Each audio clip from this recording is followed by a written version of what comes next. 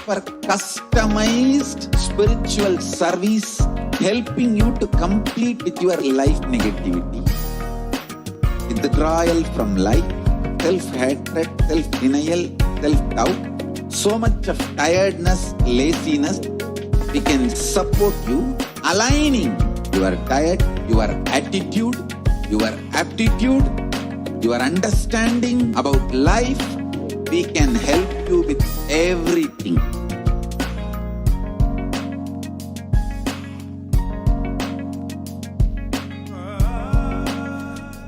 Paramashivoham.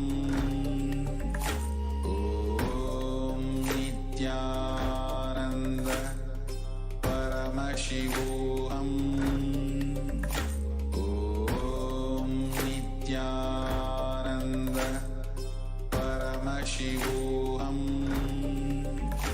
Om Nithyananda Paramashivoham. Om Nithyananda Paramashivoham. Om Nithyananda Paramashivoham.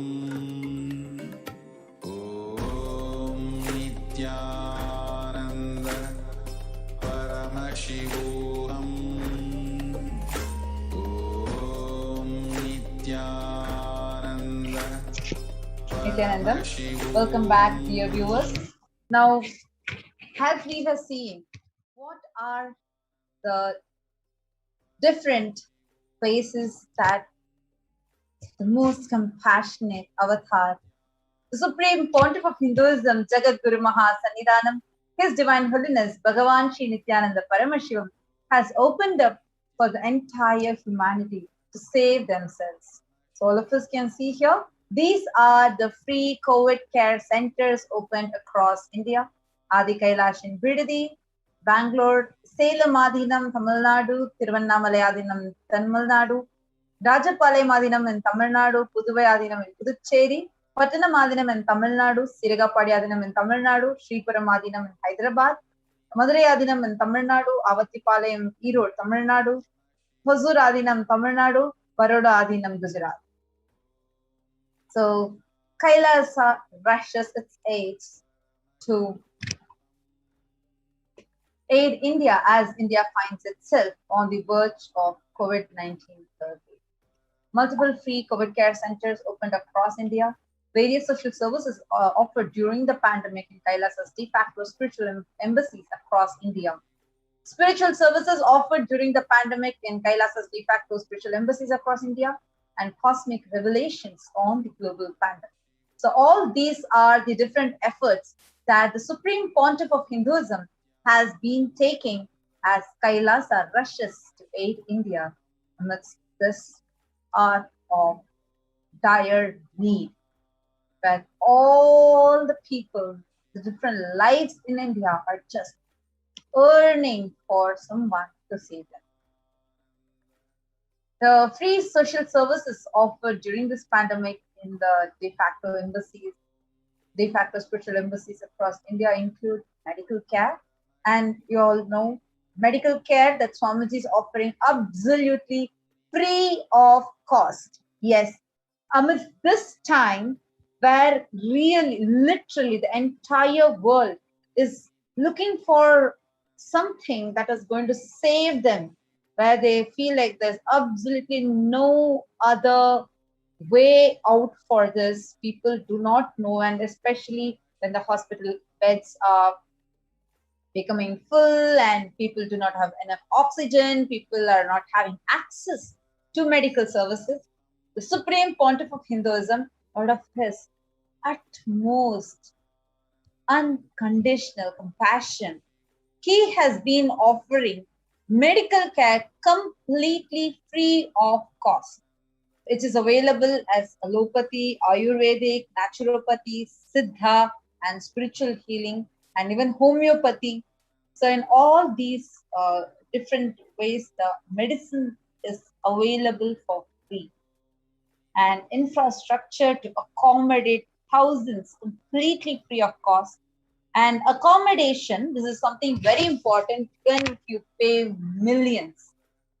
It is something which is very difficult to get, which is accommodation for multi-layered quarantine.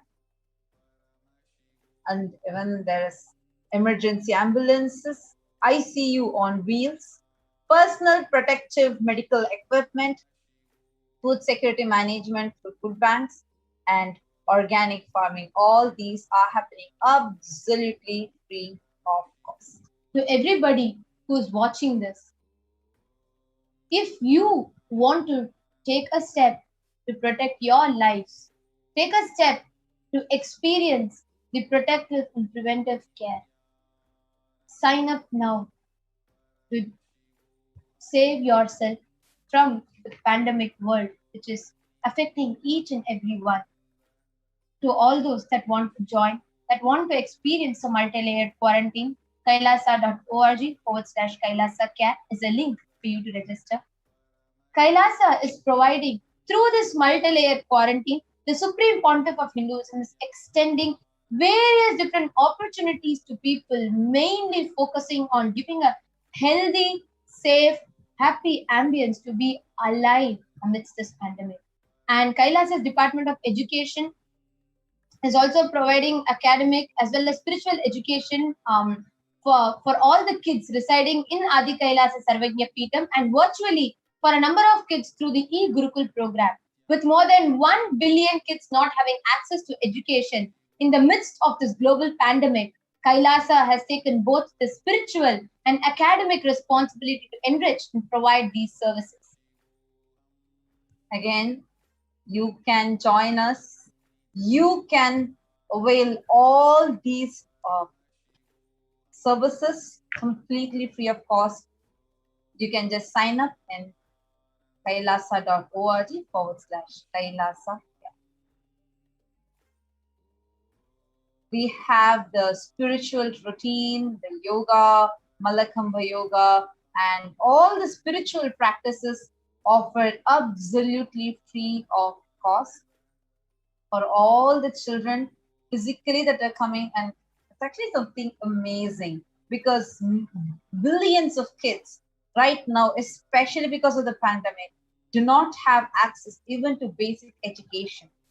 Actually, we all can see here and in the pictures as well how the kids, like Mata Tupriya just sharing, even while the basic education is not being available and it is a problem, here the Raja Vidya Gurukul completely focuses on providing the kid the best of education, the best of spiritual education, focusing on the conscious growth and the blossoming of the child.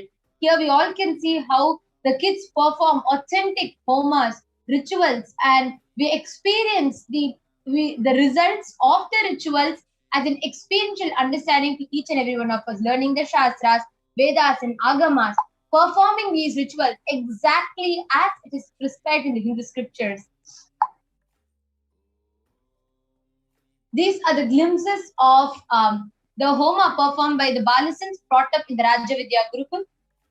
Actually, now due to this pandemic, so many people are experiencing, so many kids are experiencing the mental breakdown. That's why if you see the teenage suicide rate has peaked up. And people are going through a very tough time trying to cope up with studies, especially when given that it's online. There is no one to guide them for their values, for what principles they are supposed to stand for. And kids are finding, so children who are the hope for tomorrow are finding it very difficult to cope up with.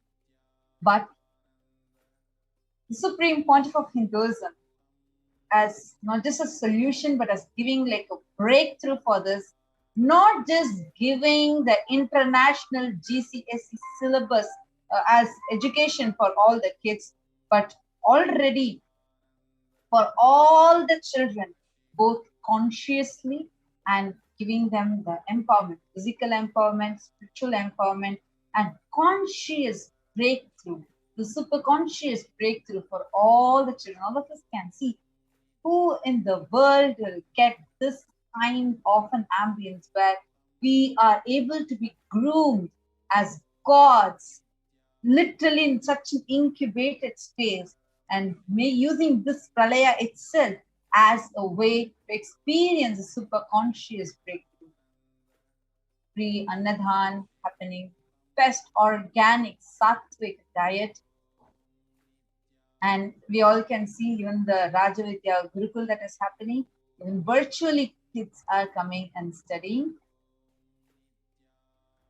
So These actually are all now, the children of all the people who are joining us and who are quarantining, who are availing this service of multi-layered quarantine that Supreme Pontiff of Hinduism is offering completely free of charge. so actually we did see the statistics of You how can become a part of this right now by signing up in this link, kailasa.org/Kailasa Care.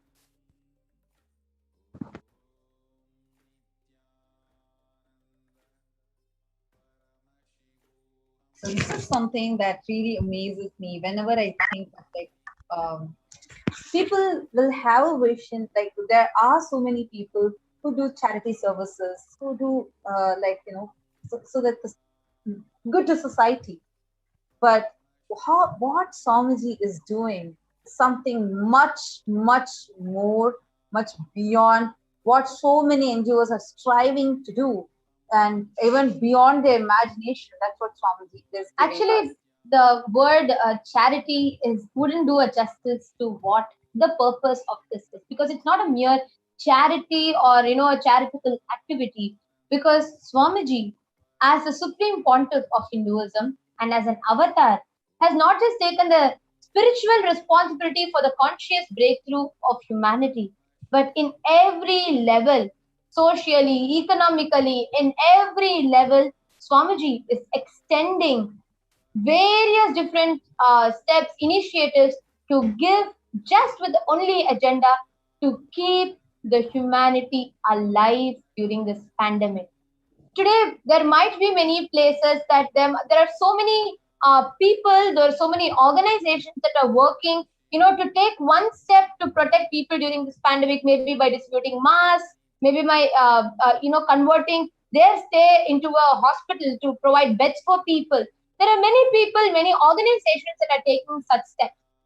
But if there's one place which is purely thriving and flourishing and working tirelessly just with the only agenda to keep you alive, hale and healthy during this pandemic time, it is the Adi Kailasa, the Supreme Pontiff of Hinduism, by opening the door of Kailasa, by providing not just medical equipment, not just that, but one of the most scientific, as I should say, it's a clear science. The multi-layer quarantine is a clear science, a very scientific and a safe way to stay alive, to keep yourself alive during the pandemic. Actually, that is why you see the recent news that had come up, where many of the leaders were saying that home quarantine is actually not possible in India due to a range of reasons, and all of us might be aware of the news.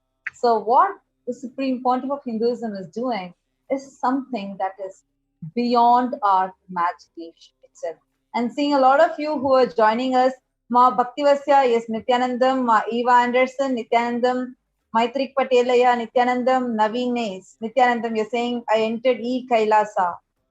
How to enroll you? Once you have entered the E-Kailasa, we also recommend you to stay tuned. Today we have a very, very powerful satsang, live Nithyananda satsang, that Swamiji himself is going to be coming live, and he is going to be giving us all a very, very, very powerful message. So do not miss today's special Nithyananda satsang.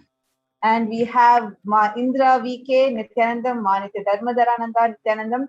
Welcome to all of you. So I'm just reading out the comments from Kailasa's HDH Nithyananda YouTube channel. We request all of you do tune in and get ready. as we are nearing to have the darshan, live darshan of the avatar, the Supreme Pontiff of Hinduism, Jagat Guru Mahasannidhanam, His Divine Holiness Bhagavan Nithyananda Paramashivam.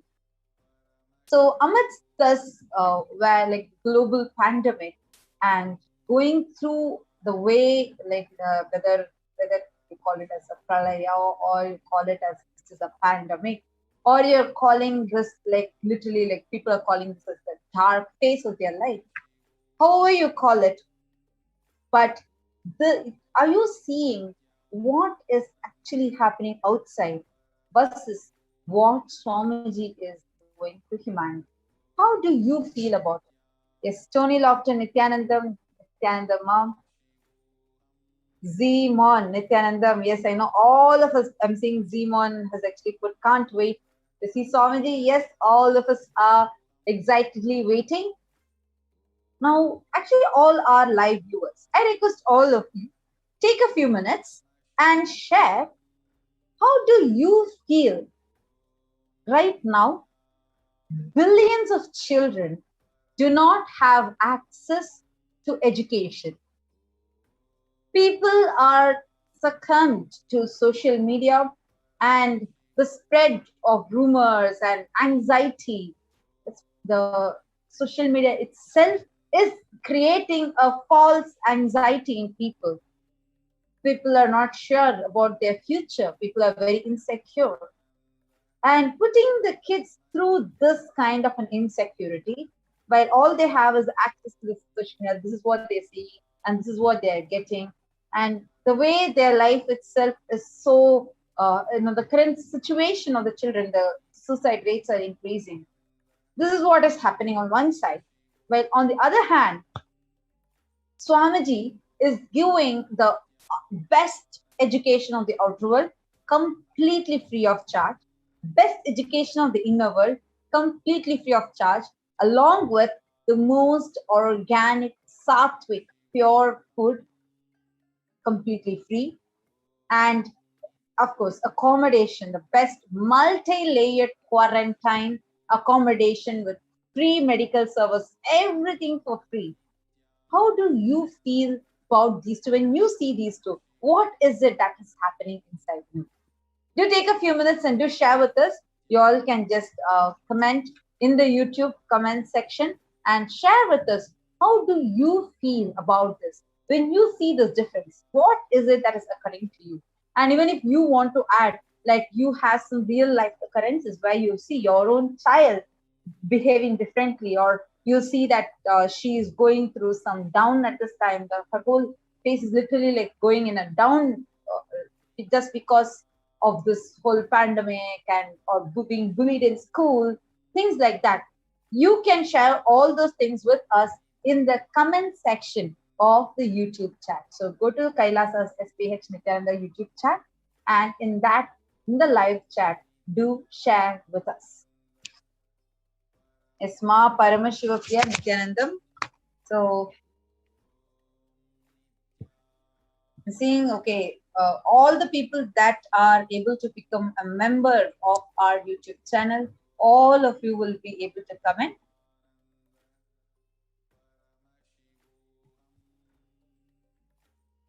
To everybody that are actually watching this right now, this is the time each of us can take a few minutes to look in, analyze amidst this pandemic, this whole situation, and see what is a step that is needed the most. Actually, sometimes when even during the Devi Parashakti Akashik reading, when I see some of the comments, right, it genuinely takes me by surprise, because when the Supreme Pontiff of Hinduism and Devi Parashakti herself have clearly revealed that, the only agenda this year should be to keep yourself alive. And there's all these fungus spreading and so many infections, so many deaths that are happening.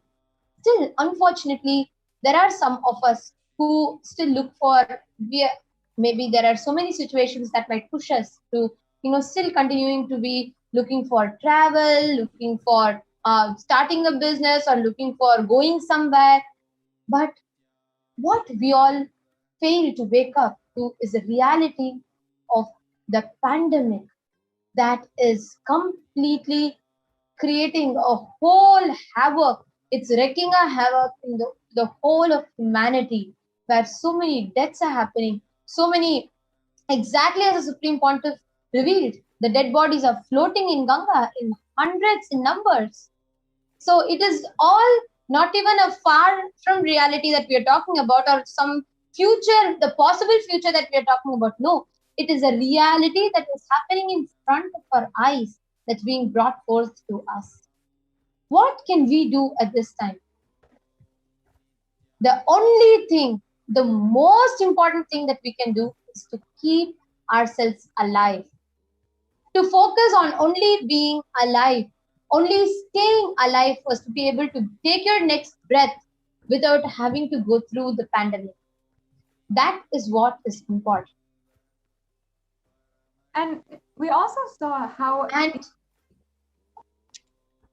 for everybody that are watching this, if there's a step that you can take, the most important is to keep yourself alive. So each of you can go ahead and share with us in the comment section, how do you feel about this whole pandemic, the whole quarantine that the Supreme Pontiff of Hinduism has opened up? And Nithyanandam, Rimal, okay, Meenakshi, Mutia, Rimal Vaskar, Ruchila Pant, Shiva Shiva, and Kailasa's Soumya, Debbie Schiller, Violet Sunora, Narala Bobby, and Beena Bulai, Anouch K. Lot of you who are joining. Rajesh, Suki, Govindan, welcome to all of you. Nithyanandam, and welcome to all of you. And P. Gill, Nithyanandam, Eva Anderson, Nithyanandam, Zimon is saying, Swamiji said in the past that most important quality to be transmitted to the children is the confidence that they can learn everything online with sincerity, and that the modern education system is already redundant and only infusing anxiety and self-doubt in children. Absolutely.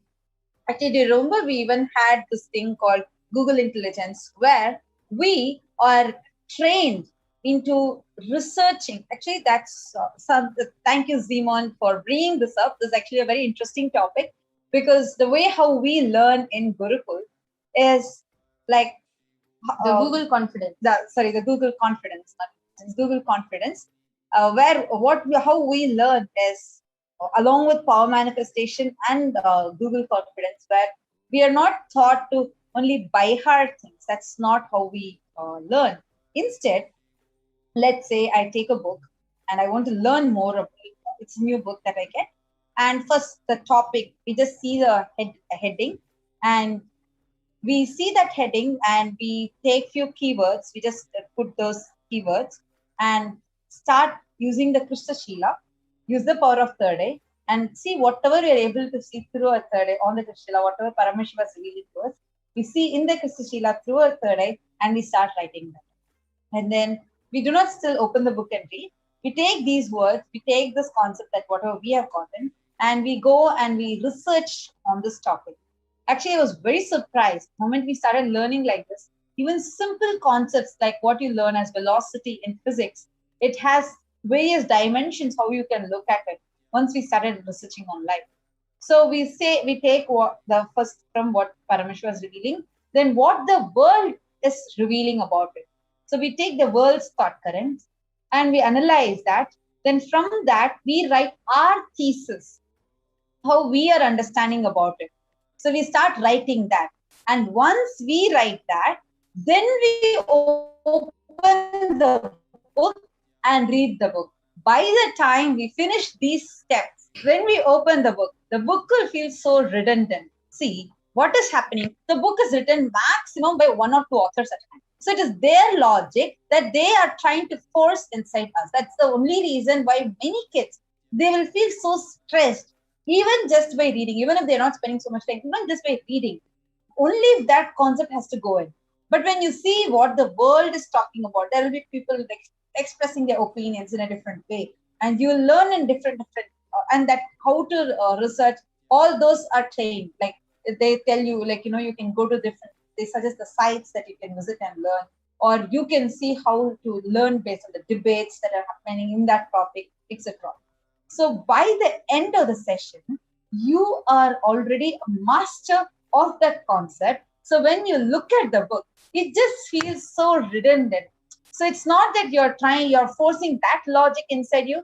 Instead, with your intelligence, you're grasping the subject. Actually, this is a very, very, very powerful method, because today, half and more of the kids right now that are going through the education, one big thing that they all face is they feel overwhelmed.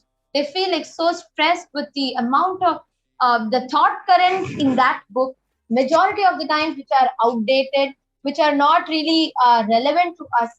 And that is just being forced upon us. But learning through Google Confidence, by the time you go through and chew the other thought currents, the book will seem so small. It will just be one person's thought current being put into you. So that's one of the best ways, one of the profound ways that we get to learn. And yes, actually, there's so much, a ton and more we can keep discussing. But now, and having actually, like, anyone has any other questions or anything, you can interact with us in the YouTube or Facebook chat, and make sure you're taking a few minutes to share this so that nobody misses out on this amazing, amazing blessing that all of us have, where we are going to be having the darshan of Avatar starting in just a few more minutes. You can either post the comments either on Facebook, on Kailasa's SPH Nithyananda Paramashivam Facebook page, or on YouTube, Kailasa's SPH Nithyananda YouTube channel. And welcome Krishna Yadav, Sakalananda, Rajesh, Suki, Govindam, Nithyanandam, to all of you who are joining us live continuously. And a lot of you are watching, and hope what we shared about how we study in Gurukul was interesting for you. So how do you feel about this method? Where first you learn what the world is. I mean, first you actually see the concept. You don't go through the book.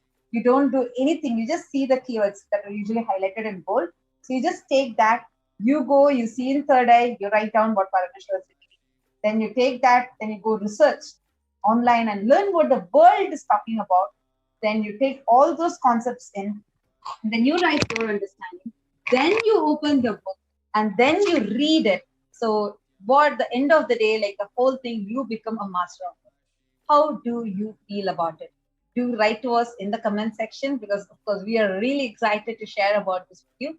Now, before we continue further, let's take a short break, and then we are having a very exciting session that's coming up, and a very powerful session that is coming up. So do not miss it. Stay tuned, and let's take a short break now.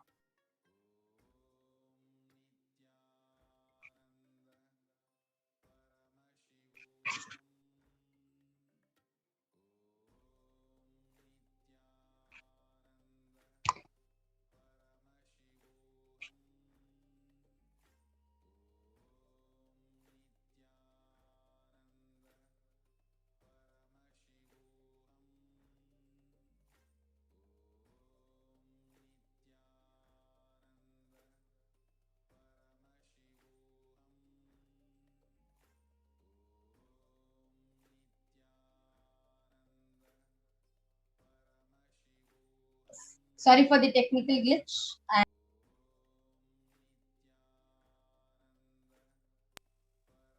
Sorry for the technical glitch. Seems like there's a small error. We are getting some comments from the viewers.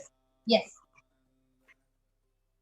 And meanwhile, as we are all waiting for the Nithyananda Satsang that is starting live at 10 p.m. IST, as we are all awaiting the exciting live Nithyananda Satsang, each and every viewer that are watching us right now, please take a few moments to share with your friends, your near and dear ones, your loved ones, to invite all of them for the Nithyananda Satsang live, so they all can enjoy, they all can relish, and they all can grasp the superconscious thought currents and empower themselves to be able to handle and tackle the pandemic and all of its effects and impacts.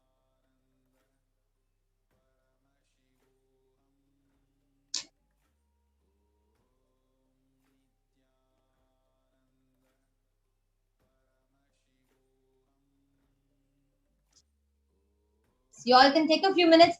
Please go ahead and leave comments in the comment section. We have some of the viewers who had commented in between their losses, so we would just like repeat it for them.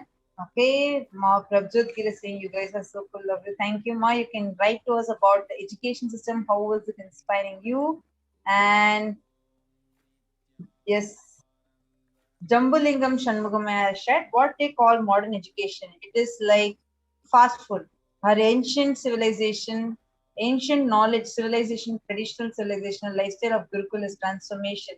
Cosmic archives and Paramashiva science, the Guru Sishya Parampara, the incarnation, Rama and Krishna, they study in Gurukul only.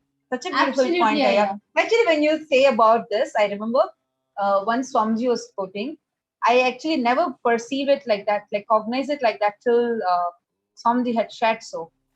Swamiji is explaining, if you see in Mahabharata, all the Pancha Pandavas and the Kauravas, the 100 Kauravas, all the 105 of them studied in the same Gurukul under Dronacharya only. But each of them excelled in their own dimensions. Bhima and Duryodhana excelled in mace, whereas Arjuna excelled in bow and arrow, whereas Yudhishthira excelled in spear. Each of them excelled in different dimensions, even though all of them studied in the Gurukul only. Now, and that time it was Dronacharya. Now we have an avatar himself who has come down. So it will not just be like a breakthrough in the level of skills, but what Swamiji is making us do is having a super conscious breakthrough. So literally as new species, Swamiji is evolving each of the palasas. Giving this absolutely free of cost to humanity is something just unfathomable. Meena B has also joined. Yes, Nithyanandam. Welcome to all those who are joining us continuously.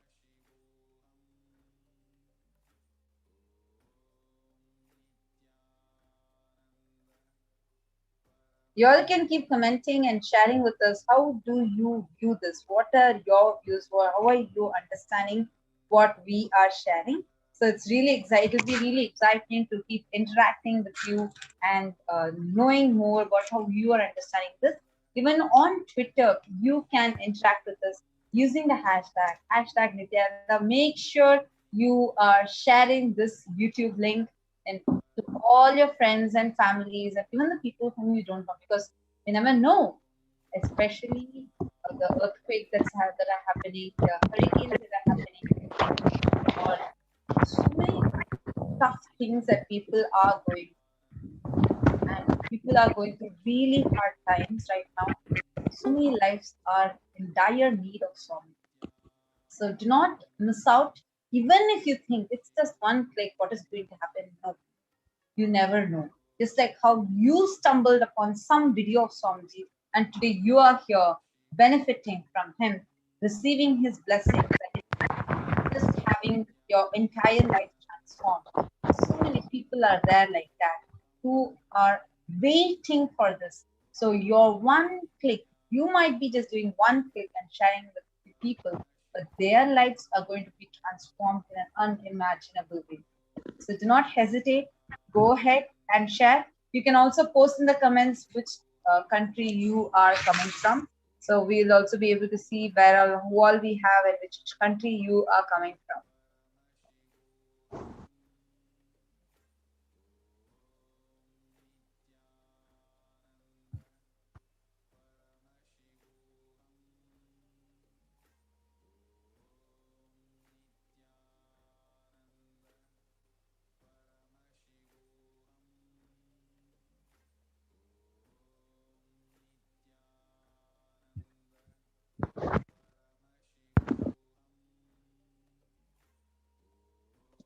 Yes, and also, as we had been discussing,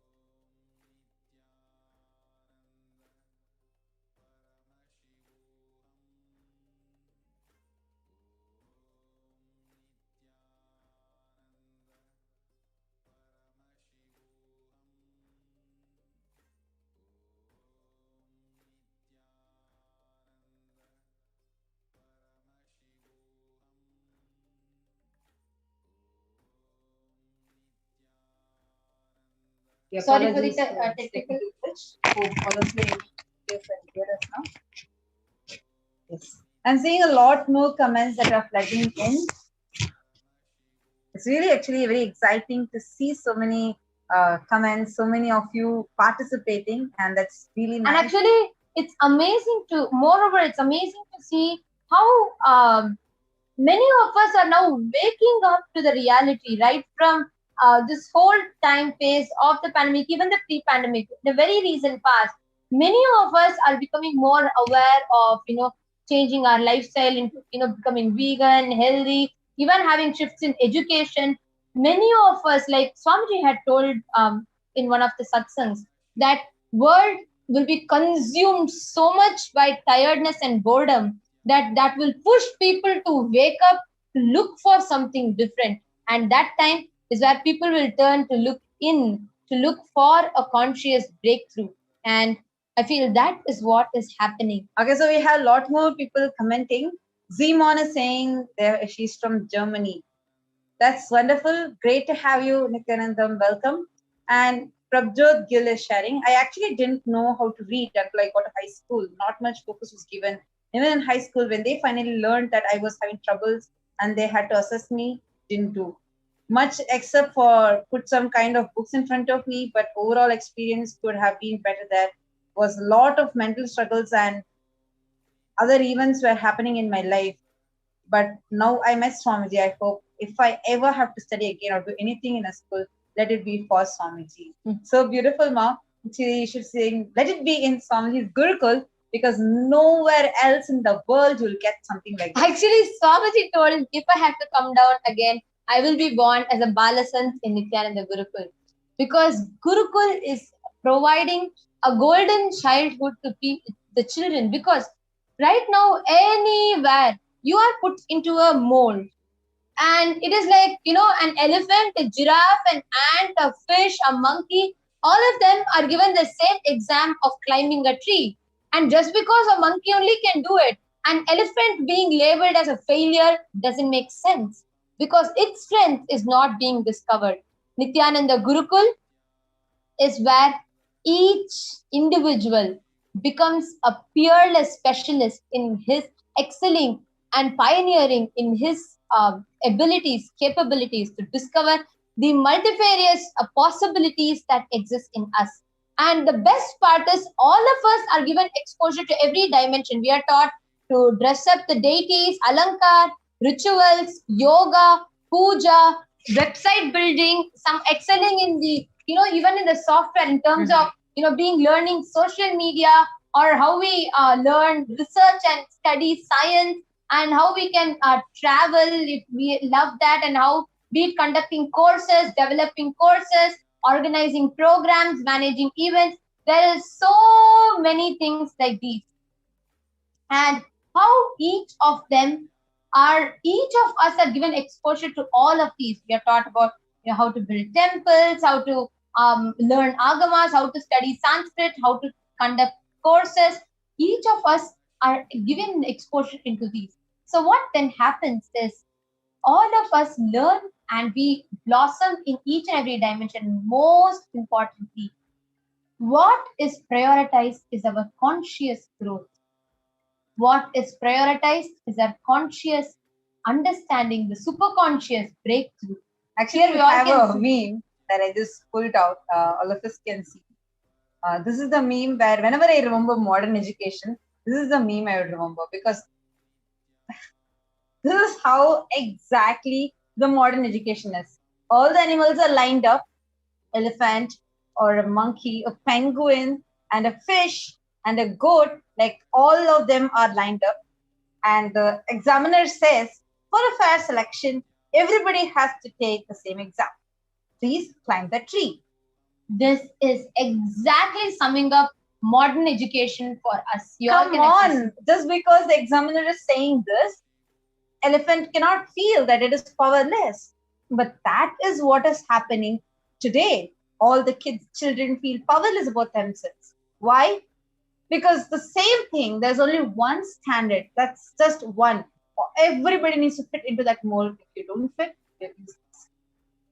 That's why if you see there are many like jokes and memes around, and even a lot of stories, biographies that say I was a college dropout. That's why I'm successful. Absolutely, because the whole education today in the modern world is just working on making you a clerk, making you fit into a mold, fit into the same size shoes and hats as everybody else, which is naturally not possible. So, why are we talking about education and giving priority to this in this pandemic times?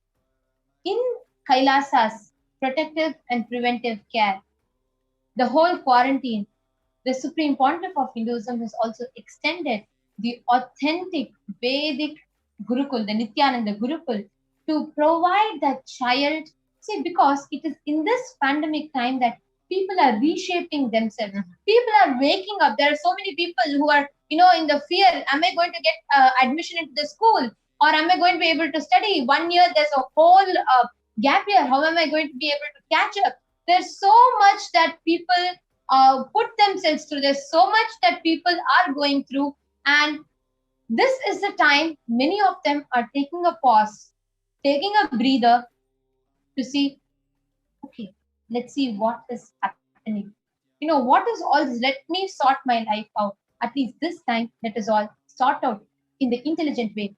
Sort it out in the most practical, most intelligent, the most efficient way. Actually, we have a lot more people who have joined us. And Tirumalai Selvi Nithyanandam, Kailasas Piotr Varsha Nithyanandam, Pankaj Shrestha Nithyanandam, Alicia Morrissey, Ma Shweta Nithyanandam to all of you. Shravanti Narasammal is sharing. Wow, true education gives us insight. Absolutely, Ma. Actually, the true education is what is really needed. Only with the true education, you can actually reshape the future. Amma, Meena is sharing. Amma, yep, you guys are doing a great, super wonderful pre-satsang educational for everyone. Thanks to Swamiji and the Sangha. Actually, all these are revelations by Swamiji Ma. And today, what satsang we are going to be having is going to be really, really powerful. Swamiji has been talking about how to have the conscious sovereignty inside all of us, how to reclaim the conscious sovereignty. But unfortunately, the education system outside is only training the children to lose their conscious sovereignty and to be fitting them into a particular mold as per how the society expects. And unfortunately, that's just one mold, and everybody are forced to fit into that. If they don't fit into that, they're outcast. They don't belong to it. They are kept away, they're discriminated, or they are put down. So that is what is actually happening in today's world.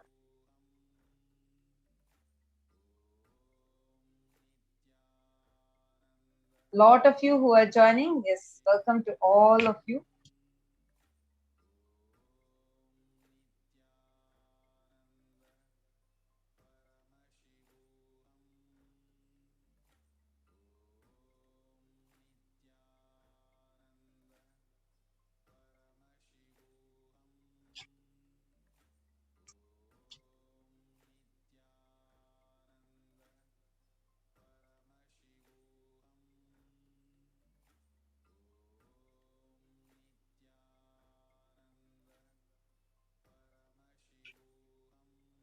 Yes, we are having many of you commenting. We are just looking at the comments that are flooding in. Now, what is a step that we can take to each and every one of you that are watching this? If you are in India, if you are in the Southeast Asian zones, and if you are facing the pandemic, please understand the step that you can take to protect, to prevent yourself from facing the whole pandemic is to stay in the multi-layered quarantine. So you all can sign up at the link kailasa.org/Kailasa care. Please take a few minutes to sign up.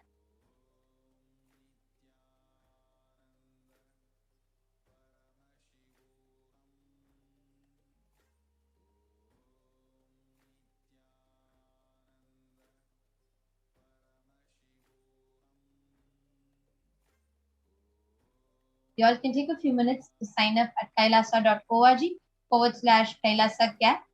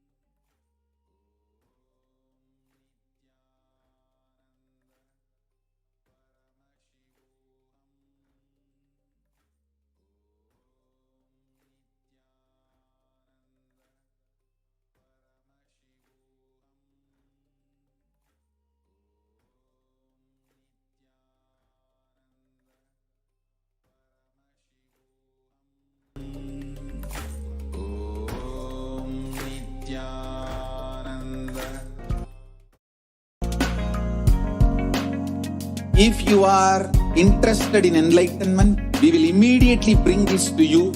If you are not interested, we will explain the whole science, inspire you and make you interested in enlightenment time. We need to cater this enlightenment science to the whole world wherever they are. Because enlightenment is the birthright of all human beings. Kailasa is responsible to provide that to all human beings.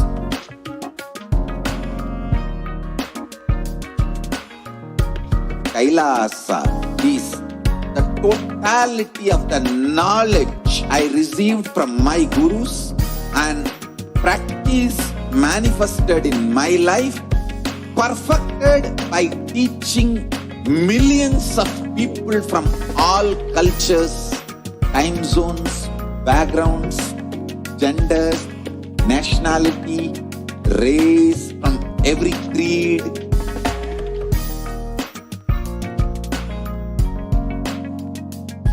So this absolutely perfected knowledge available to you, served to you in your home without even you moving out of your couch, free of cost.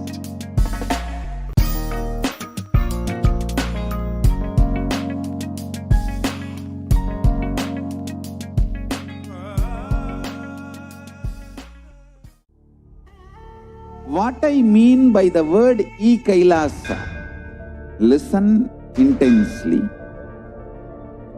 Enlightenment ecosystem, literally enlightenment itself, in your own home, wherever you are.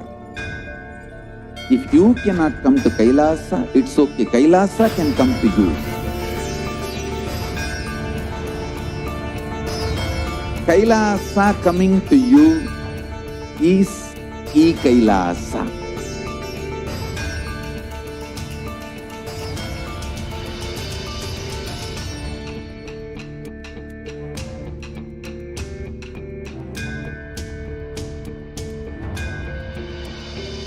I will revive Hinduism. I am a Hindu revivalist, not by any revolution, but by evolution.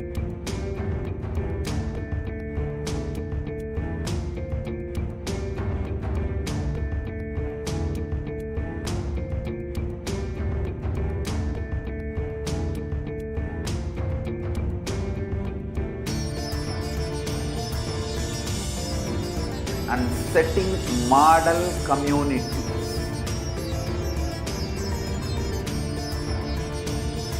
Kailasas, enlightenment ecosystems, Sarvanya Pitas all over the world.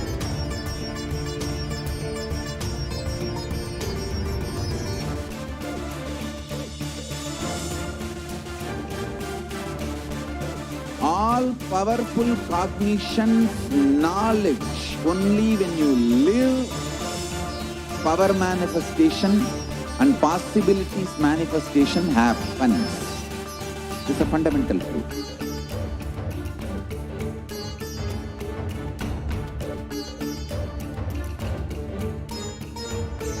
Hinduism cannot live exclusively as one sampradaya. No. All sampradayas of Hinduism is an ecosystem.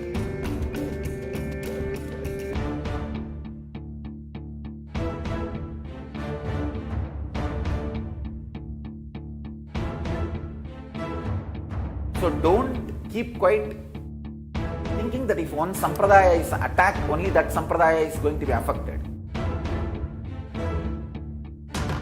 All of us are ecosystem.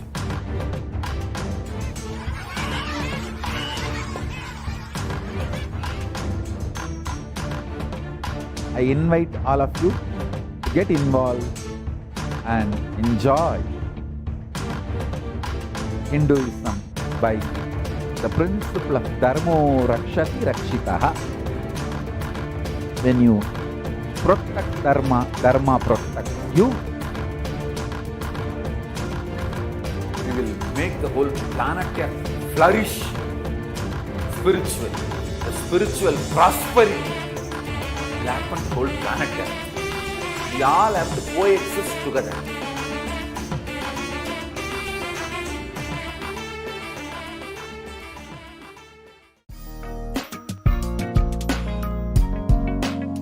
We get you health. We get you ability to build beautiful relationships in your life. We get you direct spiritual support, and we make sure you become wealthy.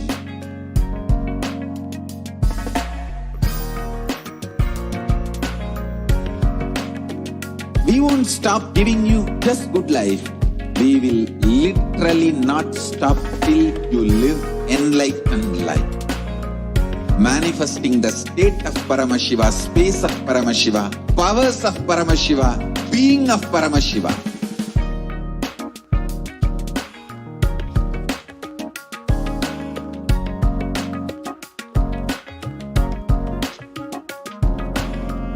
Whole world should become Kailasians. I want the whole world to know Hindus have something great to contribute to the world.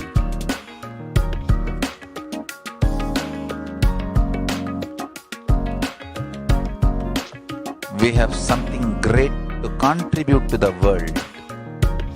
Let us do that.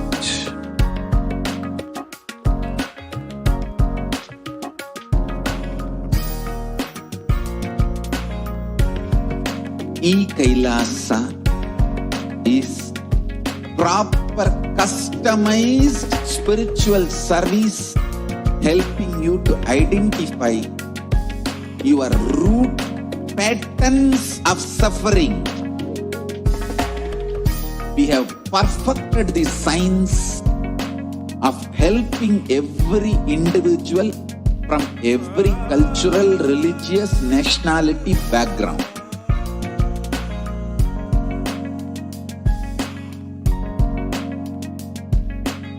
You will have lowest reactionary assumptions, highest awakened response, alive response for life continuously.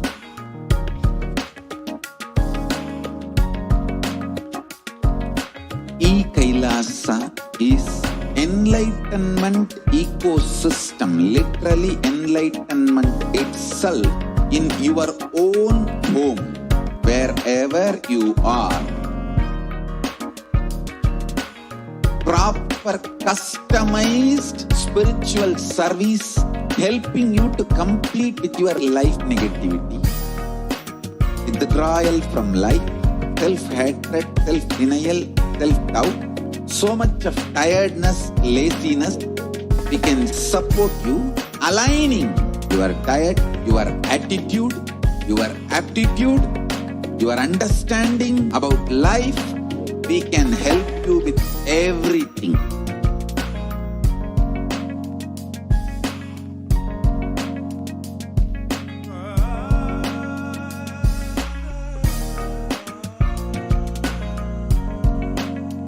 If you are interested in enlightenment, we will immediately bring this to you.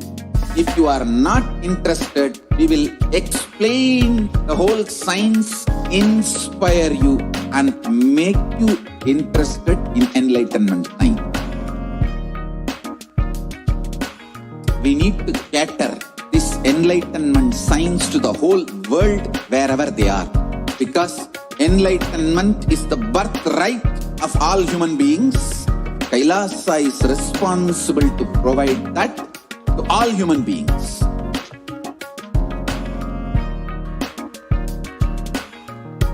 Kailasa is the totality of the knowledge I received from my gurus and practice manifested in my life, perfected by teaching millions of people from all cultures, time zones, backgrounds, genders, nationality, race, from every creed.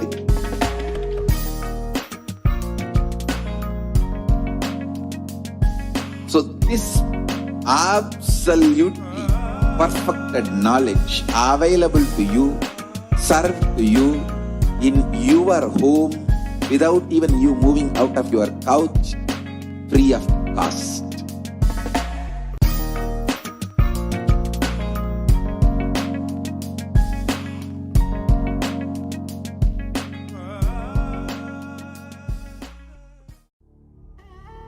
What I mean by the word Kailasa, listen intensely.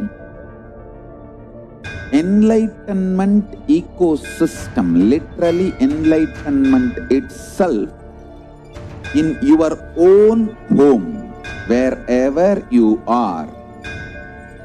If you cannot come to Kailasa, it's okay. Kailasa can come to you.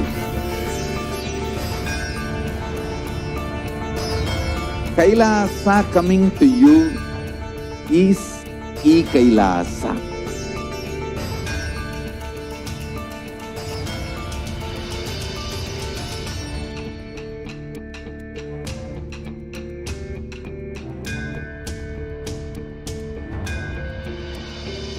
I will revive Hinduism. I am a Hindu revivalist, not by any revolution, but by evolution.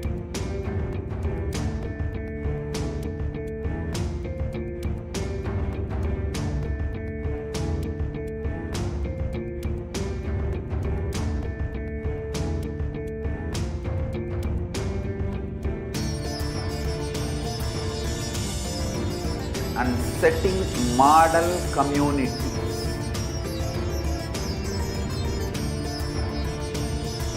Kailasas, enlightenment ecosystems, Sarvanyapitas all over the world.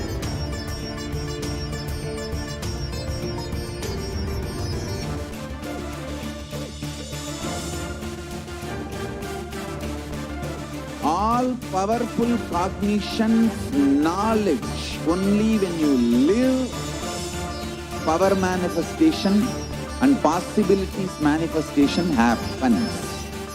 It's a fundamental truth.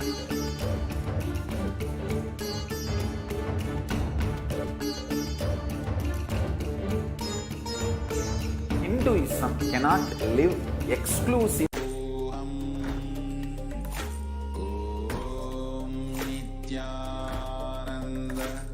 Nithyanandam, welcome back to all of the viewers. I am 100% sure that each and every one of you are eagerly awaiting the darshan of the Supreme Pontiff of Hinduism and awaiting the divine discourse and the audience of the Supreme Pontiff of Hinduism, as we will be imbibing the powerful cognitions as he continues to expand on what was revealed just day before yesterday on conscious sovereignty.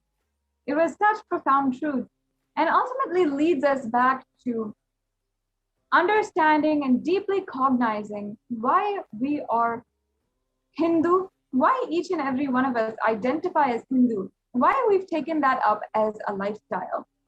And when we fundamentally address this, when we address the conscious sovereignty, we are able to express deep and deeper truths. And when we're doing the Vakyartha Sadas, and how we have been literally the conscious sovereignty is stolen from us as the Supreme Pontiff of Hinduism declared, and he had revealed just the day before yesterday on these extremely profound truths. When we deeply do the Vakyartha Sadas, we start to live the Hindu lifestyle more authentically, and ultimately the benefit is 10,000 times and multifold as well. Now, we'll now be entering into the segment on the persecution against the Supreme Pontiff of Hinduism. And for the past few days, we have been presenting on a very, very powerful and important topic that has not come out to the world yet about the assassination attempts against the Supreme Pontiff of Hinduism. And over the last 2 decades, We've literally seen a campaign of state-sponsored assassination attempts against the Supreme Pontiff of Hinduism in 2010, in 2012, in 2014, and so many in between, until it came to the point where the Supreme Pontiff of Hinduism needed to actually leave India, and we were ultimately not even able to physically be in the presence of our Guru. And as even Devi Parashakti revealed, the captain was driven out of the ship. Even though he had built such amazing and revived the ancient Hindu kingdoms, and he had built the Adhinam, the Adi Kailasa Sarvagnapitam, where so many today are finding relief and are finding so much of reprieve from the ongoing pandemic just through the Kailasa COVID care multi-layer quarantine that Adi Kailasa Sarvagnapitam is organizing. Even though the Supreme Pontiff of Hinduism is ensuring that Kailasa continues to contribute, still he has made the ultimate sacrifice of everything in order for us to be protected and Kailasa to continue. The anti-Hindu militant forces have continuously been strategizing on how they can vilify, demonize, and ultimately assassinate the Supreme Pontiff of Hinduism in a series of steps, in a series of strategic, planned ways to execute what they wanted. And what they wanted was to continue to oppress the Hindu civilization, to continue to loot the Hindu civilization, the Hindu temples, the Hindu heritage from each and every one of us, and to stamp out entirely the Hindu customs, traditions, and the Hindu culture. And we saw how in the last segment, we saw how step by step the anti-Hindu militant forces had been going against and had been literally ensuring that these assassination attempts are successful, not only successful, but justified by the media mafia and to the international audience. If a report goes out that this many Hindu leaders are dying, or this many Hindu leaders are under illegal judicial custody, then there is a media campaign of demonization against the Hindu leaders that they had plotted and that they had conspired to put against the Hindu leaders. And in so many ways, this has stopped the Hindu community, the Hindu diaspora globally from having the justice of at least being able to tell our story to the world, being able to seek help in other resources, at least in the international audience. But due to the series of media demonizational campaigns against Hindu leaders and against the Hindus, and so many different systemized attacks against Hinduism, until now, we have not been able to have even one voice about the Hindu Holocaust in the world. There's not even one textbook, there's not even a narrative out there that speaks about the Hindu Holocaust and what ultimately the Supreme Pontiff of Hinduism is going through to revive Kailasa. But due to his hard work and him, the Supreme Pontiff of Hinduism, going to all extents to ensure that the Hindu Holocaust is told to the world, and his hard work, sincere efforts to go and revive Kailasa, bring legitimacy to Kailasa and its mission. Finally, the United Nations has recognized the persecution against Hindus and women of Kailasa, in each and every one of us, finally had some sort of reprieve for the violence that is ongoing against us. And we've seen how arrest against of the Supreme Pontiff of Hinduism, the illegal arrest against the Supreme Pontiff of Hinduism, has been a systemized attack, meaning that anti-Hindu militant terrorist forces had planned and conspired prior to the attack in order to execute their ultimate goal. Now, the steps are very clear. One is media demonization, meaning the demonization of the Hindu leaders and the Hindu people, the Hindu sannyasis, the Hindu sampradayas, and all the members of the Hindu sampradayas, and vilifying them in the media. We saw this in so many different examples over the last segments in this series about the persecution against the Supreme Pontiff of Hinduism, about how the media had literally criminalized and demonized the Supreme Pontiff of Hinduism with absolutely false lies, fabricated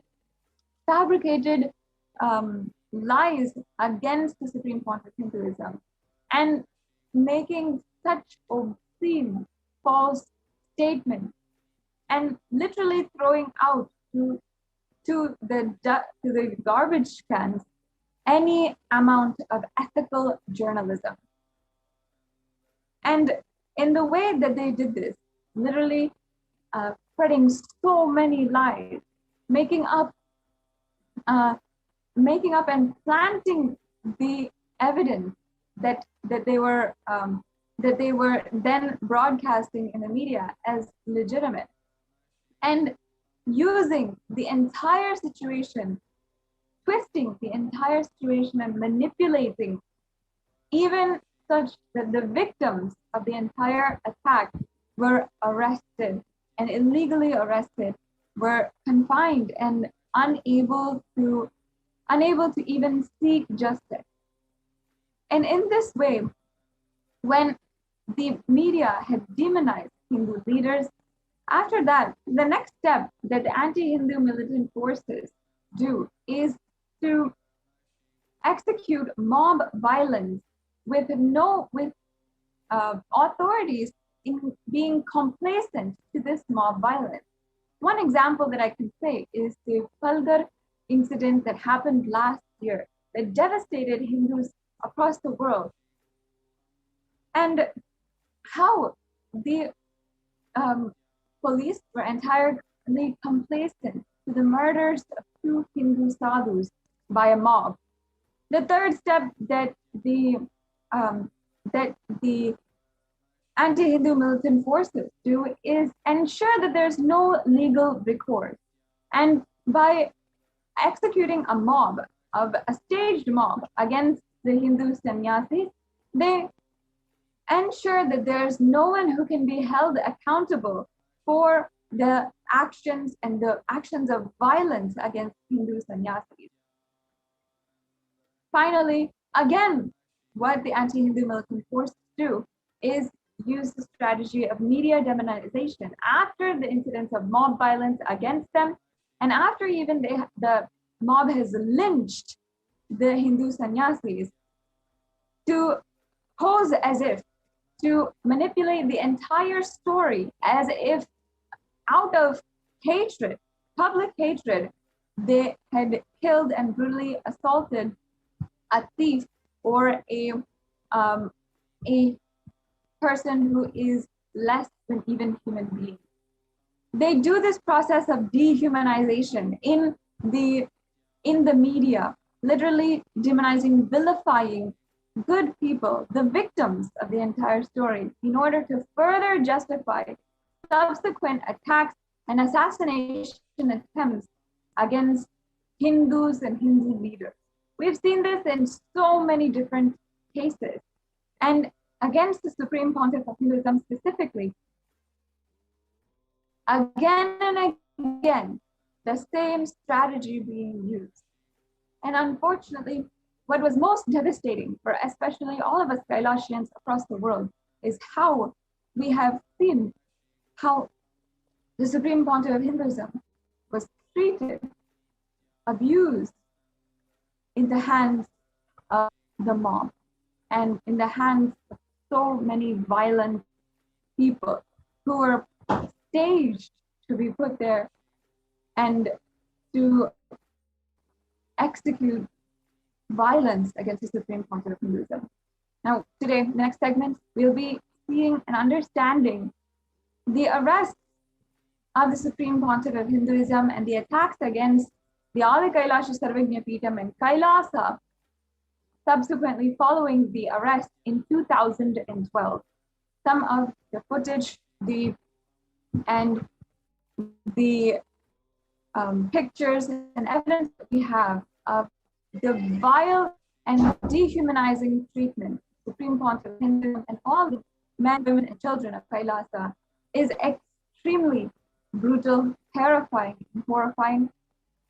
And today we also have Nithya Bhaktikananda Swami, who will be helping us understand what exactly happened in the attacks in 2012 and how the anti-Hindu militant terrorist forces had used these 4 stages: media demonization, mob violence with authority-clicity and no legal recourse, and then the 4th stage, media demonization again, how this strategy is used against the Supreme Pontiff of Hinduism and ultimately Hinduism in its entirety. The Supreme Pontiff of Hinduism is the sole Hindu leader who has fought and brought to the international audience out of his intense, pure, hard work, the persecution against Hindus worldwide, and giving us platform at least to voice out what has been happening against Hindus. And today we will be seeing and understanding what happened exactly in 2012 against the Supreme Pontiff of Hinduism and the men, women, and children of Kailasa in a series of absolutely unprecedented and violent attacks and methods of oppression against all Kailasians and the Supreme Pontiff of Hinduism. We'll be continuing on with this segment. I hope that you stay tuned and take a few minutes to share the link in the scroll below, as we are eagerly awaiting the presence of the Supreme Pontiff of Hinduism himself. Please take a few minutes to share the link in the scroll below of the report, which is displayed on the Human Rights Commission website for the United Nations, and where the Supreme Pontiff of Hinduism has been able to give each and every one of us Kailasians a voice and a platform to speak out about the crimes and violence done against Hindus. So we'll be right back with you in a few minutes. Please take a few minutes right now and share with as many people as possible about the UN recognition of the Supreme Pontiff of Hinduism and the persecution against it.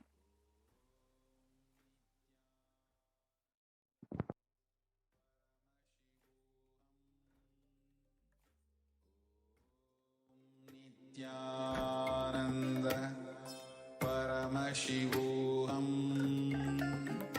Om Nithyananda Paramashivoham. Om Nithyananda Paramashivoham. Om Nithyananda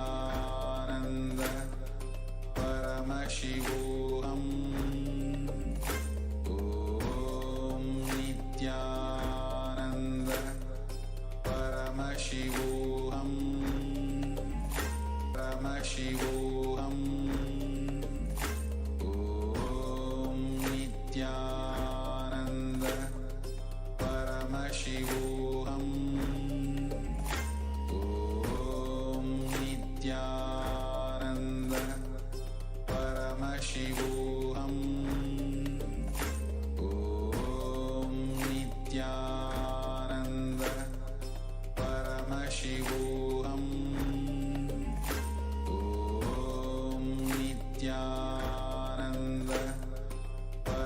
Paramashivoham.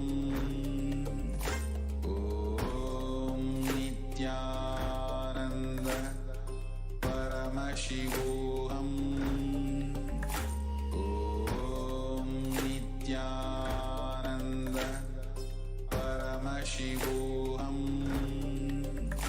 Om Nithyananda Paramashivoham.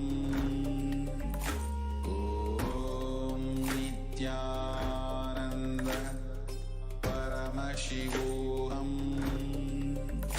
Om Nithyananda Paramashivoham. Om Nithyananda Paramashivoham. Om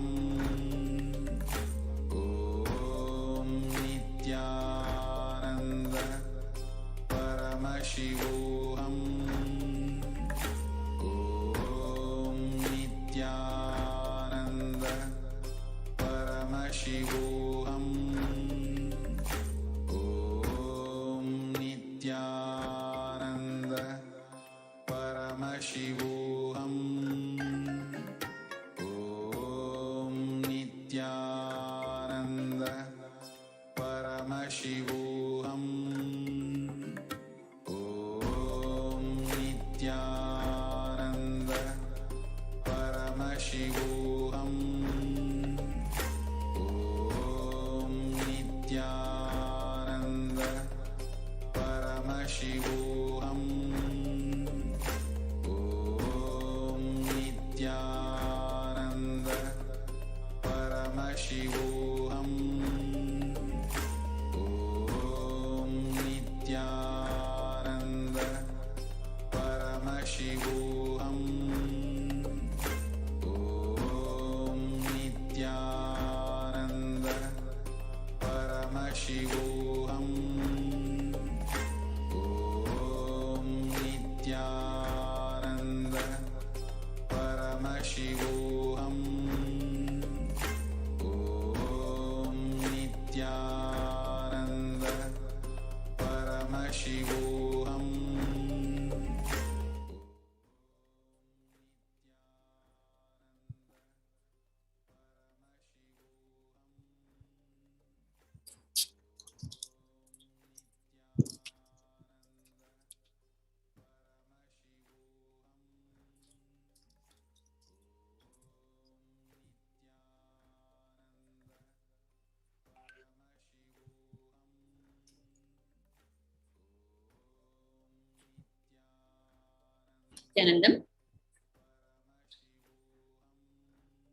Nithyanandam, dear viewers, while we are about to witness yet another live appearance from our beloved Swamiji, the Supreme Pontiff of Hinduism, Jagadguru Mahasannidhanam, His Divine Holiness Bhagavan Nithyananda Paramashivam, we are going to see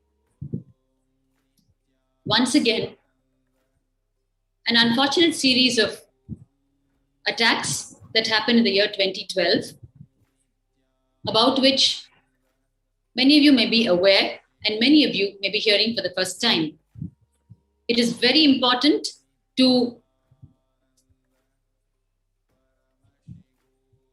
again and again bring to the awareness of the innocent public the history of persecution against Hinduism, Hindu gurus, Hindu incarnations, Hindu sannyasis, and anyone who's putting the effort to revive the greater science of Hinduism, the science of living enlightenment, which is there from time immemorial to enlighten every being on this planet and elevate every being to the next level of existence, to the next level of consciousness. So therefore, Hinduism is not a religion, but Hinduism is the science of living enlightenment.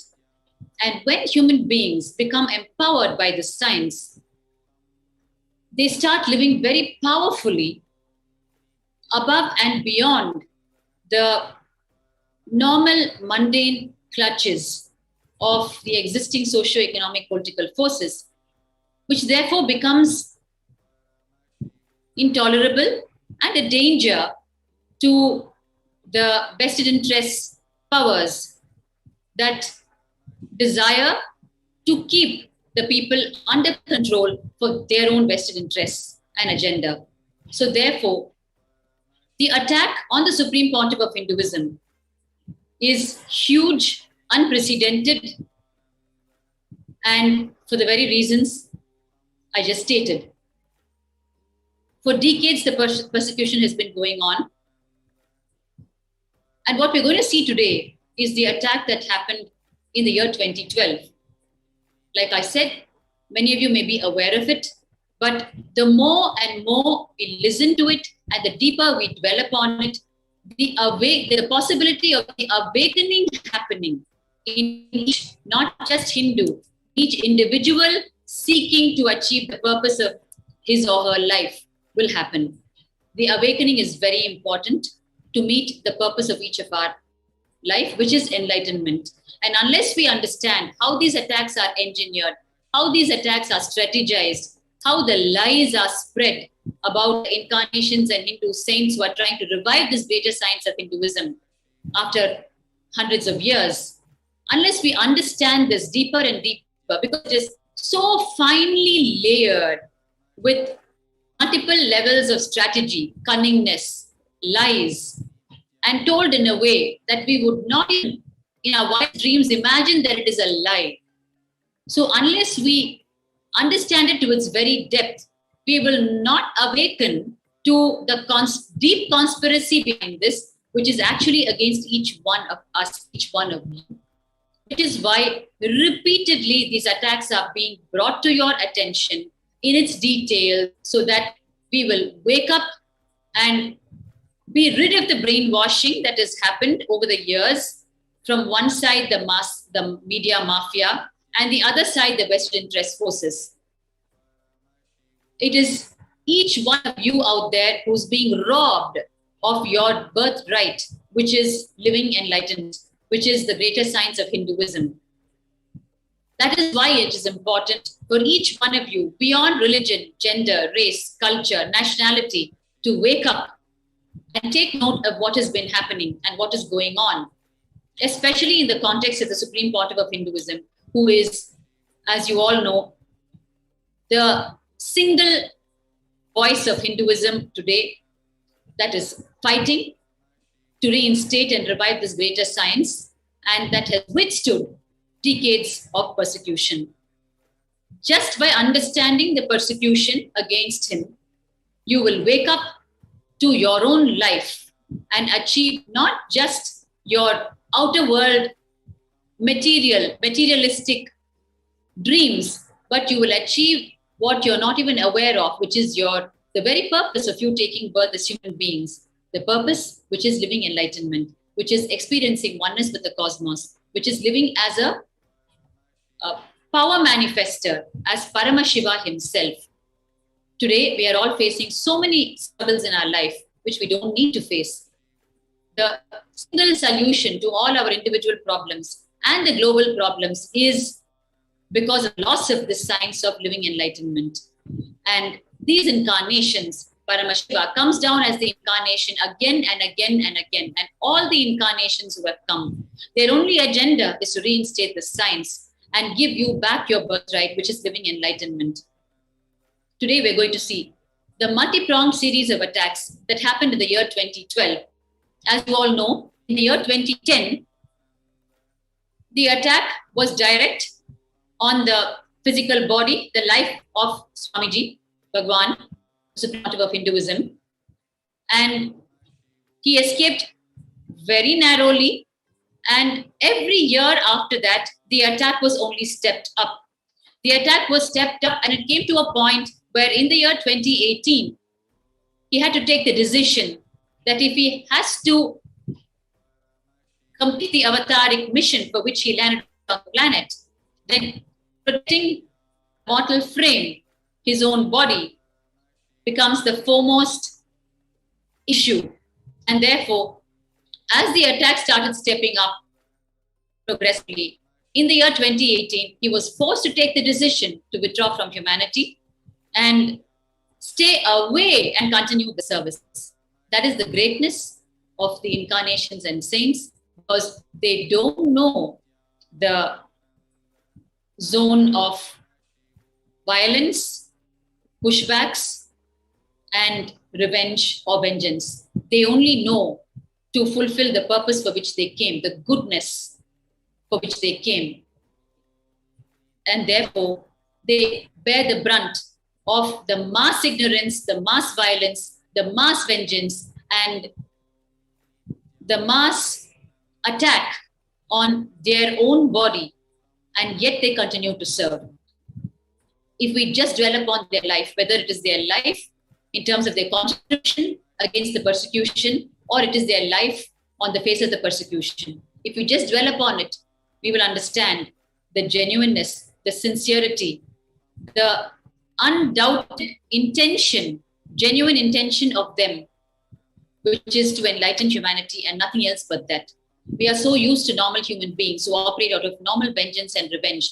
Therefore, we know not that such beings can exist, who can take so much of enmity from us and still intend to give back only the goodness for which happened on the planet Earth. It is not known to us, and therefore we do not believe it. Therefore we vilify it. Therefore we spread lies about it. Today we're going to see the series of the attacks in the year 2012. So this started around the 7th of June, to be precise. I'm saying around because the direct life attack on Swamiji happened on 7th of June, and the build-up towards it was in terms of a series of interviews given, or rather planned, strategized, and given by the false rape accuser, an NRI woman by name Rati Rao. She, along with the Suvarna television and a group of conspirators, planned and executed a series of false interviews in the Suvarna television, which is the mainstream national channel. And in the series of interviews, once again, through the media mafia, the group spread the lies to the innocent public, which is you, who unknowingly consume it, because your only source of information, unfortunately, is the media mafia. Although the social media is catching up in a big way, and it is a huge savior to each one of you out there, because it is finally giving a platform to people who come and express the truth, who have an equal platform today with the mainstream media to express the truth. So therefore, while the series of interviews was being aired by the false rape accuser in collaboration with Suvarna television, she was actually under force to do it to protect her false case against Swamiji, because it was a huge, rude surprise to her that while she had charged Swamiji, our beloved Bhagavan, on one side, of raping her 40, 50, 60 to 100 times, on the other side, she did not know that through the very judicial system, her own medical records were finally procured from the Michigan hospitals, and it revealed that she was a carrier of 4 STDs, sexually transmitted diseases. And her own medical records reveal that there is no way that she can have even one sexual relationship with a person and not spread the disease to the person. And here she has claimed 40, 50, 60, 100 instances of rape, and Swamiji's medical records are a clean till date. He has never been, never is a carrier of any such disease.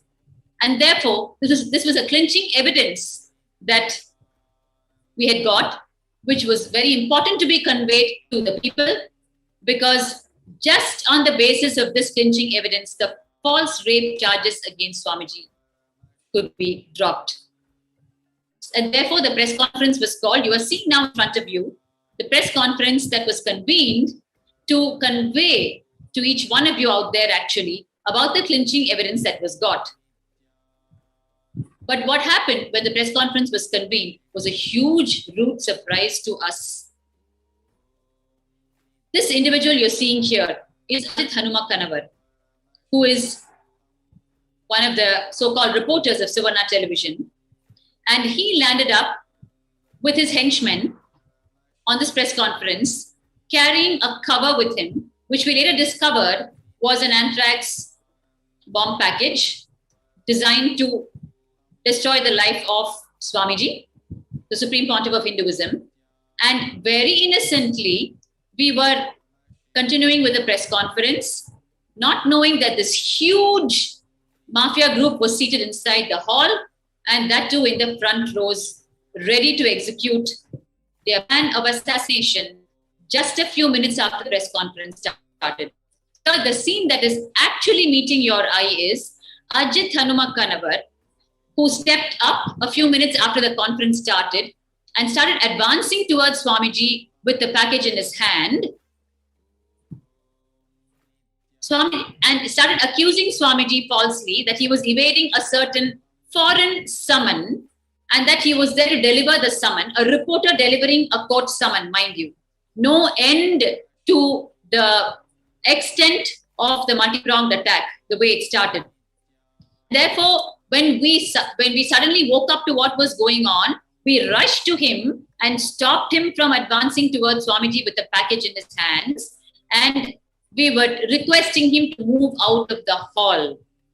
But immediately his henchmen sprung into action and they started erupting with violence against not just the men, but against the women, sannyasis, and the female devotees who were present in the hall. After an hour almost of struggle, finally we managed to get Ajit to even move out of the hall. And by then it was all hell let loose inside the press conference hall, and we had to rush the Supreme Pontiff of Hinduism once again to safety. It was a rude shock to us. We just didn't know what was going on and what had landed on our heads one more time. And we finally managed to move him out of the hall, and we were frantically trying to contact the police on one side after enough damage had happened to person and property, and violation had happened to the female sannyasis in ways I need not even explain to you. You're seeing visuals in front of you where the female and male sannyasis are being manhandled by multiple people at the same time near the gates of Adi Kailasa, the headquarters in Bengaluru. After this entire scene, you can see here, our female sannyasi is being manhandled by 5 of these mafia people at the same time, the Karnataka Navaninmana Sene mafia that landed up. And you can see the stones being hurled at the gate. So while Ajit was, and you can see here in front of you, the then administrator, one of the administrators, was actually, his head was smashed by a huge boulder by 4 to 5 people at a time. And he was not even allowed to rush to the hospital. They stopped the car. Somehow we managed to reach him to the hospital. And here you are seeing him post-surgery. They administered 33 sutures on his head. You can see him bloodshot on one side, completely smeared with his own blood. And on the other side, he's giving his first sharing after having undergone the surgery. His entire face and forehead and head is swollen. And it was just one of the most gory. Actually, I was right at the gate at that time. If the NTV operator can just rewind the scenes a bit, you'll be able to see. I was there right at the gate, and it was the most horrifying scene. Even in horror movies, you can see me there. Even in horror movies, I've not seen such a scene where just brutally 5 people smashing a huge boulder stone on the skull of another person and just running away, jumping over the gate and allowing him to die there and not even allowing him to reach the hospital. Actually, at least after they smashed his skull, I mean, one would imagine that they would just back off. But they actually went ahead further and didn't even allow us to take him to the hospital. These are the kind of attacks faced by the Supreme Pontiff of Hinduism. You can see me there in the background. These are the kind of attacks faced by the Supreme Pontiff of Hinduism time and again. he and the sannyasis and the devotees who are standing to revive and re-establish this greater science of Hinduism. You can see here the bruises, the wounds, the life attacks sustained by the devotees and sannyasis. And while this happened on the 7th of June, from the morning until the evening, and it was actually live telecasted, they came with the live telecast van. They came with what you call the OB van, which is a live telecast van, in the evening when this entire attack was executed. And they were airing it live, and the running commentary was that the Adi Kailasa headquarters and the people there are brewing trouble, and they are fighting, and they're creating violence, and they're disrupting the peace of the place. We were just completely powerless on the face of the attack, because on the one side, we were the victims, we were attacked, we were almost killed, and Swamiji was almost assassinated, and we had to rush him to safety, and our property was destroyed. But here we were being portrayed as creating violence. What you're now seeing in front of you is the press conference that happened on the next day, which is the 8th of June 2012. I request the NTV operator to stop a bit. So we had to explain to the public what exactly happened the previous day on the 7th, and how they had converted the press conference into a war field, into an attack field. So therefore, we convened the second press conference to explain to the people the attack that happened on the previous day. And here, what is meeting your eye is the second press conference on the 8th. You can see me. I'm the first sannyasi from the left-hand side. Yes, that's me, the first sannyasi on the left-hand side. And on this second day also, just minutes after we started the press conference, again, the same Karnataka Navanirmana Sene, but this time, today, that is on the 8th of June, under heavy disguise, so we didn't even know they were from that organization. They were once again seated inside the hall without our knowledge, and they sprung up and started creating violence and attacking us yet again. You're seeing the violence and attack in front of your eyes. And they started violating the female sannyasis. You can see here in front of your eyes. It was an unsparing, ruthless, brutal attacks where they were picking up the chairs, the metal dividers, the metal chains that were used as dividers, and just beating and breaking persons and property. Here you can see the aggression and the brutality of the attack. You can see him straight away manhandling our sannyasi, Manitya Achalananda Swami. You can see again here. And all along, there was no protection for us. We were frantically trying to call the police, and the attack just continued ruthlessly, and we just didn't know how to end it or how to push the attackers back, because they were just too many in number and too aggressive, because their business is violence and our business is non-violence. So therefore, it was a hopeless match. And while we were again and again only employing the principles that we live by, which is non-violence, it was not working.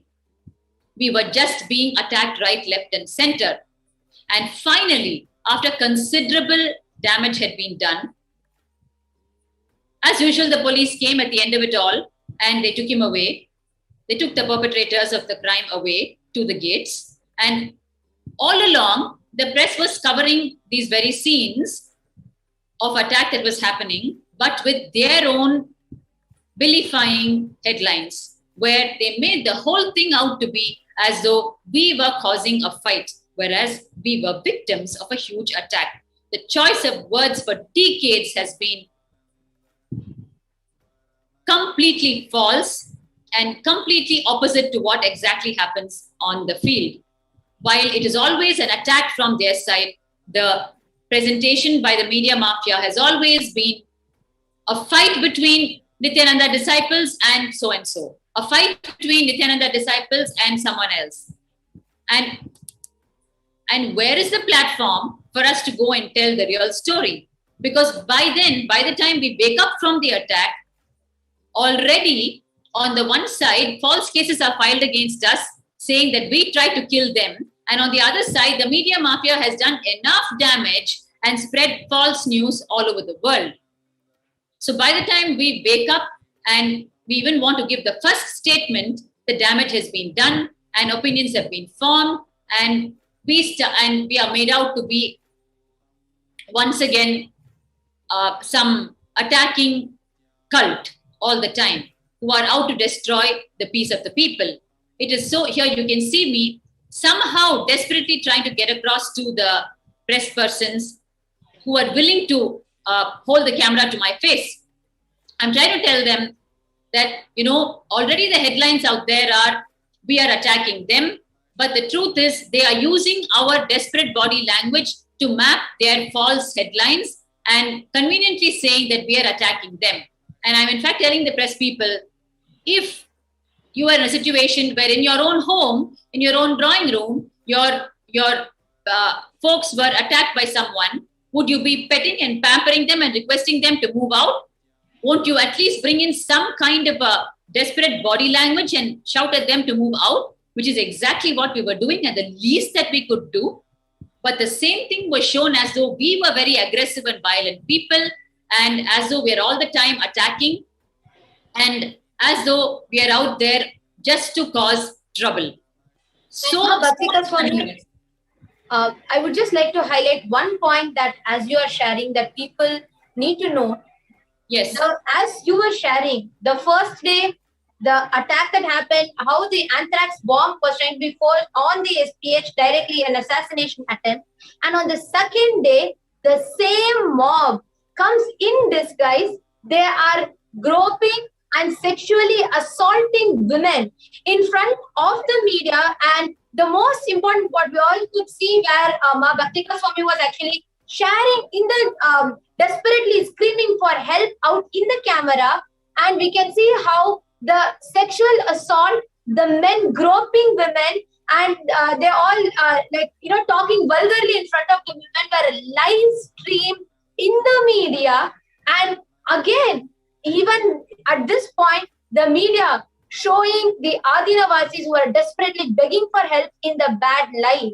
And here we can see how the attackers are hurling stones and they are just bombarding into the campus, destroying properties, assaulting women, physically mob lynching the sannyasis, very desperate to reach the supreme pontiff of Hinduism and directly attack. We can clearly see how the mob is climbing over the gate. What we can actually note here is that there are so many policemen who are standing there. There are so many policemen who are there waiting, and they are able to very clearly see that this mob is trying to get in, but they are getting in. They're not being stopped. Good point, Ma. If you notice the pattern of attacks every time, the moment you see a uniformed policeman, automatically you think they are there as protection. They are there to control the whole scene and bring it to some kind of a law or dharma. But what the innocent people do not know is, or they're brainwashed to such an extent, they don't even know to look into the scene and watch that they're actually not doing anything. They don't even know to recognize that. For us, if you see a khaki uniform, that means he's doing a job, right, of protection. But we've been brainwashed over the years that we don't even know to look into the scene and see that they're not doing it. They're just standing and watching or pretending to ward off people in a way where they allow the mainstream attack to happen, but somewhere in the background, they are just doing some body language, mislead the people as though they are protecting. Whereas in the light of what you are sharing, I'm right now seeing there's a clipping here that we are seeing. We actually saw these Adinavasis were the ones who were beaten up by the mob. But right now I am seeing they are being arrested. they are being taken by the police. So I'm not really able to grasp what exactly is. Could you share with us what happened or how the victims are being arrested? You were there that day, and can you share with all of us and the viewers what was happening after being assaulted, after being sexually assaulted, groped, after being mob lynched by these rowdies and thugs? I am seeing the scene where the victims are being arrested. Could you share with us what was the scene and what happened there? Actually, what you're seeing now is, each of us was actually escorted. You can see me actually entering the van just now. Each of us was escorted by a uniformed policewoman or policeman into a van. You can see all of us inside the van now. Yes. Actually, this is on the 8th of June. And in the morning, the second press conference had happened and the attack had happened. And we were just recovering from the attack when suddenly the policemen came and they asked us to just follow them. So actually we were thinking that they are calling us to identify the perpetrators of the crime. So Amma, we were so innocent and naive. We had no clue about the multi-pronged attack that was being executed right in front of our eyes. And we had no clue that this 2012 attack was actually going to lead to 2 illegal arrests of Swamiji once again. My God. So just to understand what exactly happened, so just wanted to explain to the viewers. So basically, all the Adinavasis who are actually being attacked, the victims who are being like the whole mob lynching is happening, the men, the anti-Hindu elements, the militant forces are coming and sexually assaulting and groping the women, are female sannyasis, and you can see in front of your eyes, Ma. Actually, our 2 sannyasis, you can see here, our 2 innocent sannyasis are trying to ask them, why are you pushing us around? Why are you manhandling us? What have we done? And they're silent, but the police are completely silencing them and telling them it's none of their business to ask any questions. And they're actually manhandling them and pushing them into the van and arresting them without their own knowledge. This is something that needs to be highlighted here. The victims, people who have been beaten up, who have been sexually assaulted, who have been mob lynched, the victims are being arrested by the police, whereas the mob, the people who are attacking, they are not even being brought near the van.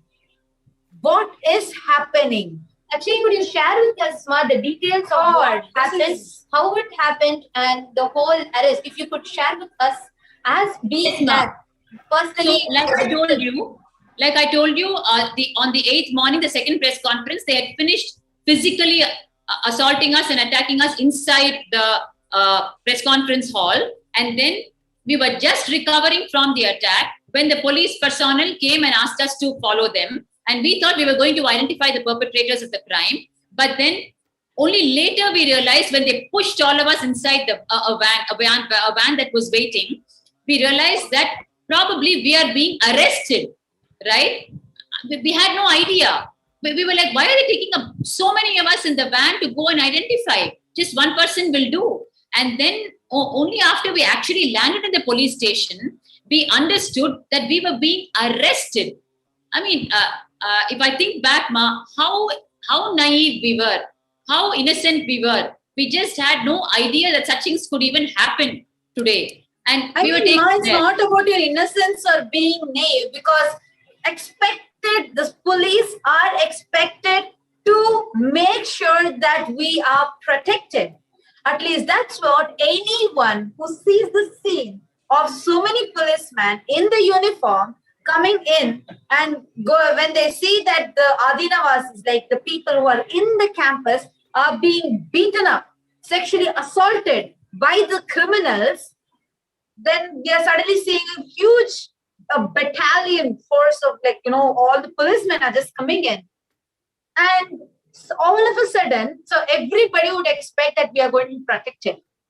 It's like the police have come to be protecting and to make sure that the people are safeguarded. One more thing you need to know, Ma. how we got arrested was Ajit Hanuma Kanavar, who was the assassinator of the 7th of June, just the previous day. He actually came back into the campus with police bandobast, okay, with police protection. He entered back in the campus on the 8th, and he identified 16 of us and for arresting. And because he had already gone to the police station the previous day and slapped a false case against Swamiji as accused one and 16 of us, saying that we were causing a life threat on him, and for protecting his life, he's filing a case. We were Actually, just this clipping is too painful to see, Ma. As you're sharing this clipping where they're pushing Swamiji like this, it's extremely painful to even see this. You should know exactly what is happening in this scene right now, what is meeting your eye now. Actually, Ma, so the false case that Ajit Hanuma Kanavar went and slapped on Swamiji and on the 16 of us, that was the next step in the attack. So they arrested the 16 of us, and then they were all out behind Swamiji to arrest him, right? And by then, we had rushed Swamiji to safety because we knew it was coming because of the false case. And what happened was, the media mafia started spreading all lies about the previous 2 days' happenings, and then they started hooting to arrest Swamiji. And Swamiji, as always, abiding by the law, was coming to get his anticipatory bail. And then the next crime happened, which is his anticipatory bail hearing was actually for no reason adjourned and postponed to the next day. That was such a shocker to us, and it was a danger signal because then we didn't know what was in the offing for us. Why did they postpone the bail hearing? Even murderers get a bail today. It is their right to fight for their case. And here they have postponed the bail hearing of Swamiji. So what did they have up in their sleeve? And then what happened when the bail hearing got postponed? By then, they had created a huge mob outside the courtroom, right? So when Swamiji had to be brought out, because the bail hearing was postponed, there was huge mob lynching happening on Swamiji. With the police there who had organized for the mob lynching and who were just pretending to be around Swamiji. And they told us that so it is not safe for Swamiji to step out now because there's huge mob out there. And what they did without informing us, they arrested Swamiji and took him away, saying he is under protective custody, which is actually an illegal arrest, put in raw words. And you won't believe it, Ma. I will never forget those 36 hours, because those 36 hours, we did not know where Swamiji was and what they had done to his body and what they had possibly fed him with and what torture they had put him, because we had the experience in 2010 when he was 53 days in illegal imprisonment. There was attempt to poison him multiple times, and he was physically tortured, and he was tried to be psychologically tortured. They had got even tile cutting machines to run the whole night outside his room so that the frequency of noise would torture him on one side. Actually, I just want to highlight that. Actually, according to human rights, if you just read the human rights, one of the violations is any tile cutting or marble cutting sound being exposed to a person. And if they're tortured by that, it is actually written law. I was actually quite shocked when I read it. When I was reading what all are like the against human rights, what are the actions that they do against human rights? I was shocked when I saw that, because that's exactly like what you're telling now. They expose this continuous tile cutting sound next to Swamiji just to torture Swamiji. God, so and also I would like to highlight another point. I would like to request the NTV operator to rewind a little bit back. We can see a newspaper clipping which says a battalion of 600 police were deployed for Swamiji. This is just, actually I would like to quote something here.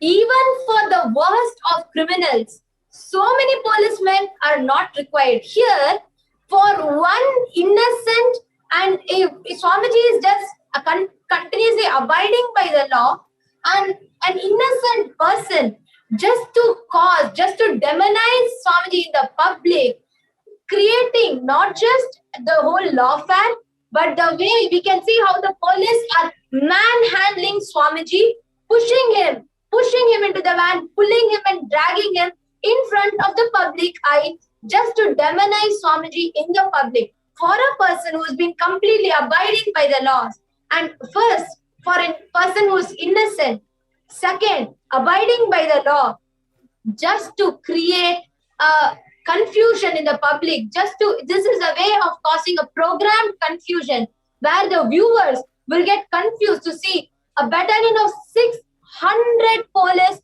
just for one sannyasi, one man who is abiding by the laws. This was just another big tactic to demonize in the eyes of the public, to demonize the Supreme Pontiff of Hinduism, who was innocent, just to create a scene and just to create that kind of a confusion and panic amongst the disciples. Just what you're sharing, just now the clipping to show. Swamiji is walking. Swamiji is walking like normally Swamiji is walking. From behind, someone is just pushing Swamiji. There is no need for all those. It's just extremely painful I don't have words to describe this. I mean, it's total unjust, unfair. And actually, Ma Bhattika Swami, I can understand when you are telling what kind of a panic you all would have been through for those 36 hours of not knowing where the Supreme Pontiff of Hinduism is, and not, first of all, being sure the way the lawfare happened, the way police are manhandling the Supreme Pontiff of Hinduism, and the whole thing, it was pushed to such an extent where the disciples had to file habeas corpus in the panic.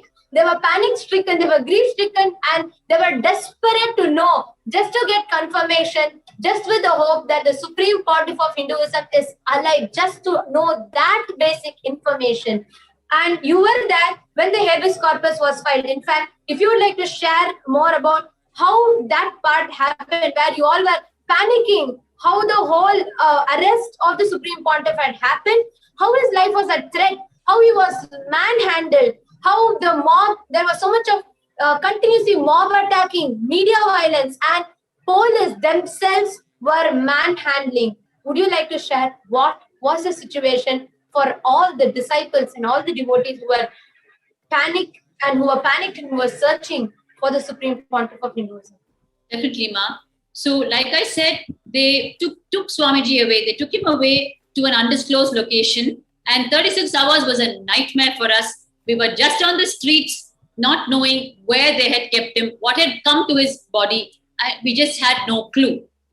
And the next day was supposed to be the anticipatory bail hearing, which had got illegally adjourned to the next day, if you remember. I just shared with you, right? So the next day dawned, and then we rushed to the court again. And they are bringing Swamiji for the bail hearing. From where, which location, we don't know. So here he is surrounded completely by them, and they've come for the bail hearing, and then the bail is granted, right? The moment the bail is granted, we are just eager to grab Swamiji and take him to safety. Then what happens? They tell us, again, there is a huge mob waiting outside. The place was just thronging, right? And they told us, we will take him and hand over Swamiji safely to you in the border so that you can take him and go. Right? And it was not even a situation where we could say a yes or no, right? So we could not even get near Swamiji. We could just stand and watch. And this is information that we were getting from one or two police personnel who were just there in the fringe of it, right? So then what happened? They took him again into the van. So then we started following the van. And the van, instead of going in the direction that they had told us they're going to take him and leave him with us, it went in the opposite direction. And that just ran chills down our spine, right? The van started heading towards Ramnagar, towards the DC magistrate office. And we were wondering, Why would they take him? He's been given the bail. He's supposed to be handed over. He's supposed to go back home, right? But they took him back to the DC magistrate's office, and the Adinavasis were actually trying to follow the van very closely. And then what happened was, once the van entered the DC magistrate's office, they locked the gates on the face of the car that was following, and therefore our Adinavasis could not enter. They were stuck outside. They begged, pleaded to be allowed inside. And by then, the roads were thronging with people. The media mafia, their vehicles were parked for 1 kilometer stretch leading up to the DC magistrate's office. And we had no clue what was going to happen to him inside. And First, then I just want to reiterate what you're sharing. So what you're saying is, despite of getting the bail, which means legally, the police are supposed to give Swamiji back to us. Instead, they literally kidnapped Swamiji and took them to a very different location altogether, which was followed by the media militant forces who are waiting to attack Swamiji. And you will not disclose what they were going to do to Swamiji. And the despite of all the devotees going and pleading along with the legal bail, means the court is ordered. Yes. So it's not even a question about justice or anything. Where are they even respecting the law here? That to a law-abiding citizen, Swamiji, they're first of all, they're just pushing. We can see in these video clips are extremely painful. So when Swamiji is walking, we can just clearly see from behind, they're just pushing. They're actually squeezing Swamiji's hand. Don't know whether they scratch Swamiji with their nails. No idea how much they would have pushed and tortured Swamiji. We can just see even in this clipping. And despite of the legal bail being there, this was what we got. This is something like unimaginable. The injustice, or I don't know what word to use, but understand, just for all of us, despite of this, just not even 1% of what Swamiji has gone through just for us. Oh Hindus, at least now let us all wake up. Understand, this is what is happening to the Supreme Pontiff of Hinduism itself. Now, out of his utmost compassion, his tyaga, the sacrifice, he, despite of going through all these, has come down again. Today, again, we are going to be having the live Nithyananda Satsang directly by the Supreme Pontiff of Hindus, just for us. Let us all get ready to receive the avatar. Sit with your head, neck and spine in a straight line. Close your eyes. Breathe in and breathe out. Deeply and slowly. Out of the space of gratitude, where we realize the avatar has gone through so much, taken up everything on him, just for us. From this space of deep gratitude, let us all chant the Mahavakya. Om Nithyananda Paramashivoham. Om Nithyananda Paramashivoham. Om Nithyananda Paramashivoham. Continue to be in the deep meditative space of gratitude as we all prepare ourselves to receive the Supreme Pontiff of Hinduism, the direct audience with the avatar. Continue to sit straight as we all chant the Mahavakya.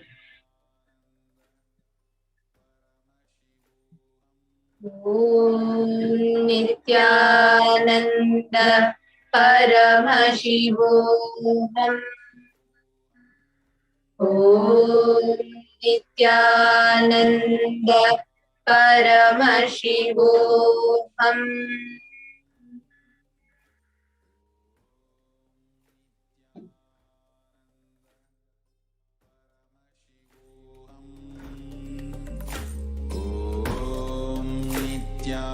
Nithyananda Paramashivoham.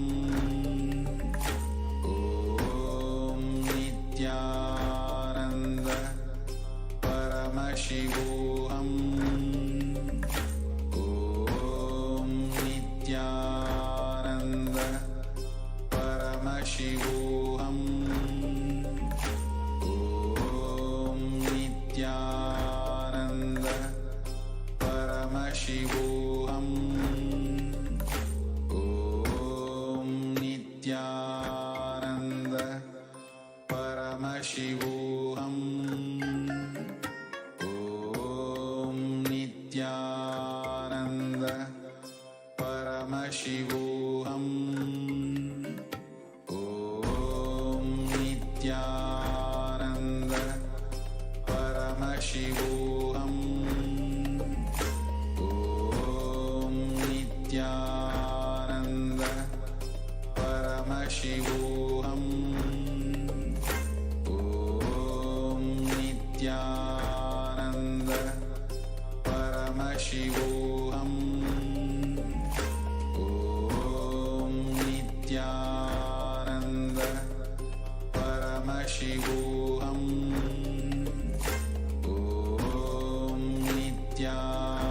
Nithyananda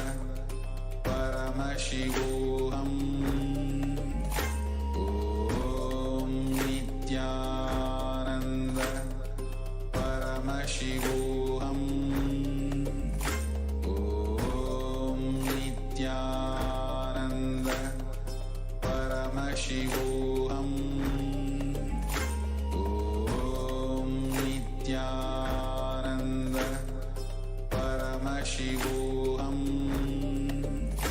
Om Nithyananda Paramashivoham. Om Nithyananda Paramashivoham.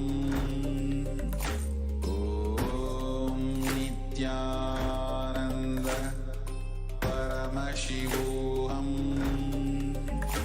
Om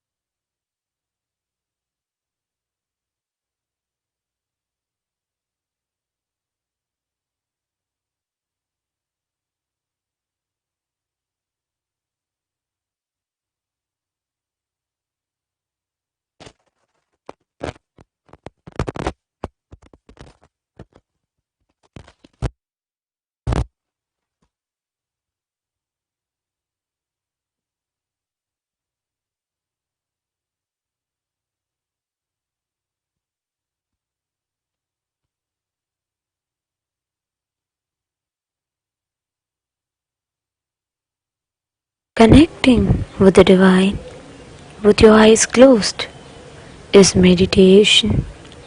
Connecting with the divine with your eyes open is darshan.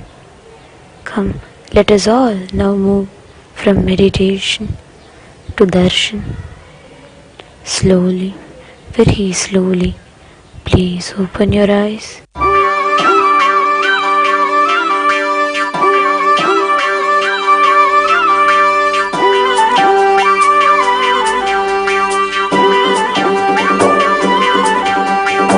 கண்டாரே காணாதத கண்டாரே கண்டாரே காணாதத கண்டாரே ஒரு வீடு ஒரு கூடு அட எதுவும் கிடையாதே சாக்காடு பிடிமூப்பு அதையெல்லாம் கடந்தாரே கண்டாரே கைலாசம் கண்டாரே கூத்தாடும் சடையாண்டி அதை குறியா கொண்டாரே காத்தோடு கதை பேசி சிவஞானம் கண்டாரே பத்தோட ஓரட்டு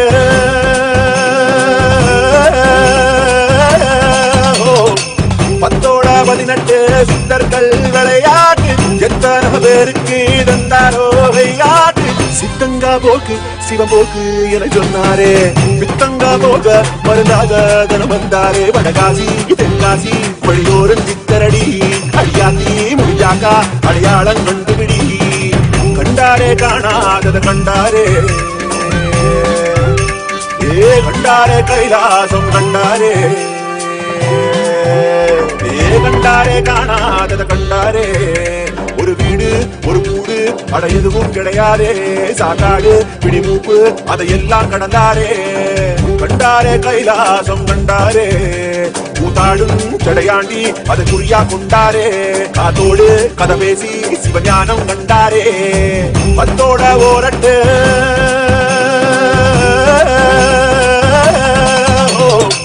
பத்தோட 18 சித்தர்கள் விளையாட்டு எத்தனை பேருக்கு தந்தாரோ விளையாட்டு சித்தங்கா போக்கு சிவபோக்கு என சொன்னாரே பித்தங்கா போக மருந்தாக தனம் வந்தாரே வடகாசி தென்காசி வழியோரும் சித்தரடி அடியாத்தி முடிஞ்சாக்கா அடையாளம் கண்டுபிடி கண்டாரே காணாதத கண்டாரே கண்டாரே கைலாசம் கண்டாரே கண்டாரே காணாதத கண்டாரே ஒரு வீடு ஒரு கூடு அட எதுவும் கிடையாதே சாக்காடு பிடிமூப்பு அதையெல்லாம் கடந்தாரே கண்டாரே கைலாசம் கண்டாரே கூத்தாடும் சடையாண்டி அதை குறியா கொண்டாரே காத்தோடு கதை பேசி சிவஞானம் கண்டாரே பத்தோட ஓரட்டு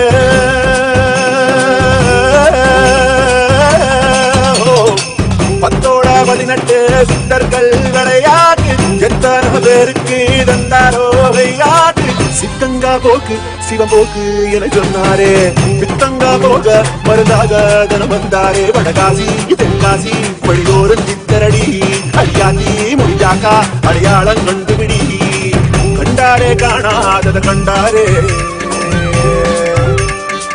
கண்டாரே கைலாசம் கண்டாரே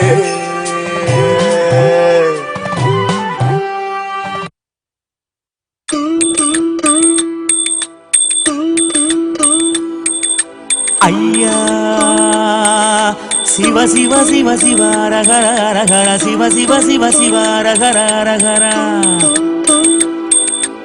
ஐயா சிவ சிவ சிவ சிவ ரகர ரகர சிவ சிவ சிவ சிவ ரகர ரகர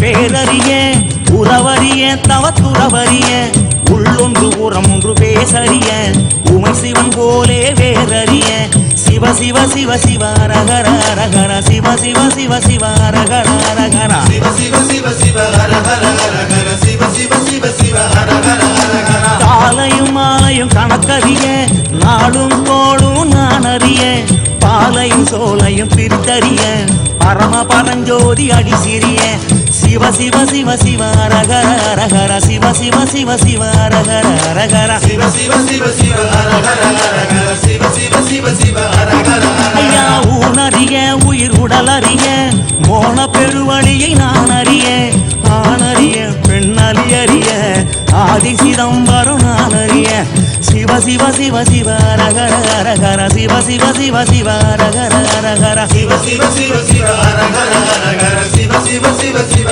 அரகர சாமி உண்மைது பொருளது கண்டறிய போகமும் மோகமும் கொண்டறிய ஆசை பேராசை அறிந்தறிய அம்பலமாடியை மறந்தறிய சிவ சிவ சிவ சிவ அரகர அரகர சிவ சிவ சிவ சிவ அரகர அரகர சிவ சிவ சிவ சிவ அரகர அரகர சிவ சிவ சிவ சிவ அரகர அரகர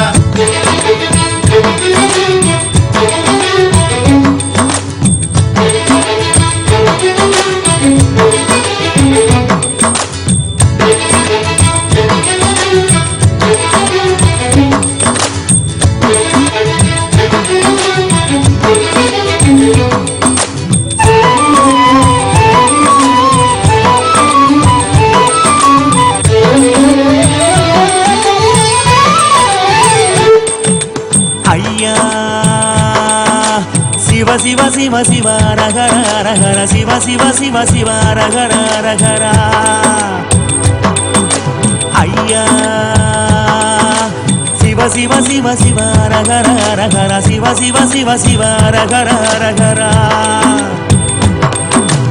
ஆகம வேதங்கள் படித்தறிய ஆறு குளங்களில் குடித்தறிய யாகமும் யோகமும் செய்தறிய ஓமுகம் பார்த்து பணிந்தறிய சிவ சிவ சிவ சிவ அரகர அரகர சிவ சிவ சிவ சிவ அரகர அரகர சிவ சிவ சிவ சிவ அரகர அரகர சிவ சிவ சிவ சிவ அரகர அரகர சும்மா ஒருபோது இருந்தறிய சுத்த அசுத்தங்கள் பார்த்தறிய ஆத்மனி வேதன செய்தறிய அர்த்தநாரீசன் அடி சிறிய சிவ சிவ சிவ சிவ அரகர அரகர சிவ சிவ சிவ சிவ அரகர அரகர சிவ சிவ சிவ சிவ அரகர அரகர சிவ சிவ சிவ சிவ அரகர சாமி ஏடறிய சொல் எழுத்தறிய ஏற்றமும் தாழ்வும் நான் அறிய வீடறிய குடும்பாடறிய சோமசுந்தரனும் மறந்தறிய சிவ சிவ சிவ சிவ அரகர அரகர சிவ சிவ சிவ சிவ அரகர அரகர சிவ சிவ சிவ சிவ அரகர அரகர சிவ சிவ சிவ சிவ அரகர அரகர உணவறிய ஊரும் உணர்வறிய உள்யது வெளியது நான் அறிய கணவறிய மேல் நனவறிய கனக சபாவரி அடி சிறிய சிவ சிவ சிவ சிவ அரகர அரகர சிவ சிவ சிவ சிவ அரகர அரகர சிவ சிவ சிவ சிவ அரகர அரகர சிவ சிவ சிவ சிவ அரகர அரகர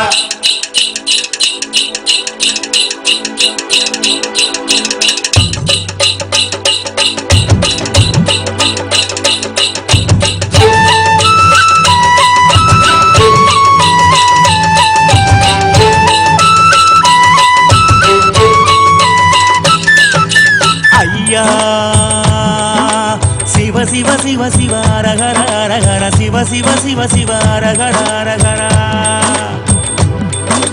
ஐயா சிவ சிவ சிவ சிவ அரகர அரகர சிவ சிவ சிவ சிவ அரகர அரகர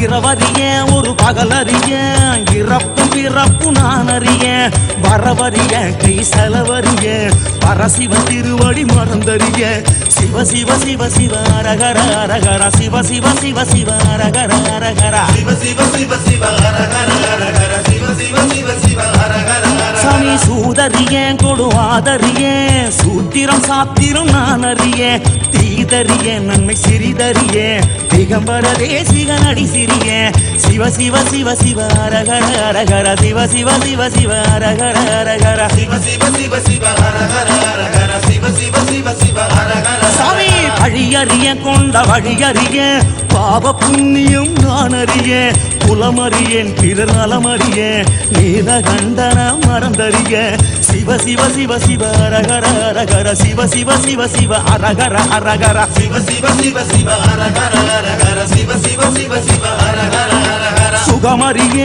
துக்கமறிய சொந்தமும் பந்தமும் நானறிய அகமறிய சுத்த புறமறிய அரும்பெருங்கோதி அடிசிறிய சிவ சிவ சிவ சிவ அரகர அரகர சிவ சிவ சிவ சிவ அரகர அரகர சிவ சிவ சிவ சிவ அரகர அரகர சிவ சிவ சிவ சிவ அரகர அரகர ஐயா சிவ சிவ சிவ சிவ அரகர அரகர சிவ சிவ சிவ அரகர சிவ சிவ சிவ சிவ அரகர அரகர சிவ சிவ சிவ சிவ அரகர யோகி ஐயா சிவ சிவ சிவ சிவ அரகர சாமி தோப்பு ஐயா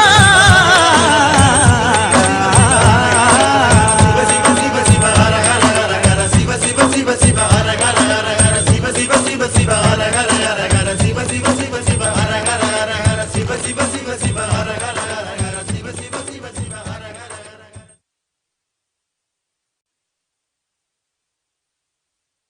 Nithyanandam. Om Paramashivoham. With the divine grace of Shri Nithyanandeshwara Paramashiva, Shri Ganesha, Shri Valli Devasena Sameta Shri Subramanya Swami, Shri Nithyanandeshwari Parashakti, and Shri Chandikeshwara Swami, and with the auspicious blessings of the Supreme Pontiff of Hinduism, Jagadguru Mahasannidhanam, His Divine Holiness Bhagavan Nithyananda Paramashivam, Kailasa's Shri Nithyanandeshwara Paramashiva Devalaya, Bididi, Bangalore, and all the Kailasa Sarvajnapeethas around the world present to you the Guru Purnima Brahmotsava Patrike. O enlightened beings, descendants of the noble clans, students of the enlightening lifestyle, all the Hindu diaspora, welcome. Dhyana Moolam Guror Murti, Puja Moolam Gurov Padam, Mantra Moolam Guror Vakyam, Moksha Moolam Guror Krupa. At the root of dhyana is the form of the Guru. At the root of puja is the feet of the Guru. At the root of mantra is the word of the Guru. And at the root of all liberation is the grace of Guru.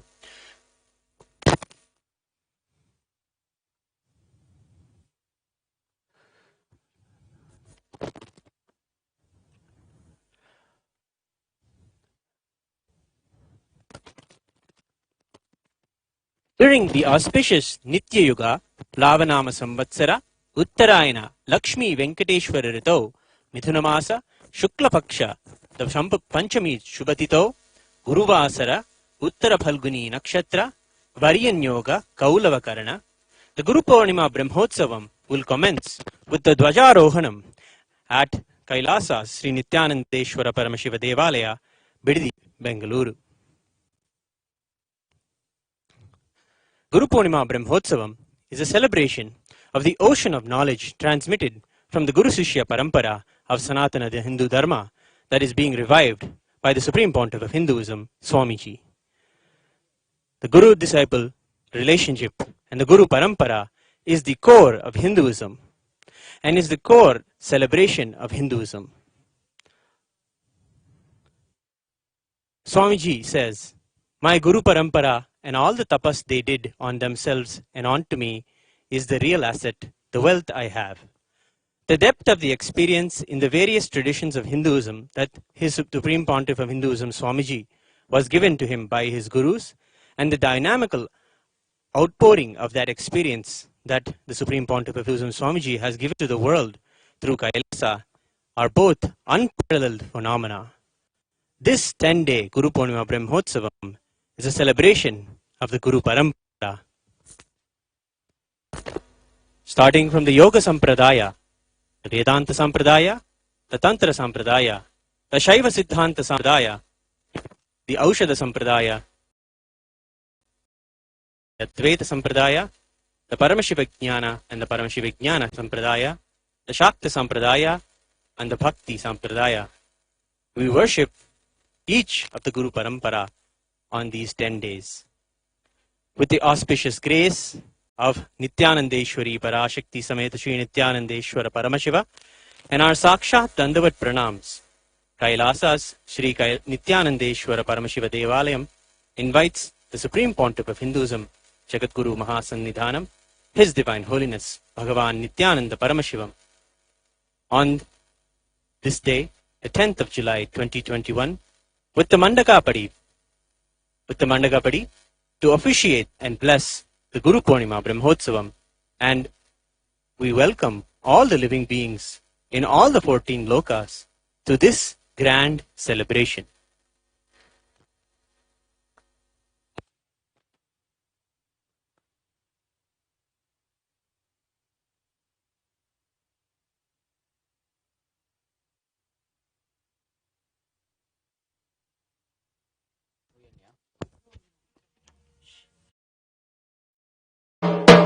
आनन्दं परमसुखदं केवलं ज्ञानमूर्तिं द्वन्द्वातीतं गगनसदृशं तत्त्वमस्यादिलक्ष्यम् एकं नित्यं विमलमचलं सर्वधी साक्षिभूतं भावातीतं गृह्णरहितं तद्गुरुं तन्नमामि। नित्यानन्देश्वर परमशिव समारम्भाम् नित्यानन्देश्वरी पराशक्ति मध्यमाम् अस्मदाचार्य पर्यन्ताम् वन्दे गुरु परम्पराम्। ललाटे त्रिपुण्ड्रे निटिलकृत कस्तूरी तिलकः स्फुरन्मालाधार स्फुरित कटिकौपीनवसनः दधानो दुस्तारं शिरसि फणिराजं शशिकलाम् प्रदीपः सर्वेषाम् अरुणगिरियोगी विजयते।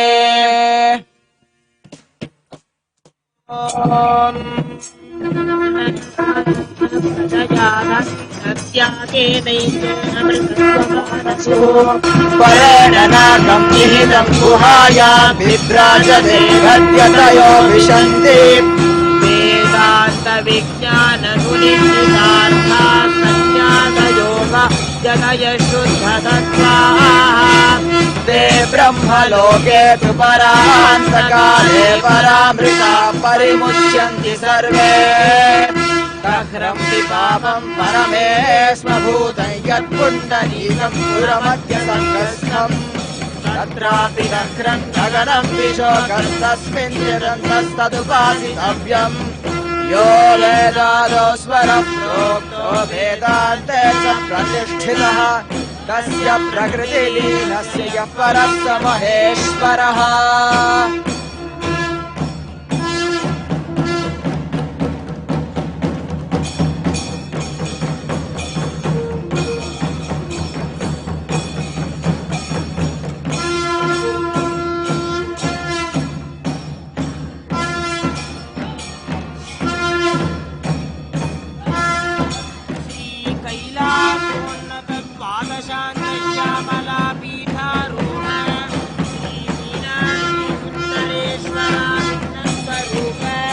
परशिवपुत्र रत्न कुमार गुरुमन्यतुल्यावतार पार्वती सन्न्यपद विश्रुत सकल निगमागम सारभूत द्राविड वेद प्रवक्त्रे परमशिव करुणामधिगत मुक्तामय चतुरश्रयान गीयमान छत्र चामर श्री छिन्न कालादि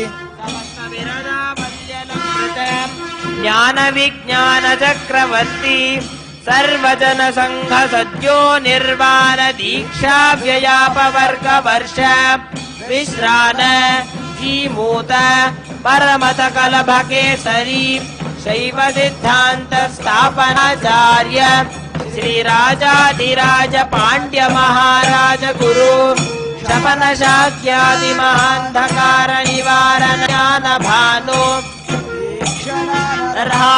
ध्वजोच्छेदन पूर्वक श्रीमद्वृषभध्वज स्थापक शैव समय कर्त्रे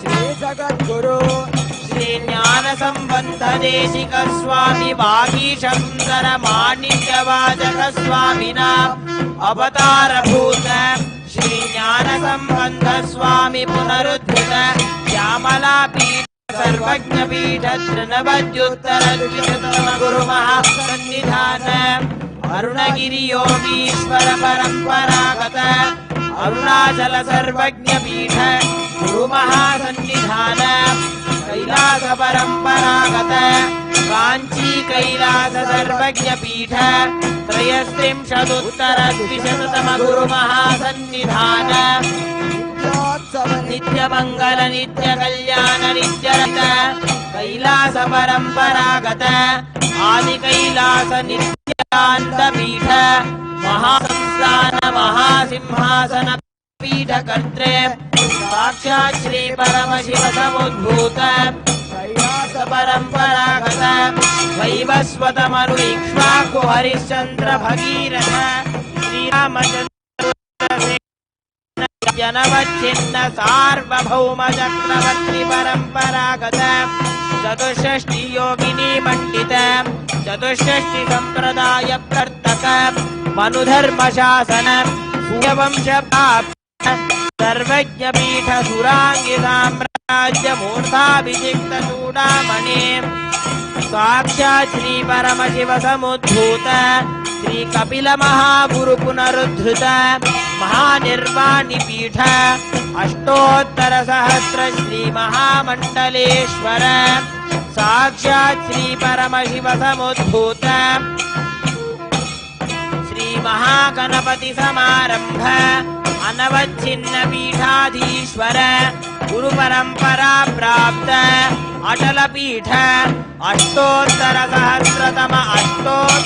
सहस्र श्री अटल पीठाधीश्वर धर्म मुक्ति स्वर्ग पुरस्वर्ण पीठ त्रयोविंश गुरु महासन्निधान कैलास परम्परागत आदिपीठ सर्वज्ञ पीठ जगद्गुरु श्री कैलास पुनरुद्धारक श्री कैलास परमाचार्य श्रीमत् परमहंस परिव्राजकाचार्य वर्य सच्चिदानंद स्वरूप श्रोत्रिय ब्रह्मनिष्ठ श्रीमत् जगद्गुरु श्रीलश्री भगवत् श्री नित्यानंद परमशिव श्री ज्ञान संबंध देशिक परमाचार्य स्वामिन् अत्रागत्य परिपाल्य अस्मान् ज्ञान वितरणेन विजयी भव जय जय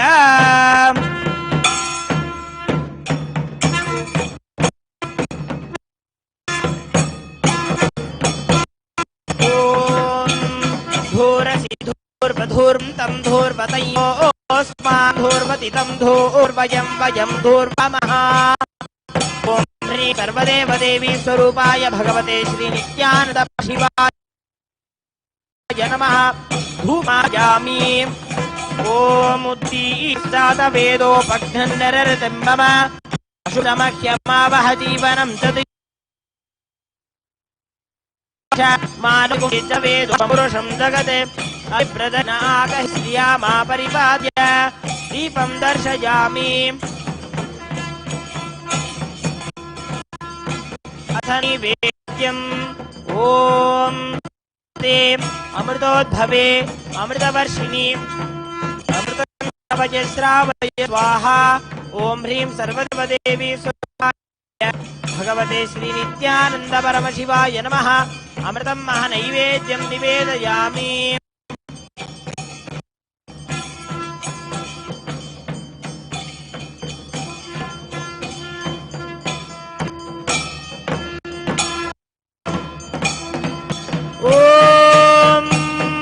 न तत्र सूर्यो भाति न चन्द्रतारकं नेमा विद्युतो भाति कुतो यमग्निः तमेव भान्तमनुभाति सर्वं तस्य भासा सर्वमिदं विभाति कर्पूरगौरं करुणा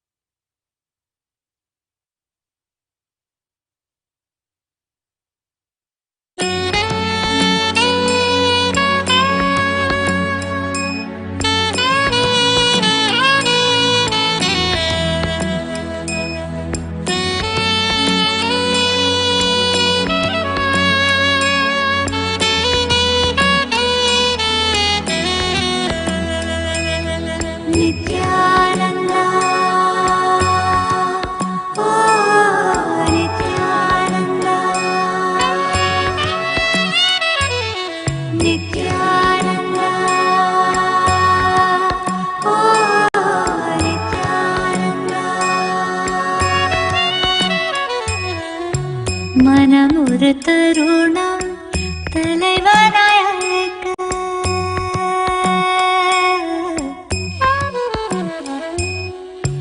மனமுறு தருணம் தலைவனாய் அழைக்க கருணையில் நித்யன் கருணையில் இறங்கினார் மனமுறு தருணம் தலைவனாய் அழைக்க.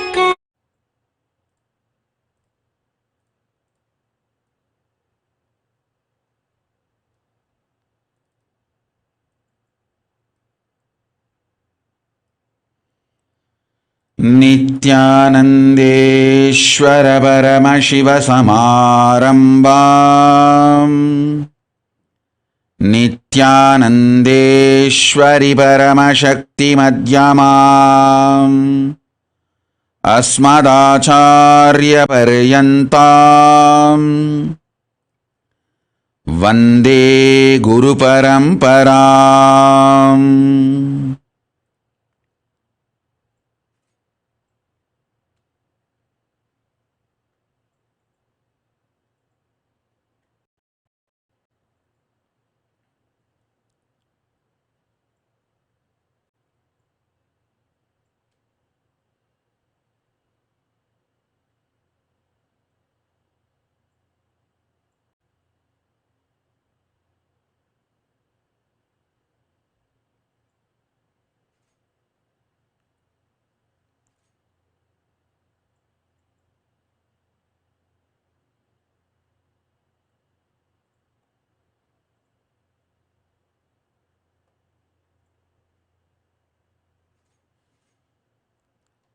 I welcome you all with my love and blessings. I welcome all the devotees, disciples, Samajis, Satsangis, Srimahans, Mahans, Tanidar Kotari, visitors, viewers, sitting with us all over the world through Nithyananda TV, Kailasa's HNTV. I welcome all of you with my love and blessings. Paramashiva's direct message from Kailasa. Listen.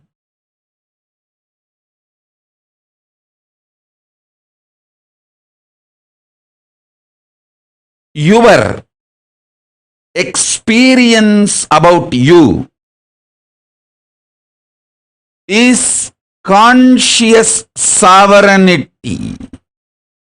In reality, your experience about you is conscious sovereignty. Your prenatal, postnatal habits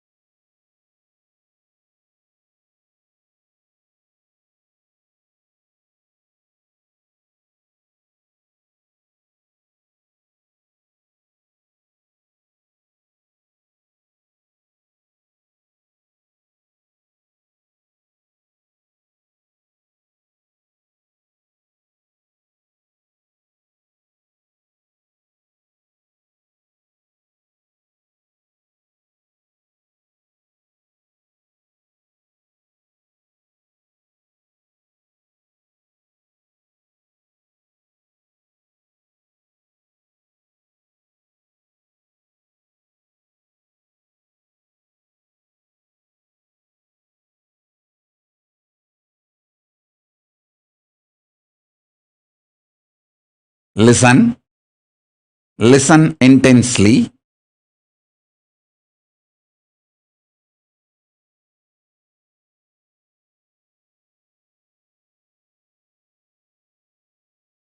The conscious sovereignty is the core of your reality. Your prenatal, postnatal habits cannot bind you or chain you.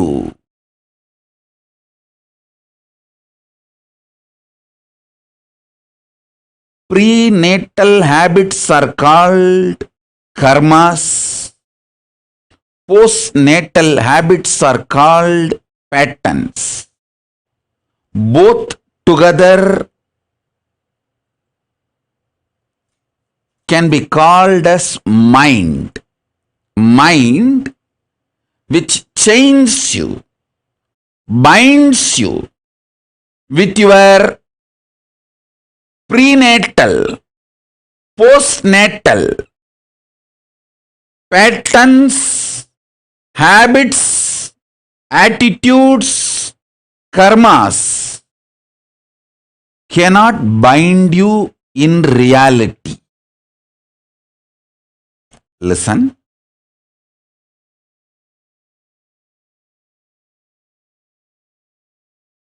I am revealing the truth as it is. This is literally Nirvana Diksha. Truth as it is, without being clothed, dressed, or any makeup. Raw, straight, wild, real truth as it is. Your conscious sovereignty is your reality. Your prenatal patterns and habits and karmas, postnatal patterns and habits and karmas, nothing can actually bind you. Nothing can actually chain you. Understand?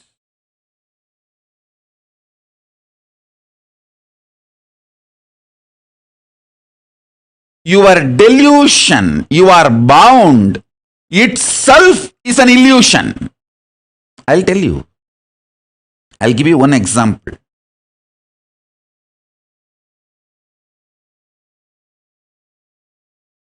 My Guru Arunagiri Yogeshwara told me very clearly one statement. கண்ண பிரம்மாண்டத்துல இருக்கிறதாம்பா பிண்டாண்டத்துல இருக்கு. நீ தினம் பார்க்கிற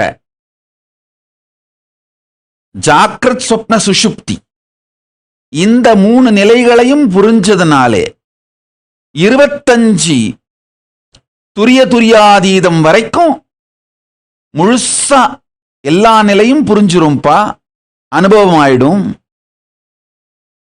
I'll translate in English. He told me,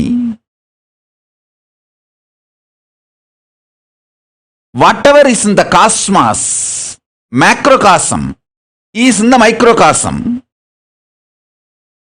Whatever you go through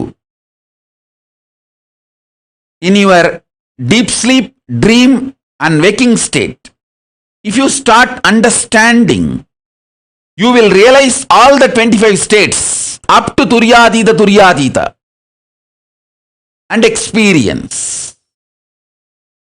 This is the formula, basic formula he gave me.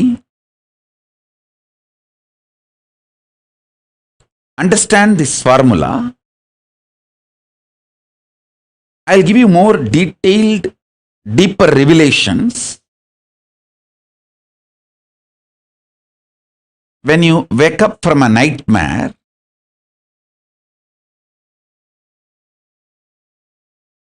You always feel bad for suffering those few seconds or minutes in the nightmare.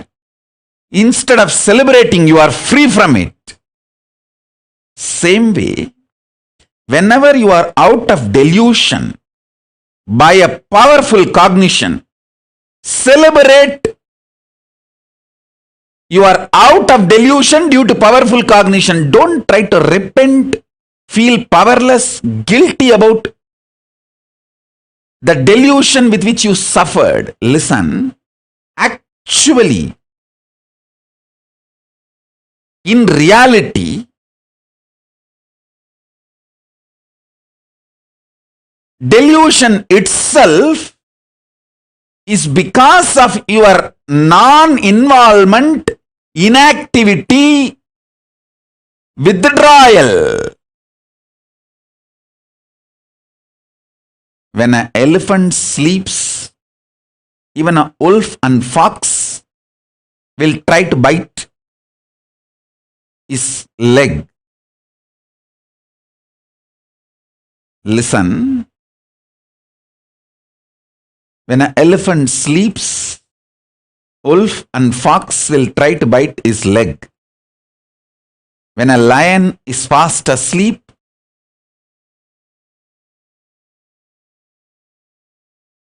even wolves and foxes will try to eat the meat.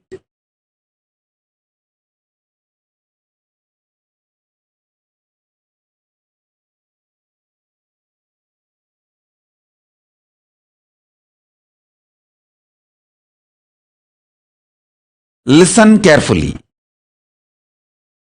I'll repeat. Because the lion is sleeping, wolves and foxes get the courage to come near the lion, try to eat the leftover meat. Because the elephant is sleeping, wolves and foxes will try to come and bite the feet of the elephant. Try to take a bite. Because you are not involved with yourself, even your delusion is invited upon you. Listen. Why you have nightmare? Because you fell into the lower conscious identity. Your decision to fall into the lower conscious identity naturally invites nightmare in you. Your decision to wake up to the higher identity not only will throw away the nightmare, it can throw away all delusions, illusions.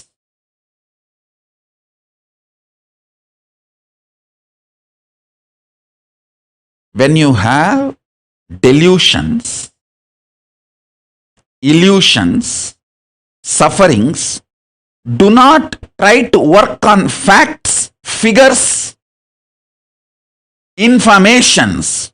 Work on your identity. If you are having a nightmare, a tiger is chasing you, you are about to fall from a cliff below, lake filled with crocodiles, too many poisonous snakes.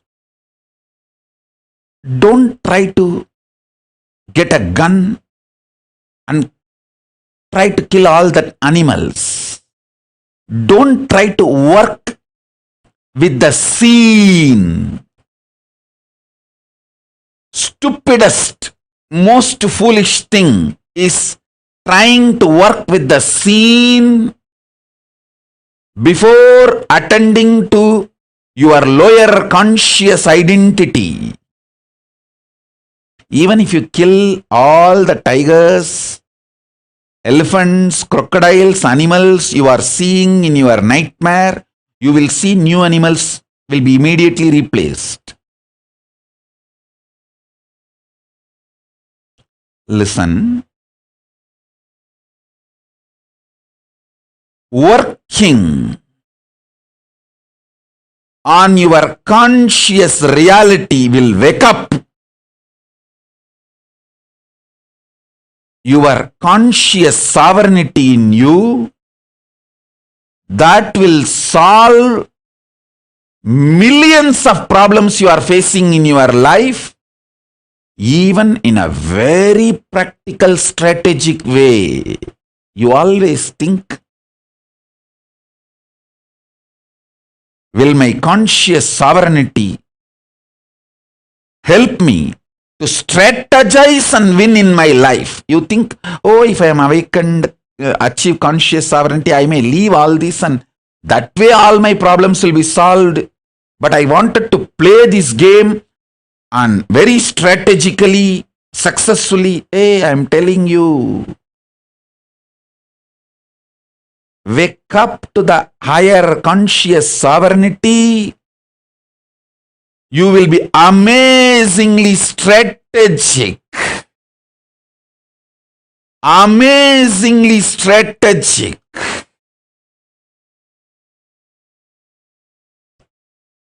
Successful. Extremely blissful.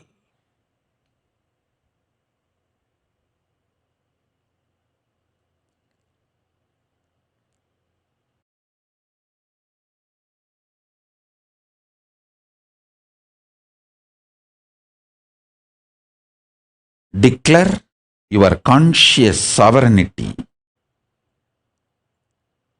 supremacy over your prenatal, postnatal karmas and patterns, habits, attitudes. Everything you acquired before your birth, prenatal, after your birth, postnatal. Declare your conscious sovereignty, conscious supremacy over all that. All that. Prenatal, postnatal cannot bind you. Cannot bind you. How your nightmares cannot bind you. Even when you go through your nightmares, you are not really affected. Listen. In your nightmare, if you are seeing a snake biting you, a poisonous snake biting you, it's not that your body really gets poisoned and you die. No. All nightmare is designed ultimately to wake you up. All delusions are designed ultimately to enlighten you. Shani comes in your life, Rahu comes in your life only to wake you up to Guru and give you enlightenment. Understand? Even your delusion is nothing more than you just slapping your face and waking yourself. How sometimes in the morning you wash your face and just slap yourself and wake you up. Or stretch your body, do yoga and make yourself fully awake. Same way, your delusions are designed to wake you up. Listen.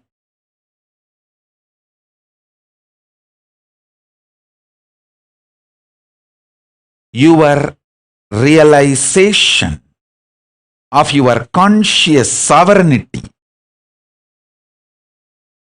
will bring ultimate relationship between you and me. You know, you are Paramashiva, I am Paramashiva, and with extreme oneness, how you love you, you will love me. only a person who realizes his conscious sovereignty, his relationship with me, it will be eternal. I trust only that relationship.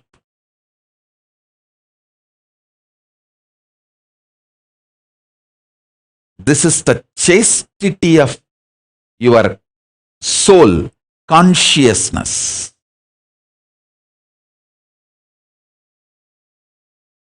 This Guru Purnima, I give you all the gift, establishing relationship between you and me, conscious sovereignty centered. You are conscious sovereign being, Paramashiva. And I am Paramashiva, you are Paramashiva. How you love you, same way you love me. How I love me, same way I love you. We both love ourselves and each other in oneness. I give you all this sweet gift of conscious sovereignty centered relationship between you and me as Guru Purnima Prasada. From today, I'll help you all till Guru Purnima to align the conscious sovereignty centered relationship. See, if we had our relationship diluted, deluded, in course of time, little greed, little fear, that your greed, you want some boon from me, your fear, you want me to save you from some problems. If all that got added, nothing wrong, you don't need to worry about it. It is just a small delusions. But now let us revive, re-establish our relationship, conscious sovereignty centered. Understand? Many times my disciples come and tell me, you all the time train only me, find only faults on me. See, the other person is also having the same problem, but you don't tell anything to them. Listen. When I am correcting you, working on you, cleaning your patterns, how do you expect I will not do the same on the other person also? I do it when you don't see, or the way you can't see. But with each one I am working to evolve our relationship, conscious sovereignty based. Understand? The truths I am talking today is the pure Nirvana Diksha.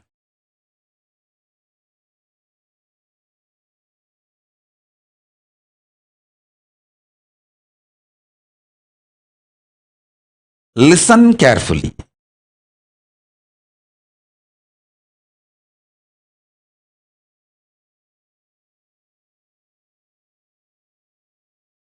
Your reality means Jiva Tattva, Jiva Satya. Your existence's reality is conscious sovereignty. And with that same realization, you are a conscious sovereign being. Relating with Paramashiva is the love centered on oneness. Paramadvaita Bhakti. You know, you are conscious sovereign being and your Guru is conscious sovereign being. As you love you, you love your Guru. It is due to the oneness you feel with your Guru, you love him deeply.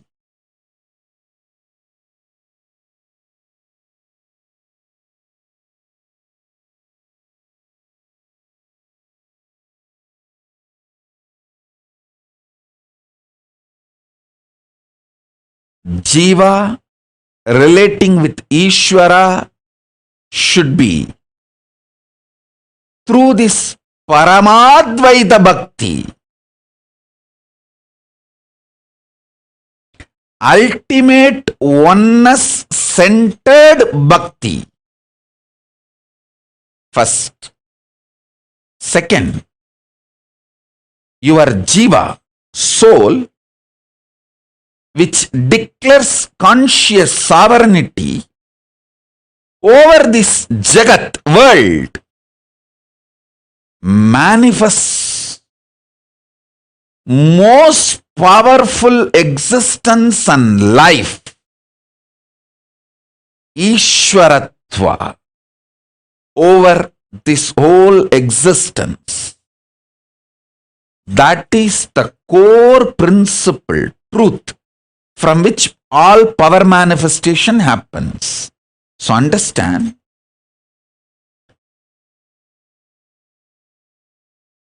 you declaring your conscious sovereignty is jnana, knowledge of the truth.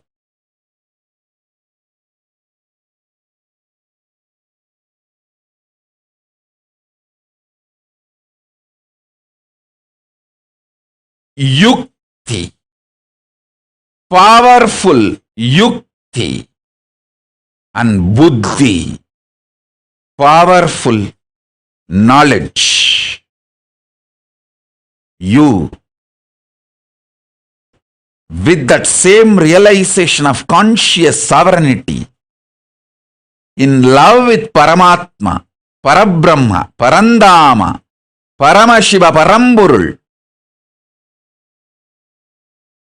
the Guru, who gives you this knowledge, having oneness and love with that being, is Parama Bhakti, the ultimate Bhakti. You declaring your conscious sovereignty over this Jagat is Parama Shakti, ultimate power. Listen. You declaring conscious sovereignty, realizing that as a reality, deciding to live it, is Buddhi, the greatest Parama Buddhi. You, with that same realization of conscious sovereignty, connecting with your Guru, loving him as you love you, because you are also Paramashiva, he is also Paramashiva. In that oneness, loving him is Parama Bhakti. You declaring your conscious sovereignty within you and conscious supremacy over this Jagat is Parama Shakti, power manifestation. Jiva, Ishvara, Jagat, these three, when it becomes centered on conscious sovereignty, you are Paramashiva. Listen. Even now you are Paramashiva. Realizing it is the Parama Yukti, ultimate truth and strategy for life. I'll tell you.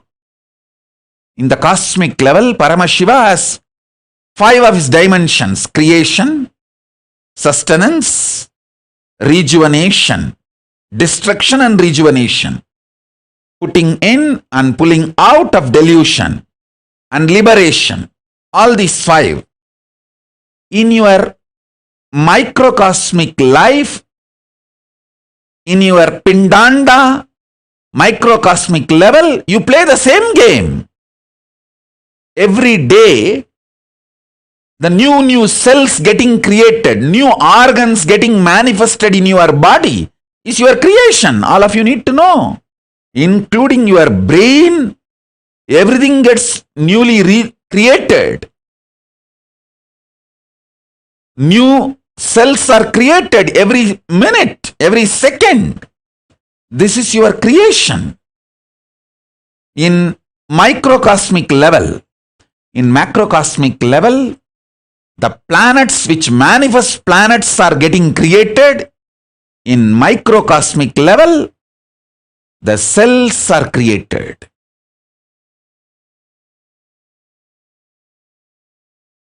In the macrocosmic level, whatever is created is continuously getting sustained. In microcosmic level, the body you create is getting sustained. The life you manifest is getting sustained by you.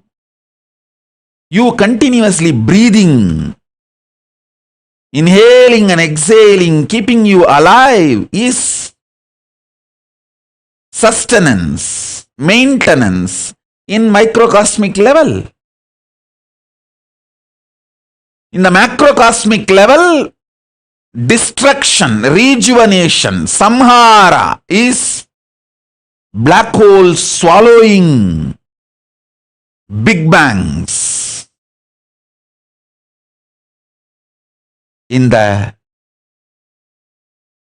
microcosmic level, the old cells getting killed and new cells getting formed is rejuvenation, samhara. In your body, in your microcosmic level, Pindanda level. Same way, in the Brahmanda level, the delusion is cosmos creating deluges, pralayas to rejuvenate itself, clean itself. I told you, this year, not just corona, there are so many other natural calamities.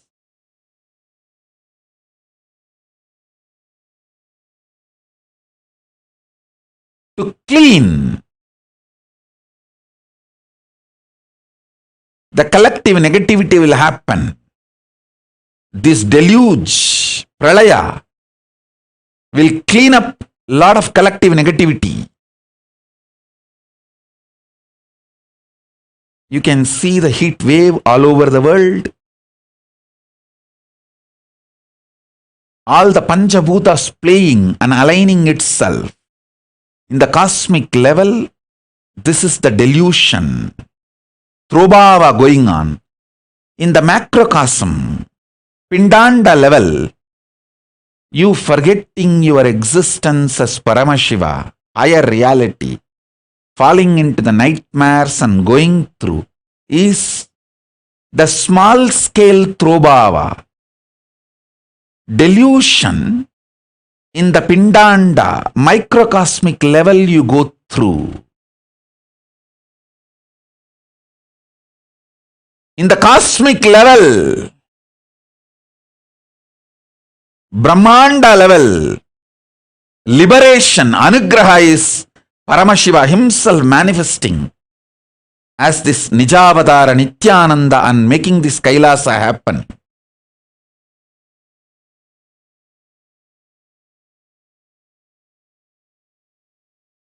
And guiding all the beings in microcosmic level, Pindanda level, you receiving these powerful cognitions and liberating yourself from all this deluge by holding on to the Guru's feet is the liberation happening in you. Understand, whatever is happening in Brahmanda, macrocosm, is happening in your Pindanda, microcosm.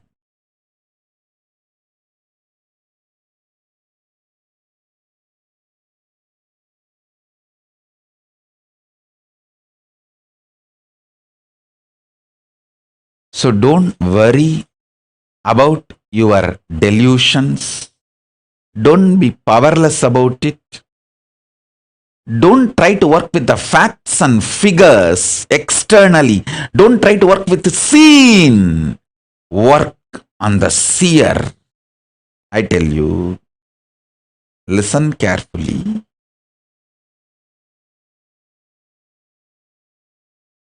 When Krishna declares his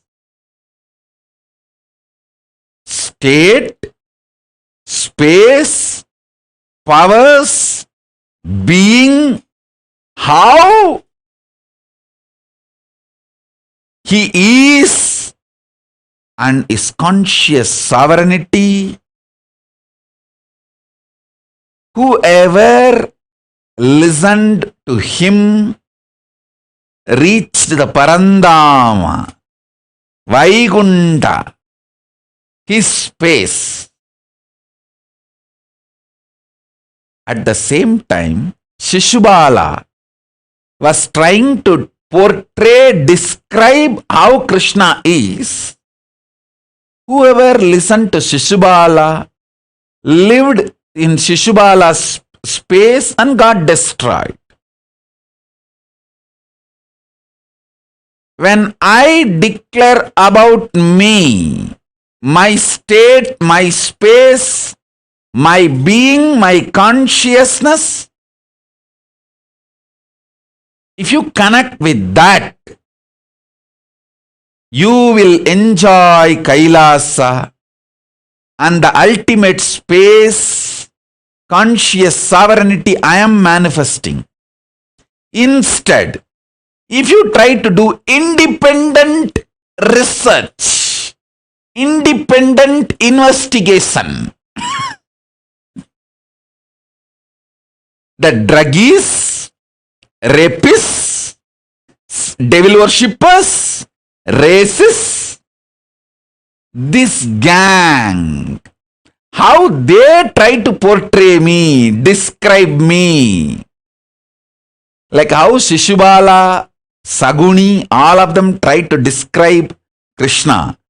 Same way, these culnaries, rapists, child rapists, druggies, devil worshippers, when this gang try to describe me, abuse me, and if you listen to them, their words, you will be in their space and get destroyed. You will become druggy, you will become them and get destroyed. Because with whom you relate and connect, whose words you decide to believe, you get there by energy. That is why I again and again tell you,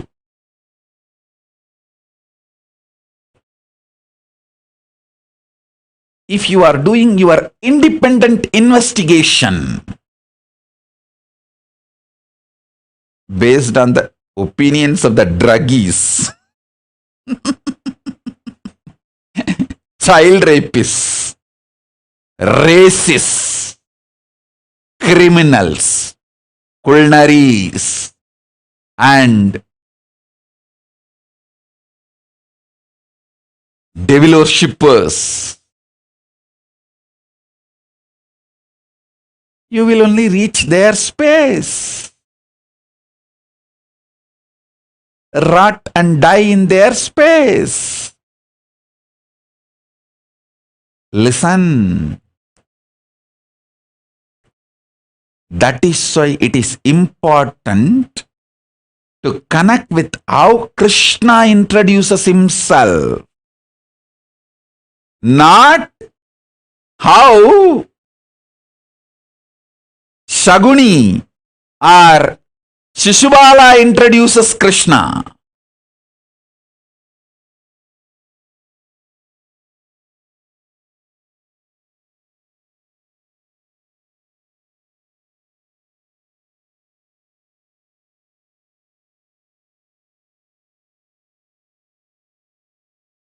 listen,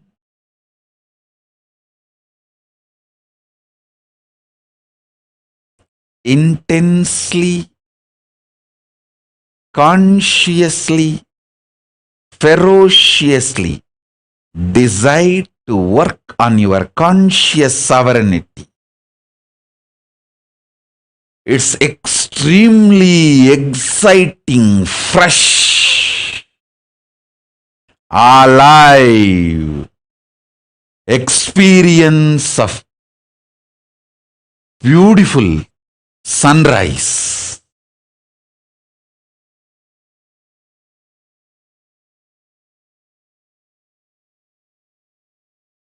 Conscious sovereignty is the beautiful sunrise. I tell you, if you don't have a good friends to inspire you, don't talk to anyone, don't spend time with anyone, just spend time with my satsangs. That's the best friend you can have for yourself to enlighten you.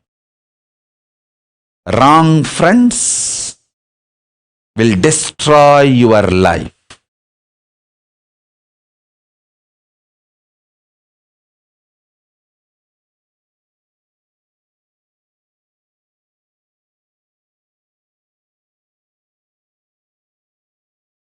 All those people who tell you, you should do your own independent investigation, they will put their shit on your mouth.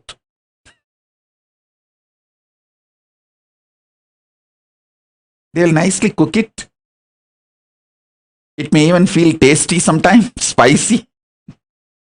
Only when it goes inside you will realize the impact of it.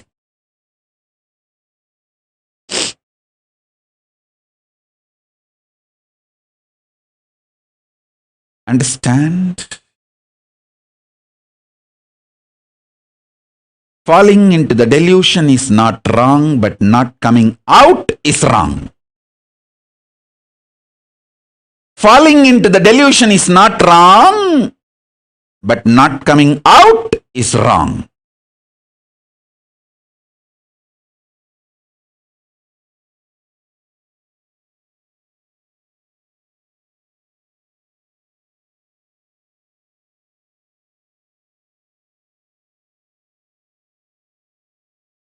If any fear or greed, knowingly or unknowingly entered between guru-disciple relationship, now is the time purifying it, rejuvenating it, pulling out of delusion and liberating yourself, getting back, aligning to conscious sovereignty centered relationship. Conscious sovereignty centric relationship. Conscious sovereignty centric buddhi, bhakti, shakti. Conscious sovereignty centric buddhi,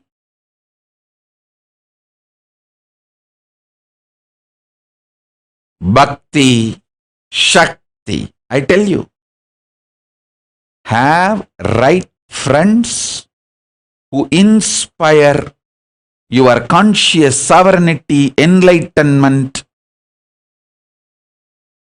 and right Guru Bhakti. If you don't have that kind of friends, better don't relate with them. Don't relate with anyone. Just spend time with yourself, watching my satsang, reading my books. That will inspire you, raise you to experience conscious sovereignty. I tell you.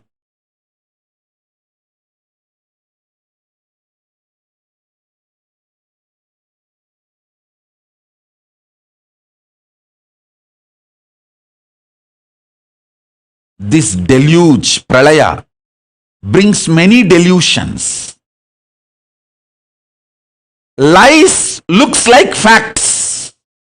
See, when you are boiling with insecurity, any person giving you any information which may look like a fact, you will take that as a truth and make stupid decisions.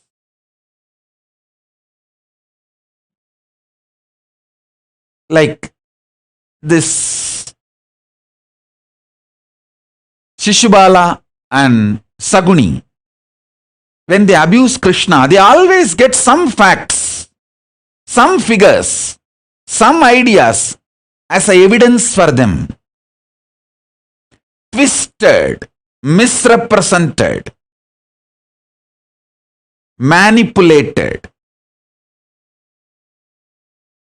When you are boiling in hatred, you simply swallow the shit supplied to you by Shishubala and Sahuni.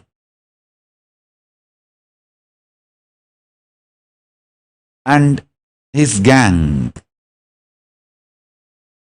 Shishubala Saguni gang description about Krishna will destroy your life and you will be destroying others' life. Go to Krishna's version about himself. That will liberate you and you will be liberating others.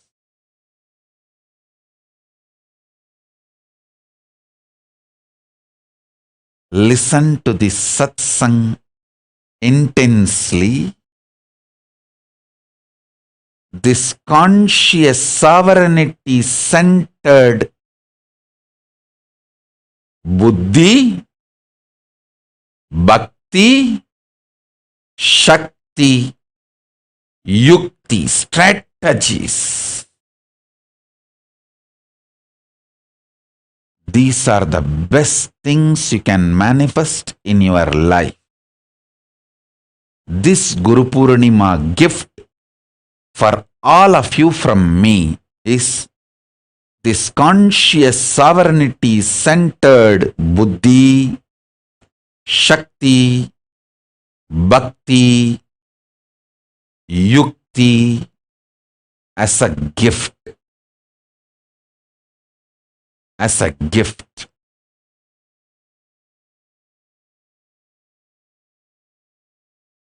Bring your relationship with the Guru conscious sovereignty centered.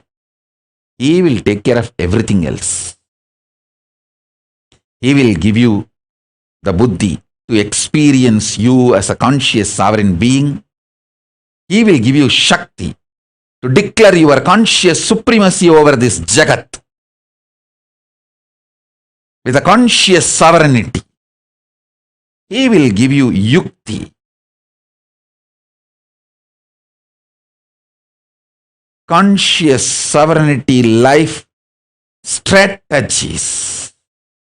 Understand? Even morning waking up and doing yoga is a strategy for conscious sovereignty. Doing puja is the strategy for the conscious sovereignty. Eating vegetarian food is a strategy for conscious sovereignty. He will give you all the best yuktis. Guru will give you all the best yuktis for conscious sovereignty.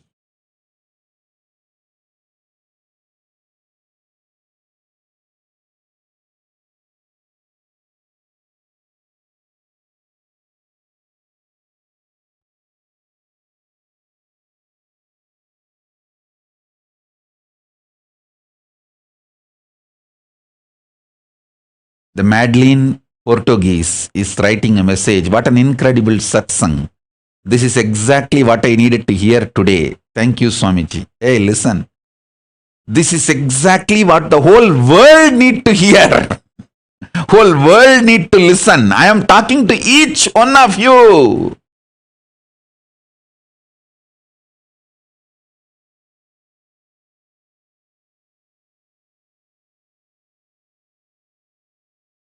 Whether you are my sweet, deep feeling connected disciple or very deeply connected but very shy to express the devotion, like Maitrik Patel, very deeply connected but very shy, or deeply connected but reluctant warrior, like Anusha Kodali, very deeply connected but reluctant warrior. Oh, I don't know whether I will miss this, I will miss that. Oh, I don't know how I will feel about it. Oh, I don't know. After going to Kailas, what will be my feeling? Will I be able to sustain? Will I be able to do this? Will I be able to do that? Will I?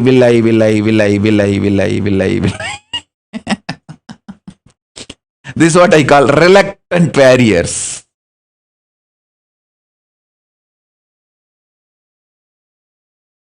Whatever may be the state or space you are in,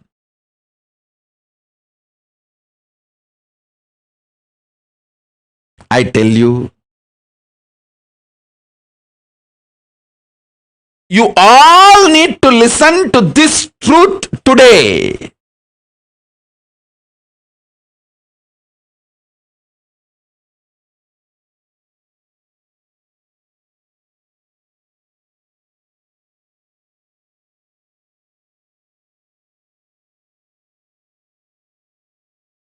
See,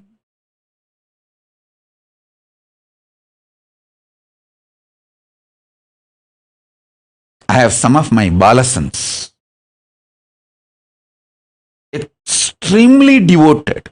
When I walk, they will come behind me, just following my footsteps. But if there is a need to protect me, defend me, they will just jump in front of me, ready to give even their own life to protect me. I tell you.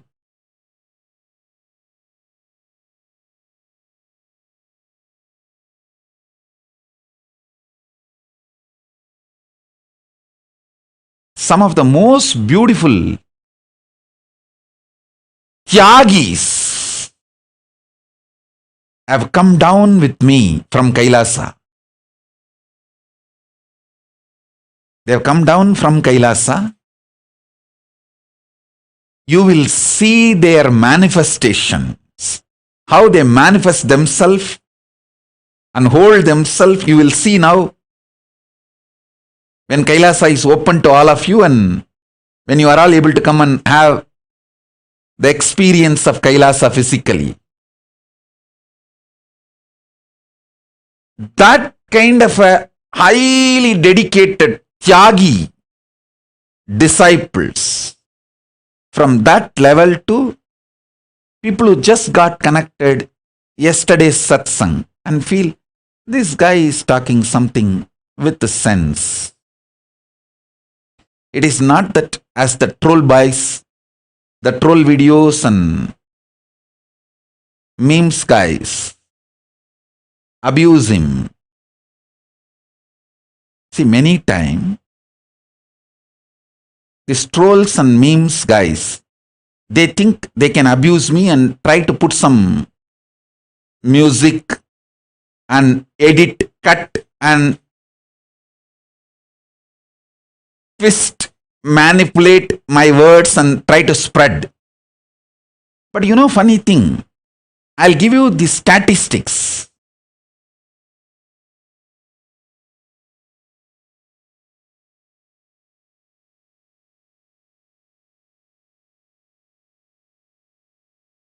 There are millions of people who saw troll video, memes, abusive videos first and then Googled about me, saw the satsang and got connected and became devotees.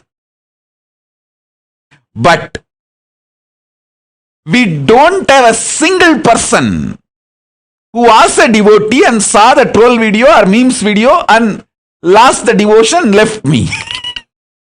See the whole scene. So those fools, trolls, abusers, all of them, not only all their efforts are waste, indirectly it is helping my mission.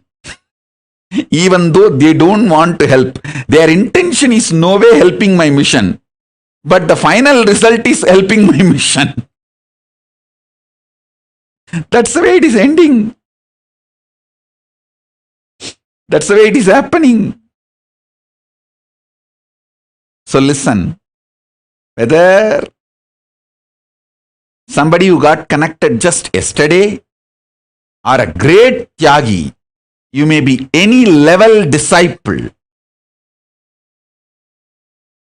You need to hear this truth. Whole world need to hear this truth of conscious sovereignty.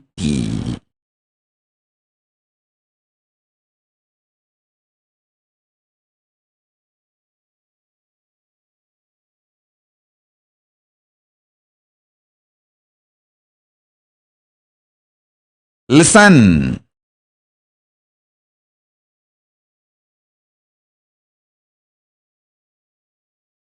So many people trolled, distorted, abused my statement about that me talking to me. Actually, if you see the original video, you will understand this is the Paramadvaita, the ultimate Advaitic statement. Cosmic me, Paramashiva, manifesting in this as me, talking to all of you who are experiencing me in you. All of you experience you as me, me. That me in you and the me in me and cosmic me, all three are made of same substance called consciousness. Because I have realized cosmic me, individual me, and the me in you, all three are one and the same. I love cosmic me, the me in you, as me in me.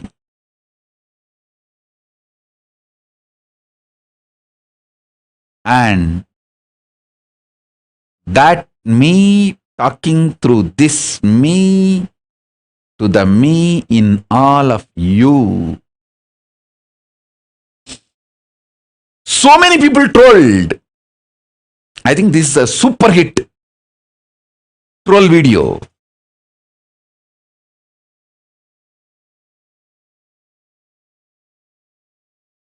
But many people who got little curious, triggered,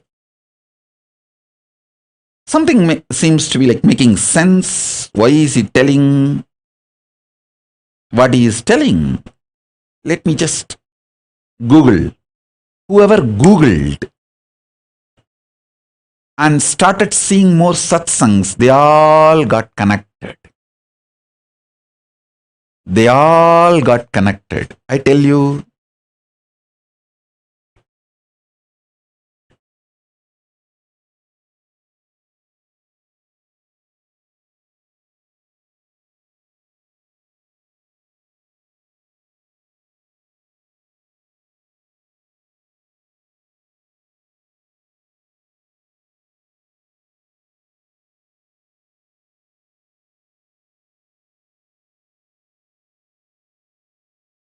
the truth you need to hear now is conscious sovereignty. The truth you need to meditate now is conscious sovereignty. Hold this in your being. Meditate on it. intensely. Wherever you are, you will manifest me. Wherever you are, you will manifest Paramashiva. I am here to give you this bliss, this conscious sovereignty, the ultimate freedom. Especially when you start manifesting one or two powers from your conscious sovereignty, you will get so much strength and confidence on you.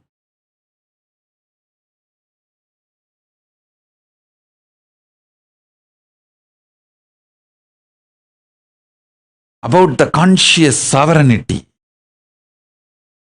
you will understand what I am doing, my mission. Listen.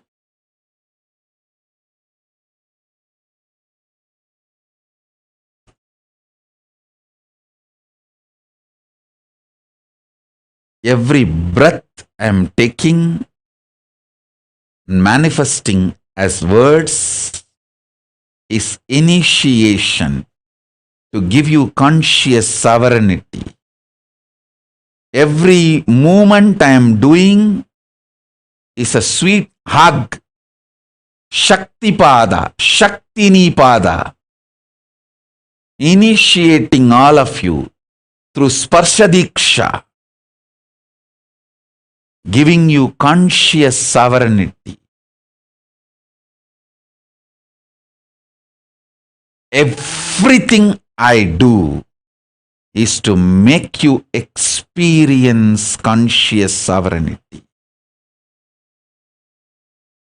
Realize conscious sovereignty.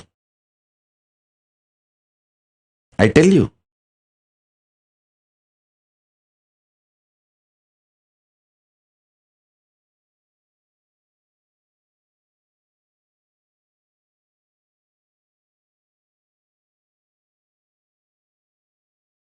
Especially you are going through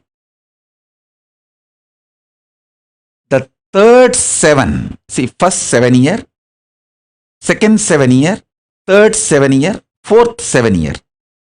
This third 7 year and fourth 7 year means age 14 to 21 and 21 to 28. This two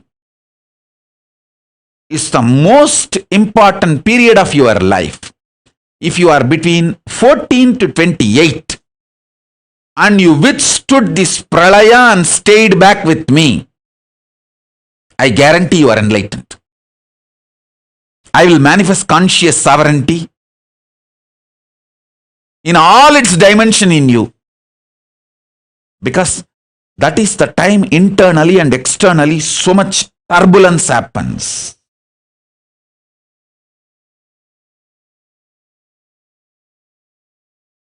If you are between 14 and 28 and stayed in Kailasa, means, see, if you have come already into the Kailasa and stayed with me, you won the game. If you have not come at all, but connected as a devotee and stayed as a devotee, continuing as a devotee, and then also again you won the game.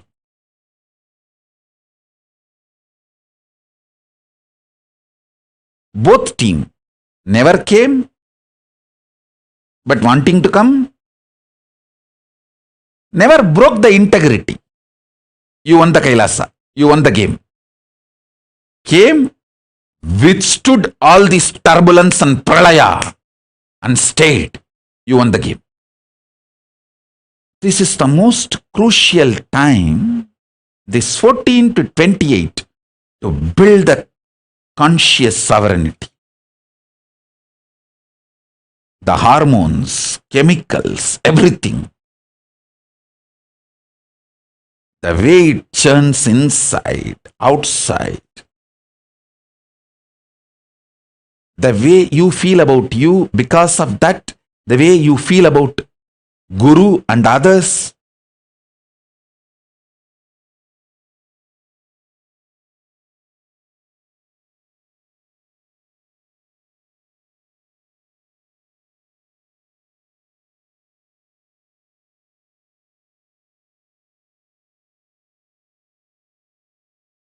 Conscious sovereignty is the truth. You should digest, internalize, hold,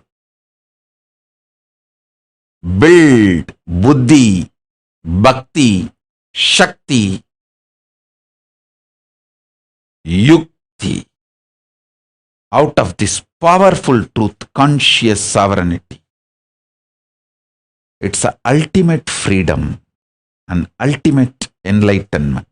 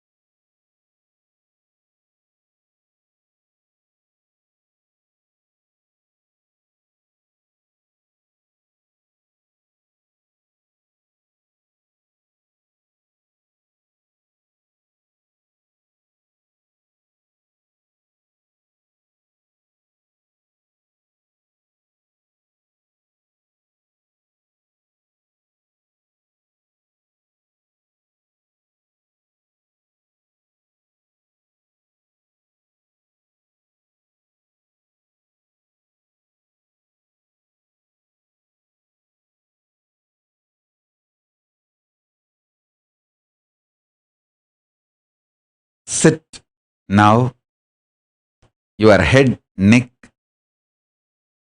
spine straight. No need to close your eyes.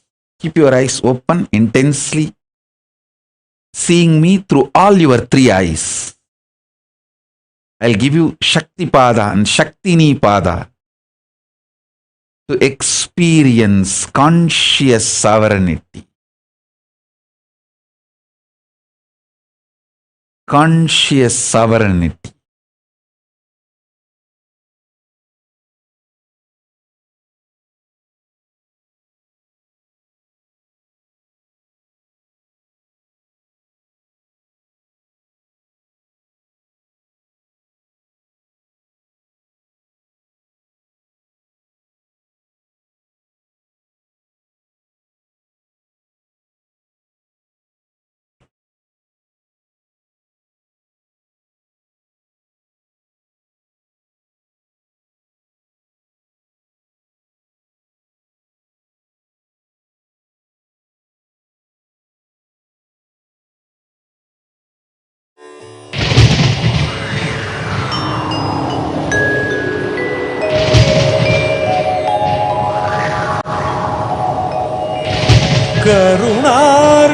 கருணார்ணவமாய் கருதக்கதினல்கும் Arunachal சிவமீதா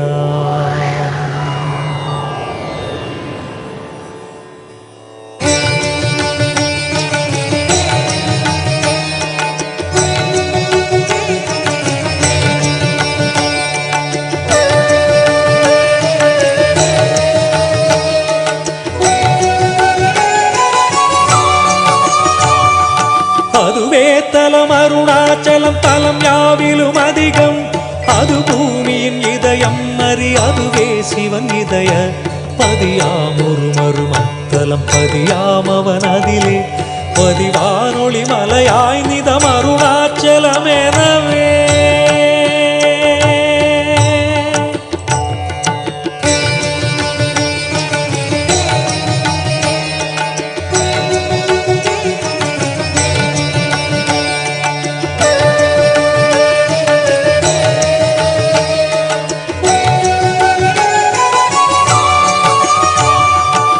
ஆதி அருணாச்சல பேரற்புதலிங்கத்துருக்குள் ஆதிநாள் மார்கழியில் ஆதிரை அஜோதி எழும் ஈசனை mall முன்னமரர் ஏற்றி வழிபட்ட நாள் மாசி சிவராத்திரி அம்மற்று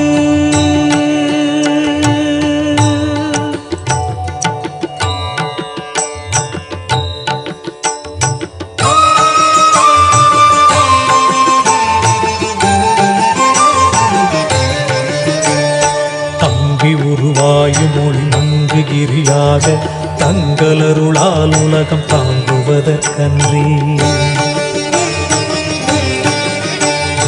இங்குறைவன் சித்தனென என்றும் எனதுள்ளே பொங்கி ஒளிரும் புகைப்பல் போகமொடு என்றுள்ளே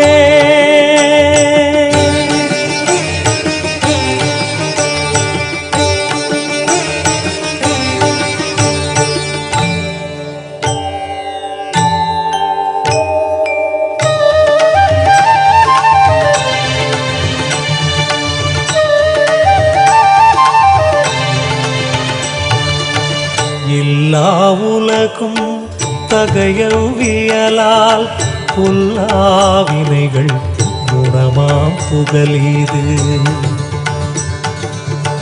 இல்லாததுவாம் எது கண்ணுறலால் எல்லாரருணாச்சலமாம் இதுவே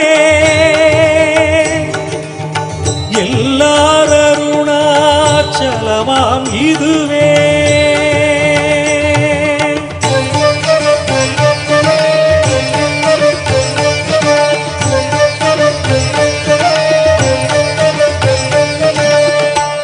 தெரியல்லை உற்று கண்ணுற்றால் கருத்தினால் தூர கருதினாலுமே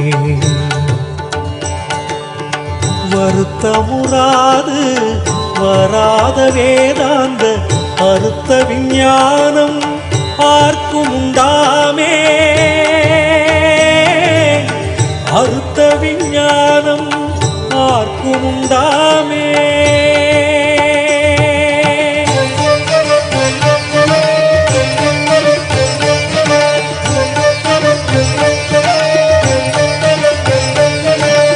யோசனை மூன்றாம் இத்தலவாசற்கு ஆசருதி கையாதியின்றியுமின்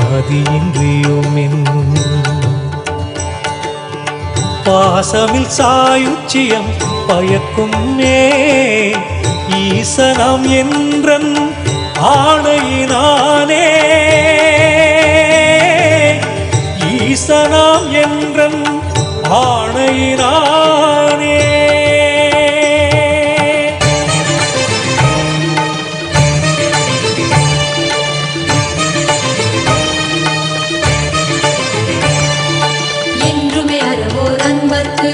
இருப்பிடம் இத்தலம்தான் ஒன்றுவார் பிறப்பின்னாவும் உண்மையில் பன்னோய் துண்ணி ஒன்றுராது மொழியும் தீயோர் முரணொரு கணத்தின் கங்கி குன்று அருளே ஈசன் கோபமெந்தழல் விழாதே குன்று அருளே ஈசன் கோபமெந்தழல் விழாதே குன்று அருளே ஈசன் கோபமெந்தழல் விழாதே.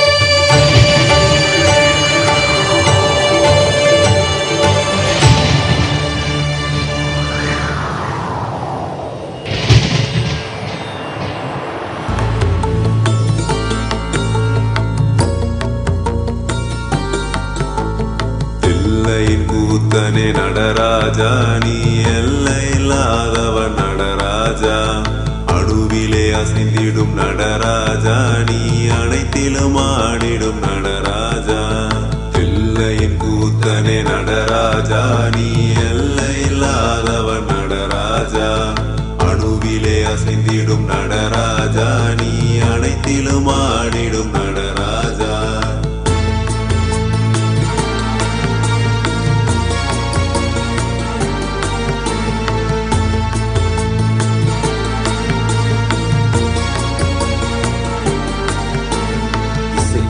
இசையின் இசையிலே இசைந்து அசைவது மட்டுமா நடனம் இசைக்கா இசையிலும் இசை இசையினை இசைக்கிற ஆசை உள்ள ஆட்டமும் நடனம் தாங்கும் தாளத்தில் தக்க திமி ஜதியினில் ஆடுதல் மட்டுமா நடனம் அடிக்கிற பறையினில் இடிக்கிற இசையினில் துடிக்கிற துள்ளலும் நடனம் பிள்ளையின் கூட்டன நடராஜா நீ எல்லை இல்லாதவ நடராஜா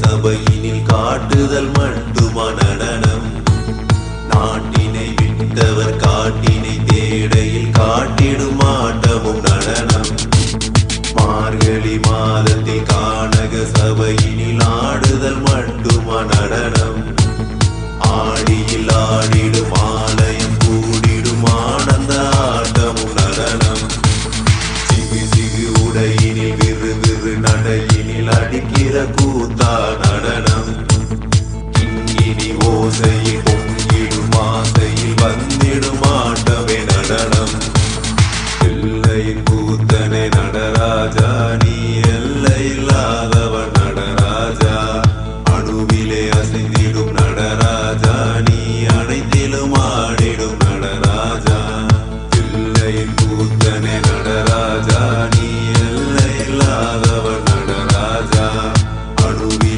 அசைந்திடும் நடராஜா நீ அனைத்திலும் ஆடிடும் நடராஜா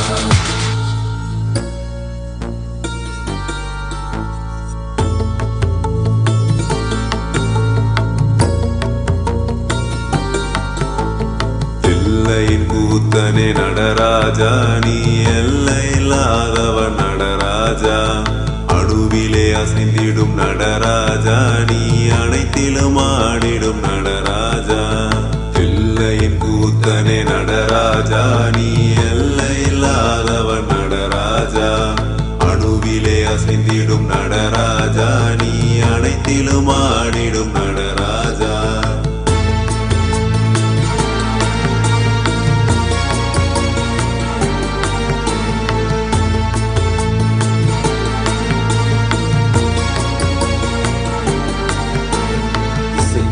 இசையின் இசையிலே இசைந்து அசைவது மட்டுமா நடனம் இசைக்கா இசையிலும் இசையினை இசைக்கிற ஆசை உள்ள ஆட்டமும் நடனம் தாங்கும் தாளத்தில் தக்க திமி ஜதியினில் ஆடுதல் மட்டுமா நடனம் அடிக்கிற பறையினில் இடிக்கிற இசையினில் துடிக்கிற துள்ளலும் நடனம் பிள்ளையின் கூட்டன நடராஜா நீ எல்லை இல்லாதவ நடராஜா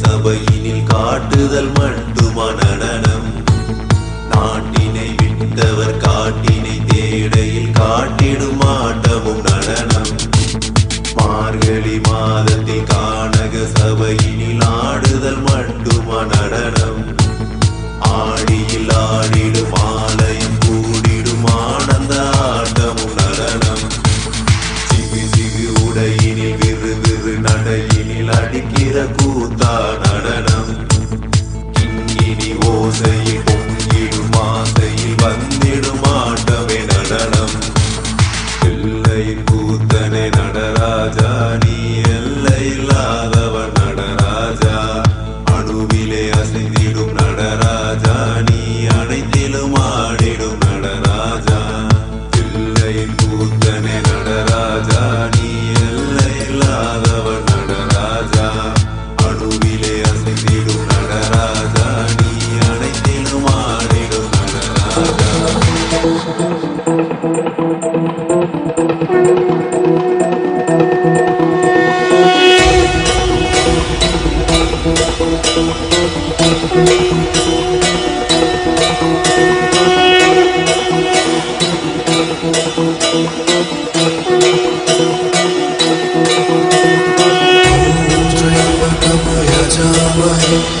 सुगन्धिं पुष्टिवर्धनम् उर्वारुकमिव बन्धना मृत्योर्मोक्षे मावृता ॐ त्र्यम्बकं यजामहे सुगन्धिं पुष्टिवर्धनम् उर्वारुकमिव बन्धना मृत्योर्मोक्षे मावृता शिव शम्भु हे महेश्वर দেবাদিদেব ত্রিলোকেশ্বর তুমি আদি হে অনন্ত জটাধারী নীলকণ্ঠ তুমি প্রলয় তুমি সৃষ্টি ত্রিনয়নে কৃপা দৃষ্টি তুমি ত্রাতা তুমি দাতা তুমি মুক্তি হে বিধাতা ওম নমঃ শিবায়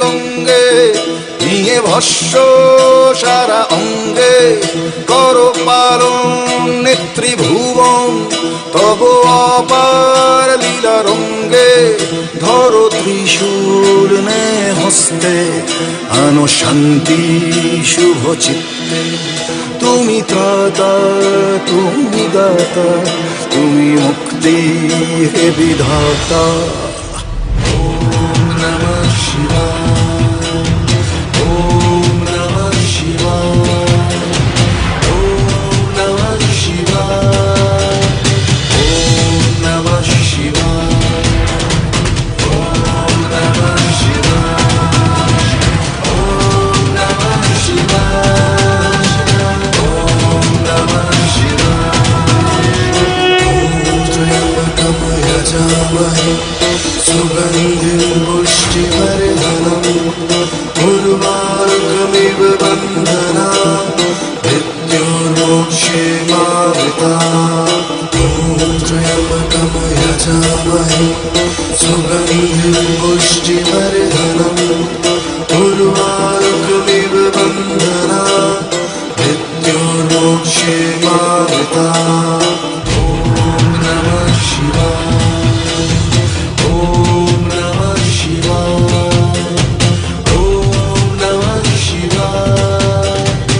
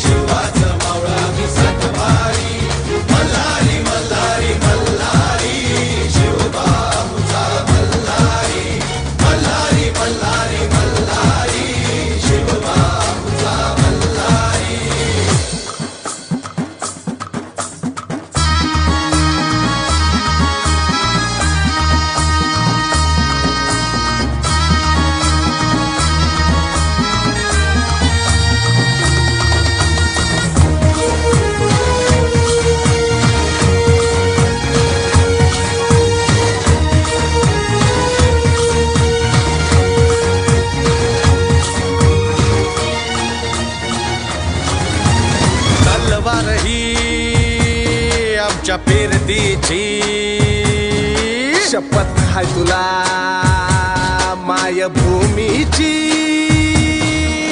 मरणाशी सर्वत लावून नशान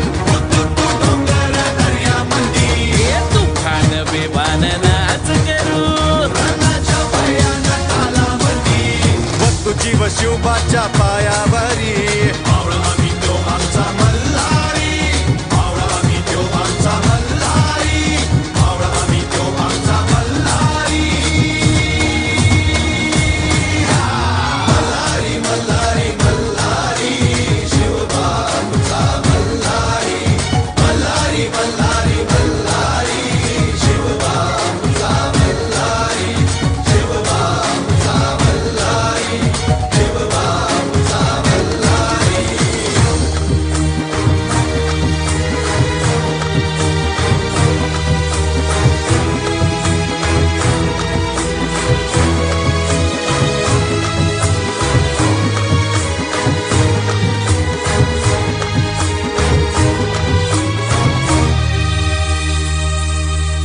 गनिम असू दे काळ नाक जहरी नाचू थैथया त्याच्या डोसक्यावरी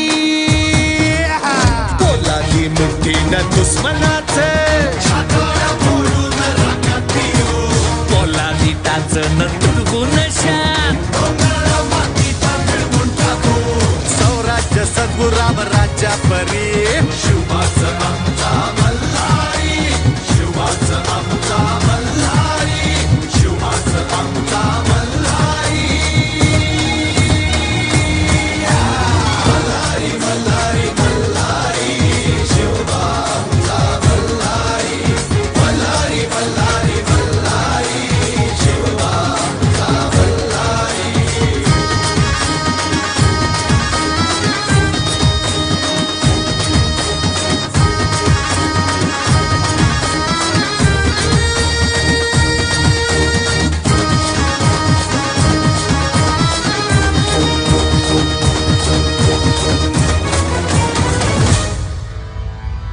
கலியுகத்த காக்க வந்த நித்யானந்த சாமி அவரு அவதரிச்ச இந்த நாள உலகமெல்லாம் கூடி மேளதாளம் முழங்க கச்சேரி வச்சு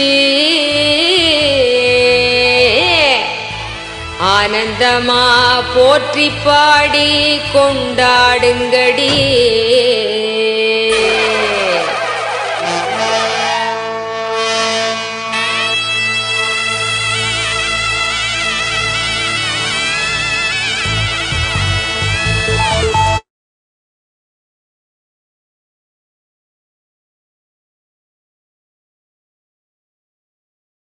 I bless you all.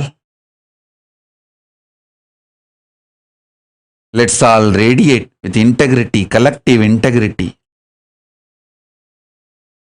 The state, space, powers, being, superconsciousness, and Kailasa of Paramashiva. Paramashivoham. Om Nithyananda Paramashivoham.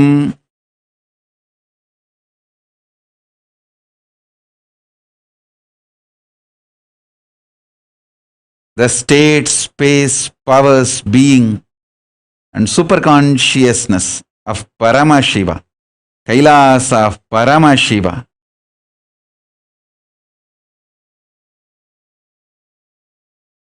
Paramashivoham. Om Nithyananda Paramashivoham. Om. I bless you all. Let's all radiate with integrity, collective integrity. The state, space, powers, being, superconsciousness.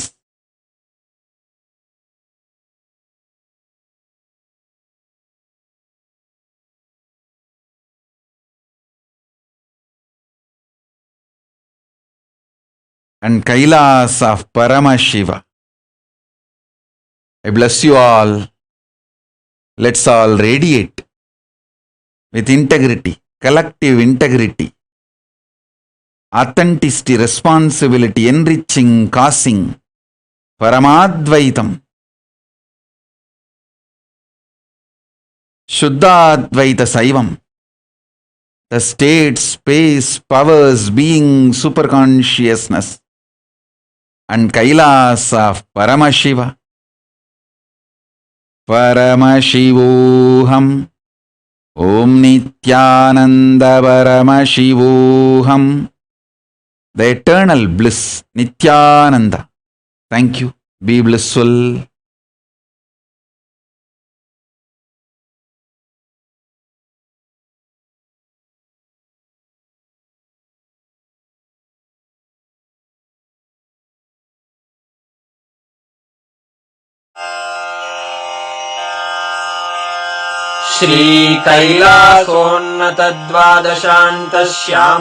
श्रीकैलासोन्नतद्वादशान्तश्यामलापीठारूढ श्रीमीनाक्षिसुन्दरेश्वरा भिन्नस्वरूप परशिवपुत्ररत्न Kumar गुरुमण्यतुल्यावतार श्रीपार्वतीस्तन्यपानलब्धदिव्यज्ञान विश्रुतसकलनिगमागमसारभूत द्राविडवेद प्रवक्त्रे श्रीमत्परमशिवकरुणासमधिगत मुक्तामय चतुरश्रयान गीयमान छत्रचामर श्रीचिह्नकाहलादि समस्त बिरदावल्यलङ्कृत ज्ञान विज्ञान चक्रवर्ती सर्वजन संघ सद्यो निर्वाण दीक्षा व्ययापवर्गवर्ष विश्राण जीमूत परमत कलभ केसरी शैव सिद्धांत स्थापनाचार्य श्रीराजाधिराज पांड्य महाराज गुरु क्षपण शाक्यादि महांधकार निवारण ज्ञान भानु वीक्षणानर्हार्हध्वजोच्छेदन पूर्वक श्रीमद्वृषभध्वज स्थापक शैव समय कर्त्रे सर्वज्ञ पीठारूढ़ श्री जगद्गुरु श्री ज्ञान संबंध देशिक स्वामी वागीश सुंदर माणिक्य वाचक स्वामिनाम् अवतार भूत श्री ज्ञान संबंध स्वामी पुनरुद्धृत श्यामला पीठ सर्वज्ञ पीठ त्रिनवत्युत्तर द्विशततम गुरु महासन्निधान अरुणगिरि योगीश्वर परंपरागत अरुणाचल सर्वज्ञ पीठ गुरु महासन्निधान कैलास परंपरागत कांची कैलास सर्वज्ञ पीठ त्रयस्त्रिंशदुत्तर द्विशततम गुरु महासन्निधान नित्यो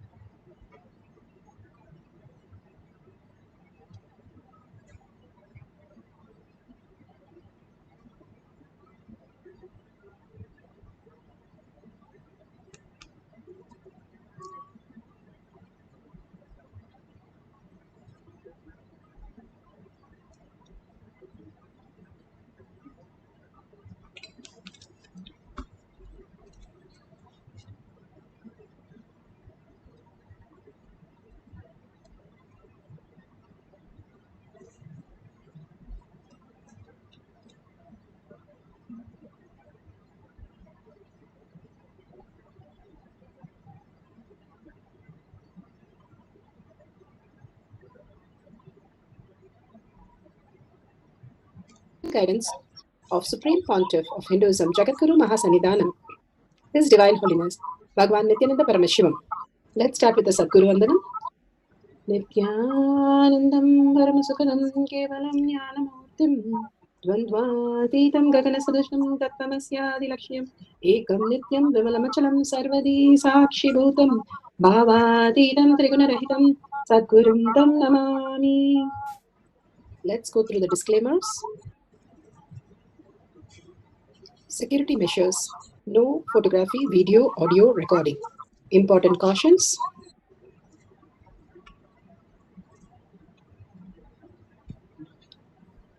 Please be aware of the important cautions.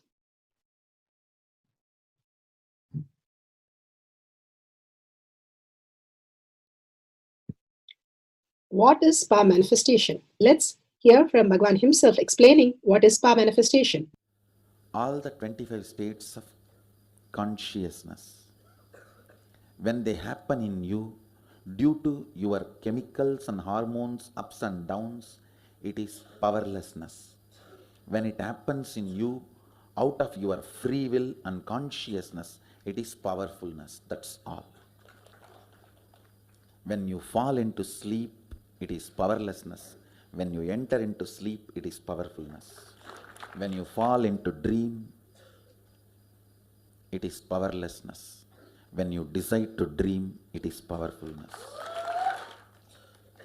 So I have added the ultimate powerfulness, Turyatita, in your whole being and doing, manifest all the powers.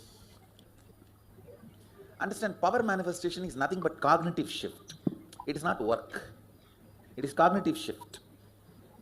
Understand? It is just cognitive shift. It's not work. Work is a 4-letter word. Power manifestation is cognitive shift, playing with life, playing with being alive.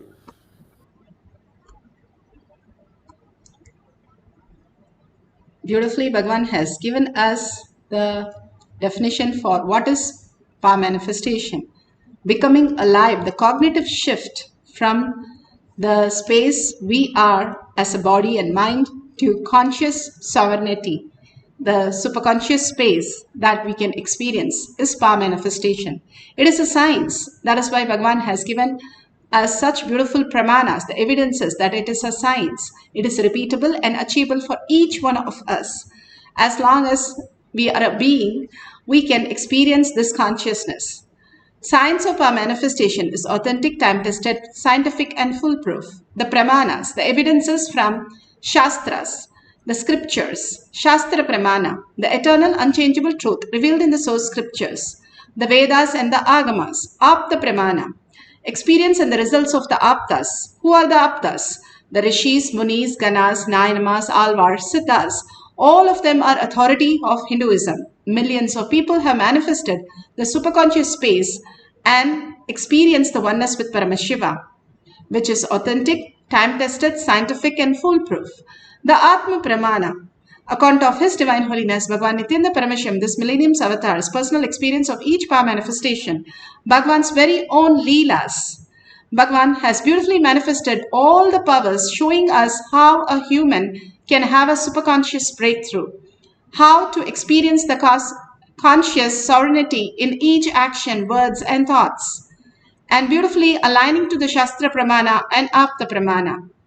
Shakshi Pramana, experience of the millions of disciple, devotees, followers all around the world, initiated by Bhagwan into the science of power manifestation. Bhagwan beautifully said, every movement of the breath of me is an initiation. Every movement of me is a hug for you. How extraordinary that He is happening for us in every Kailash courtyard, for us to raise to our superconscious space and manifest the reality in physical form. Bhagwan beautifully says, if you have manifested anything, you should see it in this reality. Even in a dream, you see something. If you come back and that whole thing is there, then you have really manifested the superconscious space. For each one of us to understand that we are superconscious, we are in the conscious sovereignty with Paramashiva, that experience as our reality is science of our manifestation. Pratyaksha Pramana, the scientific study, measuring the effect of being in the enlightened state. The thoughtlessness, when we are in deep oneness, completely lost ourselves in the oneness space of Paramashiva, becoming the one, becoming the beautiful Bhagavan, how he says we can experience the ultimate conscious sovereignty and simply manifest any reality that we want into the quantum entanglement space that he is giving us as our reality. Let's go to the Shastra Pramana. The Shastra Pramana are the eternal, unchangeable truth revealed in the source scriptures, the Vedas and the Agamas. This is for the scriptural reference for the length dimensions, all the 11 dimensions that we need to understand. And he said so beautifully that how you can understand your deep sleep, your dream state, all that you experience every day. If you understand with a higher reality, you will understand all the dimensions so beautifully. Here, the scriptural reference from Shiva Sutra, Sutra 1.19. Bhagavan has beautifully spoken on each and every sutra and told us very clearly, each sutra can be a religion. It's so powerful, can just transform anything into consciousness. Here, he gives in the sutra 1.19, Shakti Sandhane Shariro Patihi. Bhagavan Paramashiva says, by aiming and fixing the self on Shakti, uniting in oneness with the supreme power, Shakti Pada and Shaktini Pada, the embodiment of that which is cognized and willed, then at the very moment, at once, you manifest all the dimensions. How the small animals, ants, and creatures only can see couple of dimensions. They cannot understand the higher dimensions. That is why they are not building skyscrapers. All they know is 2 dimensions and they don't know much of the other dimensions. That's why they struggle. A bee, when it goes up, it doesn't know, even if you cover the bee with a hole at the bottom, it doesn't know and it'll keep trying to go up and completely die because it doesn't know how to come out. It knows only one direction. And all these are our limitation that we struggle in life, not knowing completely there is a beautiful way to experience the higher superconscious reality. That is what Bhagavan says. The delusion that we created, that we assumed to learn the science, but we got caught into that and forgetting ourselves. Beautifully, how Ramakrishna Paramahamsa, he was in the Devi temple. When he was asked to take over the Devi temple, he took over the Devi temple. He was a priest, very much in a village person. He doesn't know read and write, nothing he knows. And the way he started relating to Devi was completely different. And all of them went and complained that this is not the ritual which is happening, and Devi temple doesn't follow any of the rituals, nothing there. And the Rani's son-in-law, who was taking care of the whole temple, wanted to hide and see what actually he does. Like Kannappa Nayanar, he was talking to Devi in such a way that the stone started melting. He was in such a oneness space, in the Advaitic space, quantum entanglement space, that Paramashiva space, Parashakti space. Simply the stone started melting. Even he could wear the bangles for the hand, and Devi showed her hand, and Devi is a stone, but she showed her hand. And he fed the Devi, and Devi took the food inside when he fed the Devi. So seeing all this, he said to everybody, if the stone can melt, why not me? That is the space of Advaita that Bhagavan says, conscious sovereignty that he was in, that completely melted that how we exist, beyond that how we can exist in oneness with Paramashiva. All the beautiful space that Bhagavan has created for each one of us to melt into that space and forget our delusion, all our incompletion is just a screen. And will that help me in manifesting my reality? That is why Janaka says, even things were getting burned down in his palace, nothing affected him. He was like a screen projecting the whole movie. Either you can be disturbed by the movie or be the screen which is undisturbed, which can keep on projecting any number of movies. Janaka, the emperor, he was an emperor. He was not just a grahastha, but an emperor and father of Sita, Devi herself. And he said so beautifully, as you sadhus go to Sukacharya, he says in Srimad Bhagavatam, how he goes for a begging bowl and receives some dakshana, donations. The same way I manifest this, whatever I am supposed to do, my karma, I am here to just enact the role, but nothing touches me. I am here to just follow the instruction from Paramashiva, but nothing touches me. Same thing Arjuna understood, that he was in complete oneness when he understood that the shooting the arrow made no sense, but he said, I am a Kshatriya, let me do what I need to do. And Krishna simply manifested all the reality. When you understand that nothing in your life touches you and everything is auspicious, which is happening, the abundance, the love, the beautiful relationship, the beautiful, all the wealth, health, happiness is just a happening in our life continuously. If you are like a screen that Bhagavan says, even 48 hours he says, you will be enlightened. If you understand you are in oneness with Paramashiva, then everything flows through you 100%. But if you cover, like you can have a beautiful system, but if you cover the main part, then nothing can flow and you are struggling.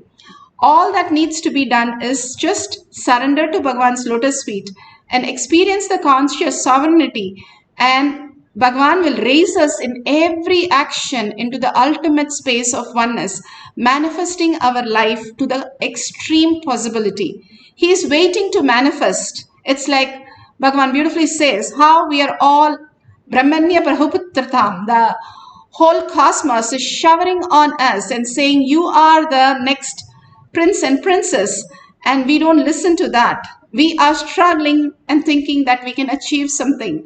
But he's saying, hey, you are the prince and princess, that you can manifest any of the reality that you want. Here, you are the owner of the whole kingdom.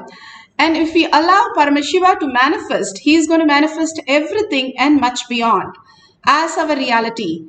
And that is the best strategy that Bhagavan beautifully says, how conscious sovereignty is the buddhi, how we can hold that cognition, and that forms as the bhakti, melting away into the oneness and Shaktipada, Shaktinipada, and having that clarity brings us into the space of manifesting our reality and giving us the strategies. The thinking itself is given by him to manifest the right action, right words, right thought at the right time.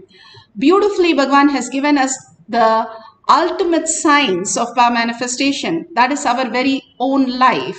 Each of us experiencing that as our reality becomes the ultimate sense of manifestation. Prahalada, as a child, understood the science.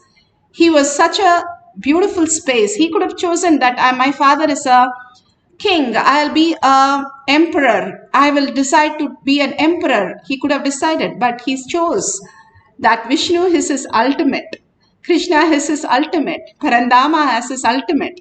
When he chose that, what did he achieve?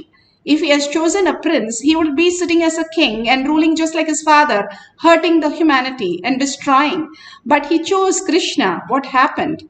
Parandama, literally wherever he showed the finger, and he was so small that he was showing his little finger to the pillar, and the pillar opened up and he got the darshan of Narsimha, the Lord of Lords, who appeared in the form, the avatar, manifested an avatar out of a pillar. Immediately, instantaneously, and Vishnu had to take an avatar just for a small child. And he was not violent, he was ferociousness. He did a surgery on his father. So he understood. He was in such a compassion that his father is going to get killed by all his obsessive compulsive reactionary pattern. And Here, Bhagavan is coming and taking it out, and he asked first boon is to bring back his father. And he was in such a oneness space. He smiled as Narsimha. He did not get scared. He said, how can anybody get scared with you? You are so compassionate. In such a sweet boy, seeing such a ferocious animal, half man, and with a sound and all that coming out of pillar, he was only understanding from the conscious space, the conscious sovereignty manifested as an avatar, as reality. Such a powerful space, Prahlada, with his innocence and integrity, he manifested the ultimate reality. Bhagavan has beautifully spoken in Atma Pramana to make us understand the ultimate truth. Tyaga, your higher definition as your reality. And himself narrates. Ferociousness. I still remember Arunagiri Yogeshwara gave me one copper coin in which Arunachaleshwara's form was printed. I was keeping it and worshipping it. It was very near and dear for me. One day, one of my classmates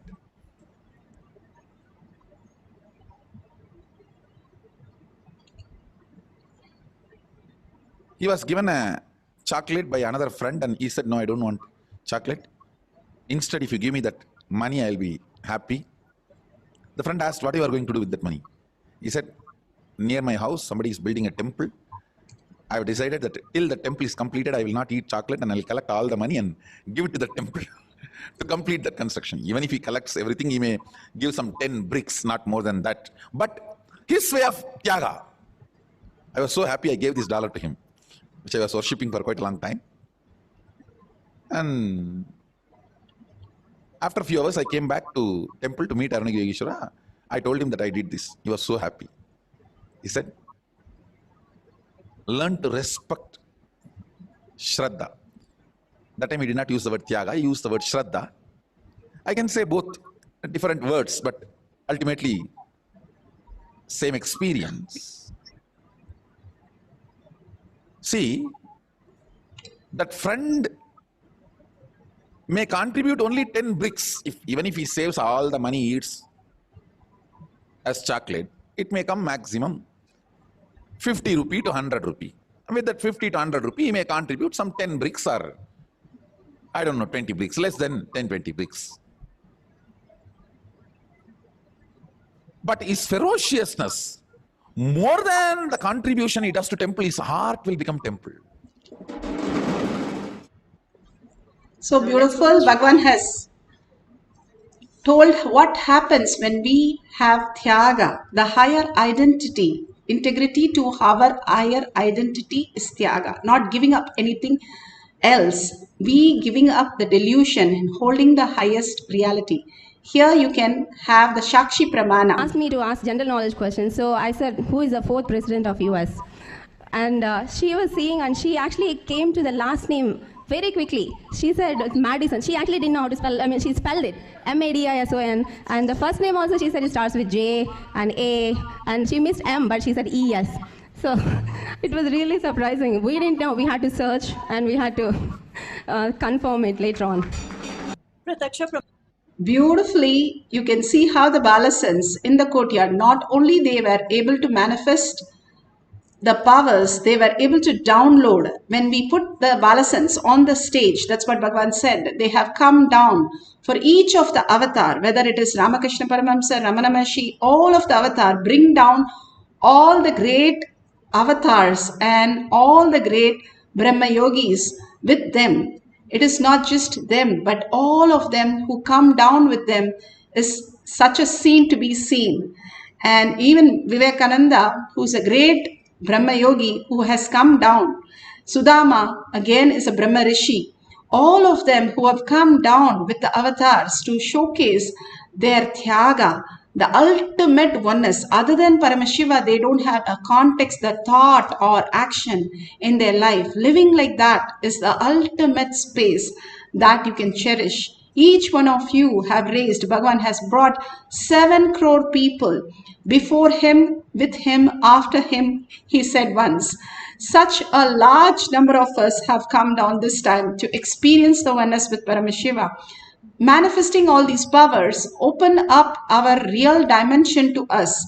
When Vivekananda understood in 6 years what Ramakrishna Paramahamsa, awakening him to who he is, simply made him the ultimate reality.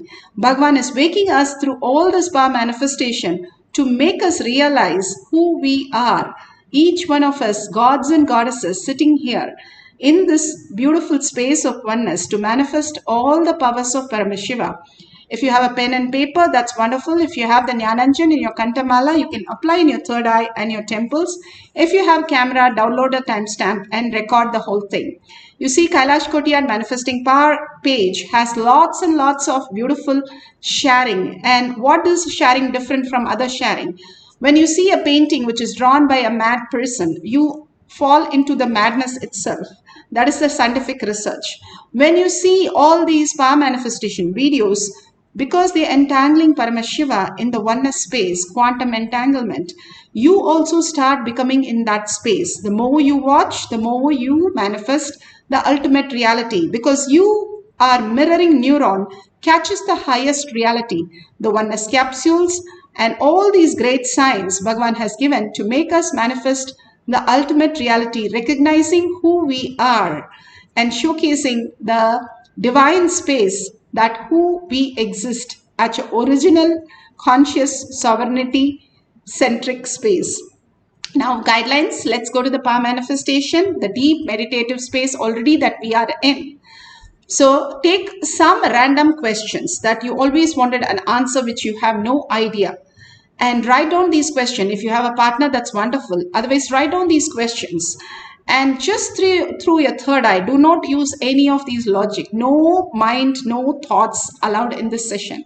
Mind is simply to put you, how it puts you in the deep sleep, wakes you up and puts you in the dream state. That is all the mind's work, not to give you thoughts. That is the delusion. Completely switch off the thoughts. Tell very clearly, Paramashiva is my time now. If you're talking to Bhagavan, what would you do? If you're on the phone call with Bhagavan, will you have any other thoughts? No. Same way you are in conversation with Paramashiva when you're manifesting these powers. So do not allow any of the thoughts, and only whatever answer he gives, keep on writing. Don't have self-doubt. Oh, this is my general problem that I'm writing down. No. Just keep writing down. Suddenly you'll start shifting and writing the correct answers. Even if you don't know, keep writing and you will see all the answers exactly matching how Paramashiva has given. Now let's sit straight with the head, neck and spine in a straight line for the Kundalini to raise to the Agnya and manifest as Paramashiva. Now clearly have the beautiful vision of Bhagavan. Just now we had the verbalization, Bhagavan Satsang. Keep on running over the words that he said and keep on running over the visual, that smile, that initiation, the hug, the love, the compassion, the grace, and different things. Just go on that beautiful space and absolute unclutching from everything that you know as your identity. Anything comes up, just surrender to Bhagavan's lotus feet. All we know is unclutching. Surrender to Bhagavan's lotus feet again and again and again. Only do the Tyaga for a few minutes. I am Paramashiva. I have nothing other than Paramashiva in me. Declare yourself. Sit in Shaktipada, the Bhava, with 25 heads and 75 eyes and 50 hands. Sit down as Paramashiva, Para Shakti, so ferociously, like how Prahlada was so sure he can create an avatar just at the blink of his eye, just moving his finger and saying, here, avatar comes, Narsimha comes for you. Such a powerful space. Sit like that and continuously chant the Mahavakya to merge into the oneness with Paramashiva, entangling with Paramashiva in the deep oneness space, manifesting all the dimensions as your reality. Now let's start chanting the Mahavakya and note down whatever Paramashiva reveals. At the end of the cycle, we will verify everything. So continuously get into the deep meditative space of experiencing the oneness, the quantum entanglement, the Paramashiva space beautifully. And let's start chanting the Maha Vakya intensely. Nithyananda Paramashivoham. Om Nithyananda Paramashivoham. Om Nithyananda Paramashivoham. Om Nithyananda Paramashivoham.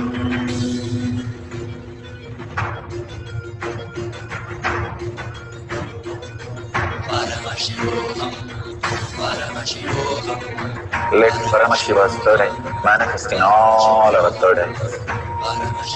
Let the Amrita pour, let the Varni open up, manifest in all of us.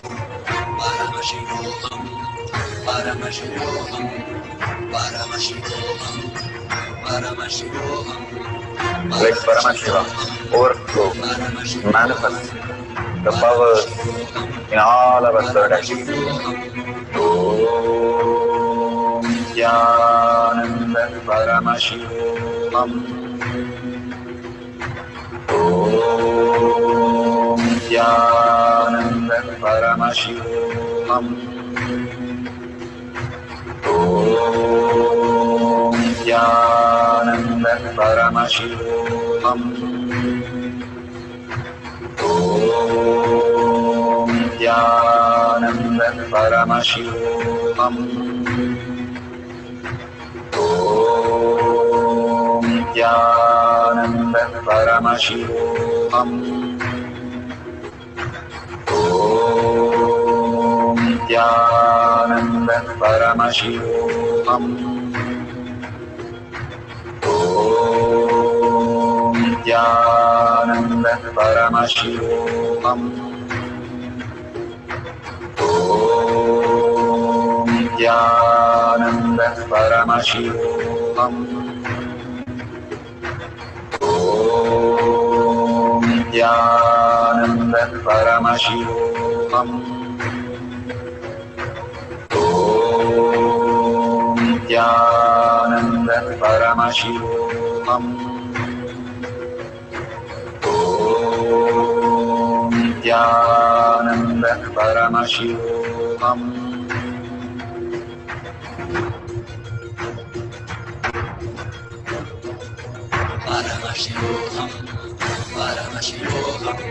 Let Paramashiva's third eye manifest in all our third eyes.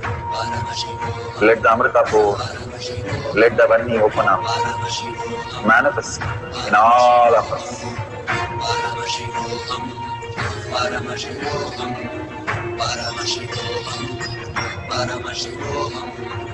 Let Paramashiva overflow, manifest the powers in all our third eyes.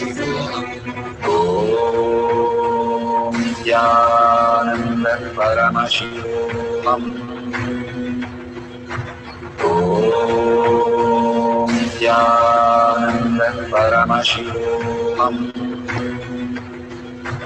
Om Nithyananda Paramashivoham. Om Nithyananda Paramashivoham. Om Nithyananda Paramashivoham. Om Nithyananda Paramashivoham. Om Nithyananda Paramashivoham. Om Nithyananda Paramashivoham. Om Nithyananda Paramashivoham. Om Nithyananda Paramashivoham.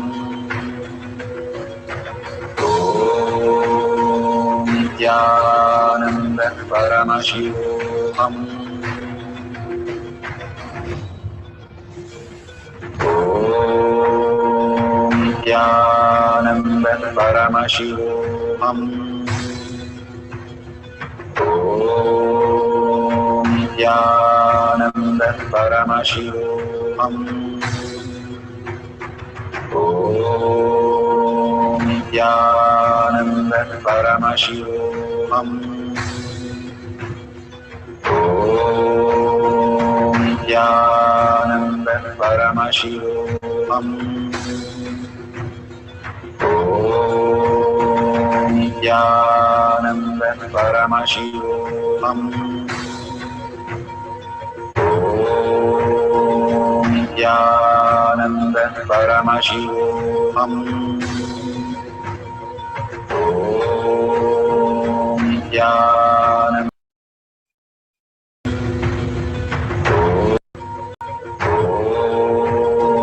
Nithyananda Paramashivoham. Om Nithyananda Paramashivoham. Om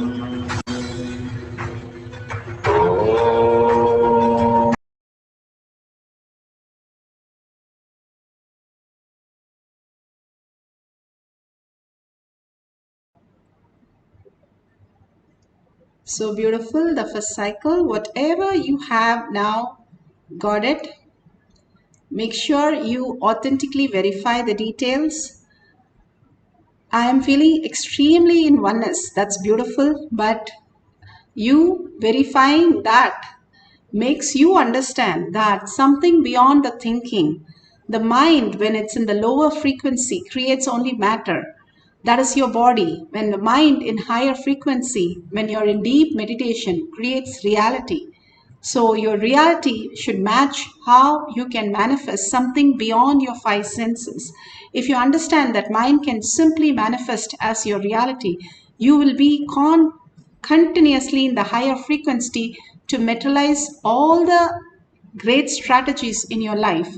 Bhagavan beautifully says conscious sovereignty is the beautiful space of bhakti, yukti, and shakti, and manifest as the beautiful strategies of your life, manifesting all the greatest truth, the buddhi. The buddhi becomes the manifestation of your reality. So please verify all these details thoroughly, authentically, that there is something that mind could also do. It's in the lower frequency, it can only generate matter, which is your body, which reacts with the mind and mind reacts with it.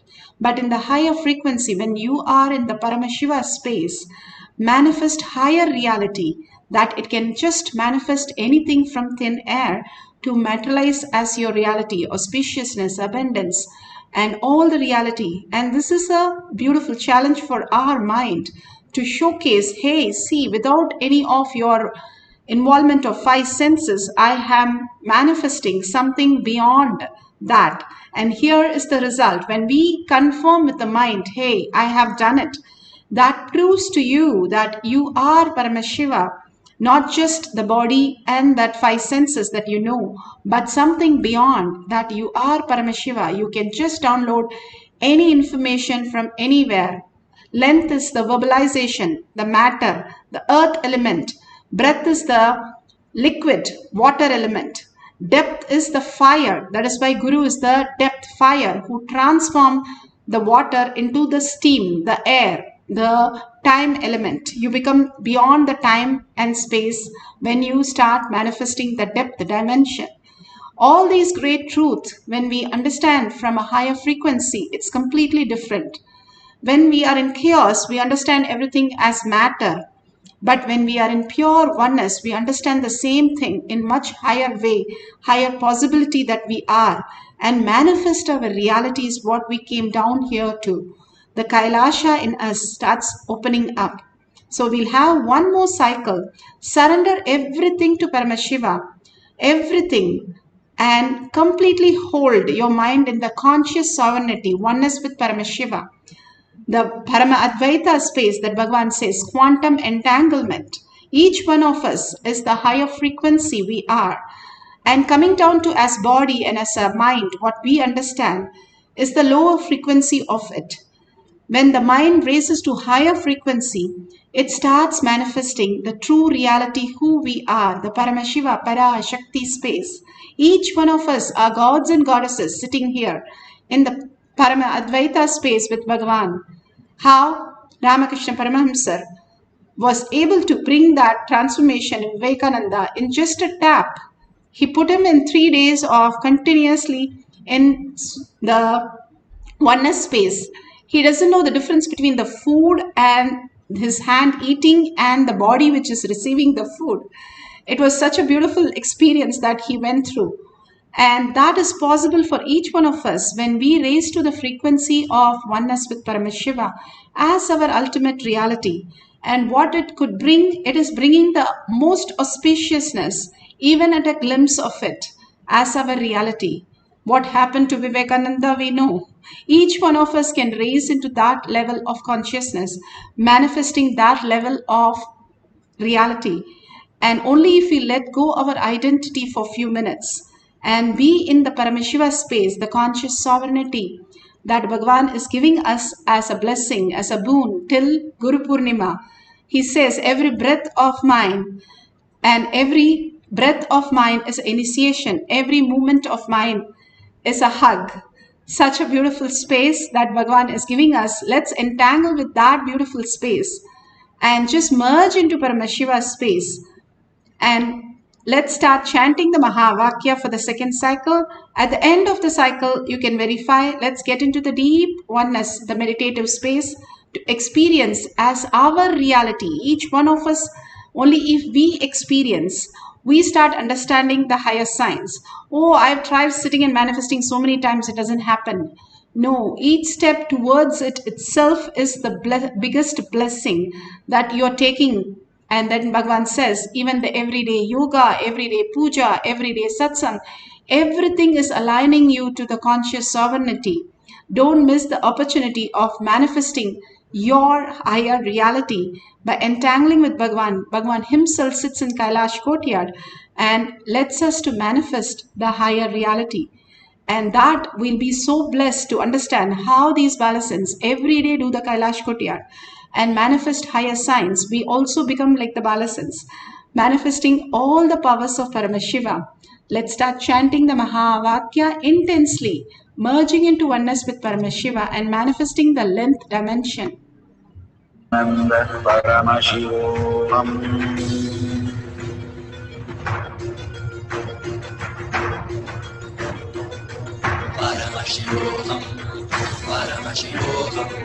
Let Paramashiva's third eye manifest in all our third eyes. Let the Amrita pour, let the Varni open up, manifest in all of us.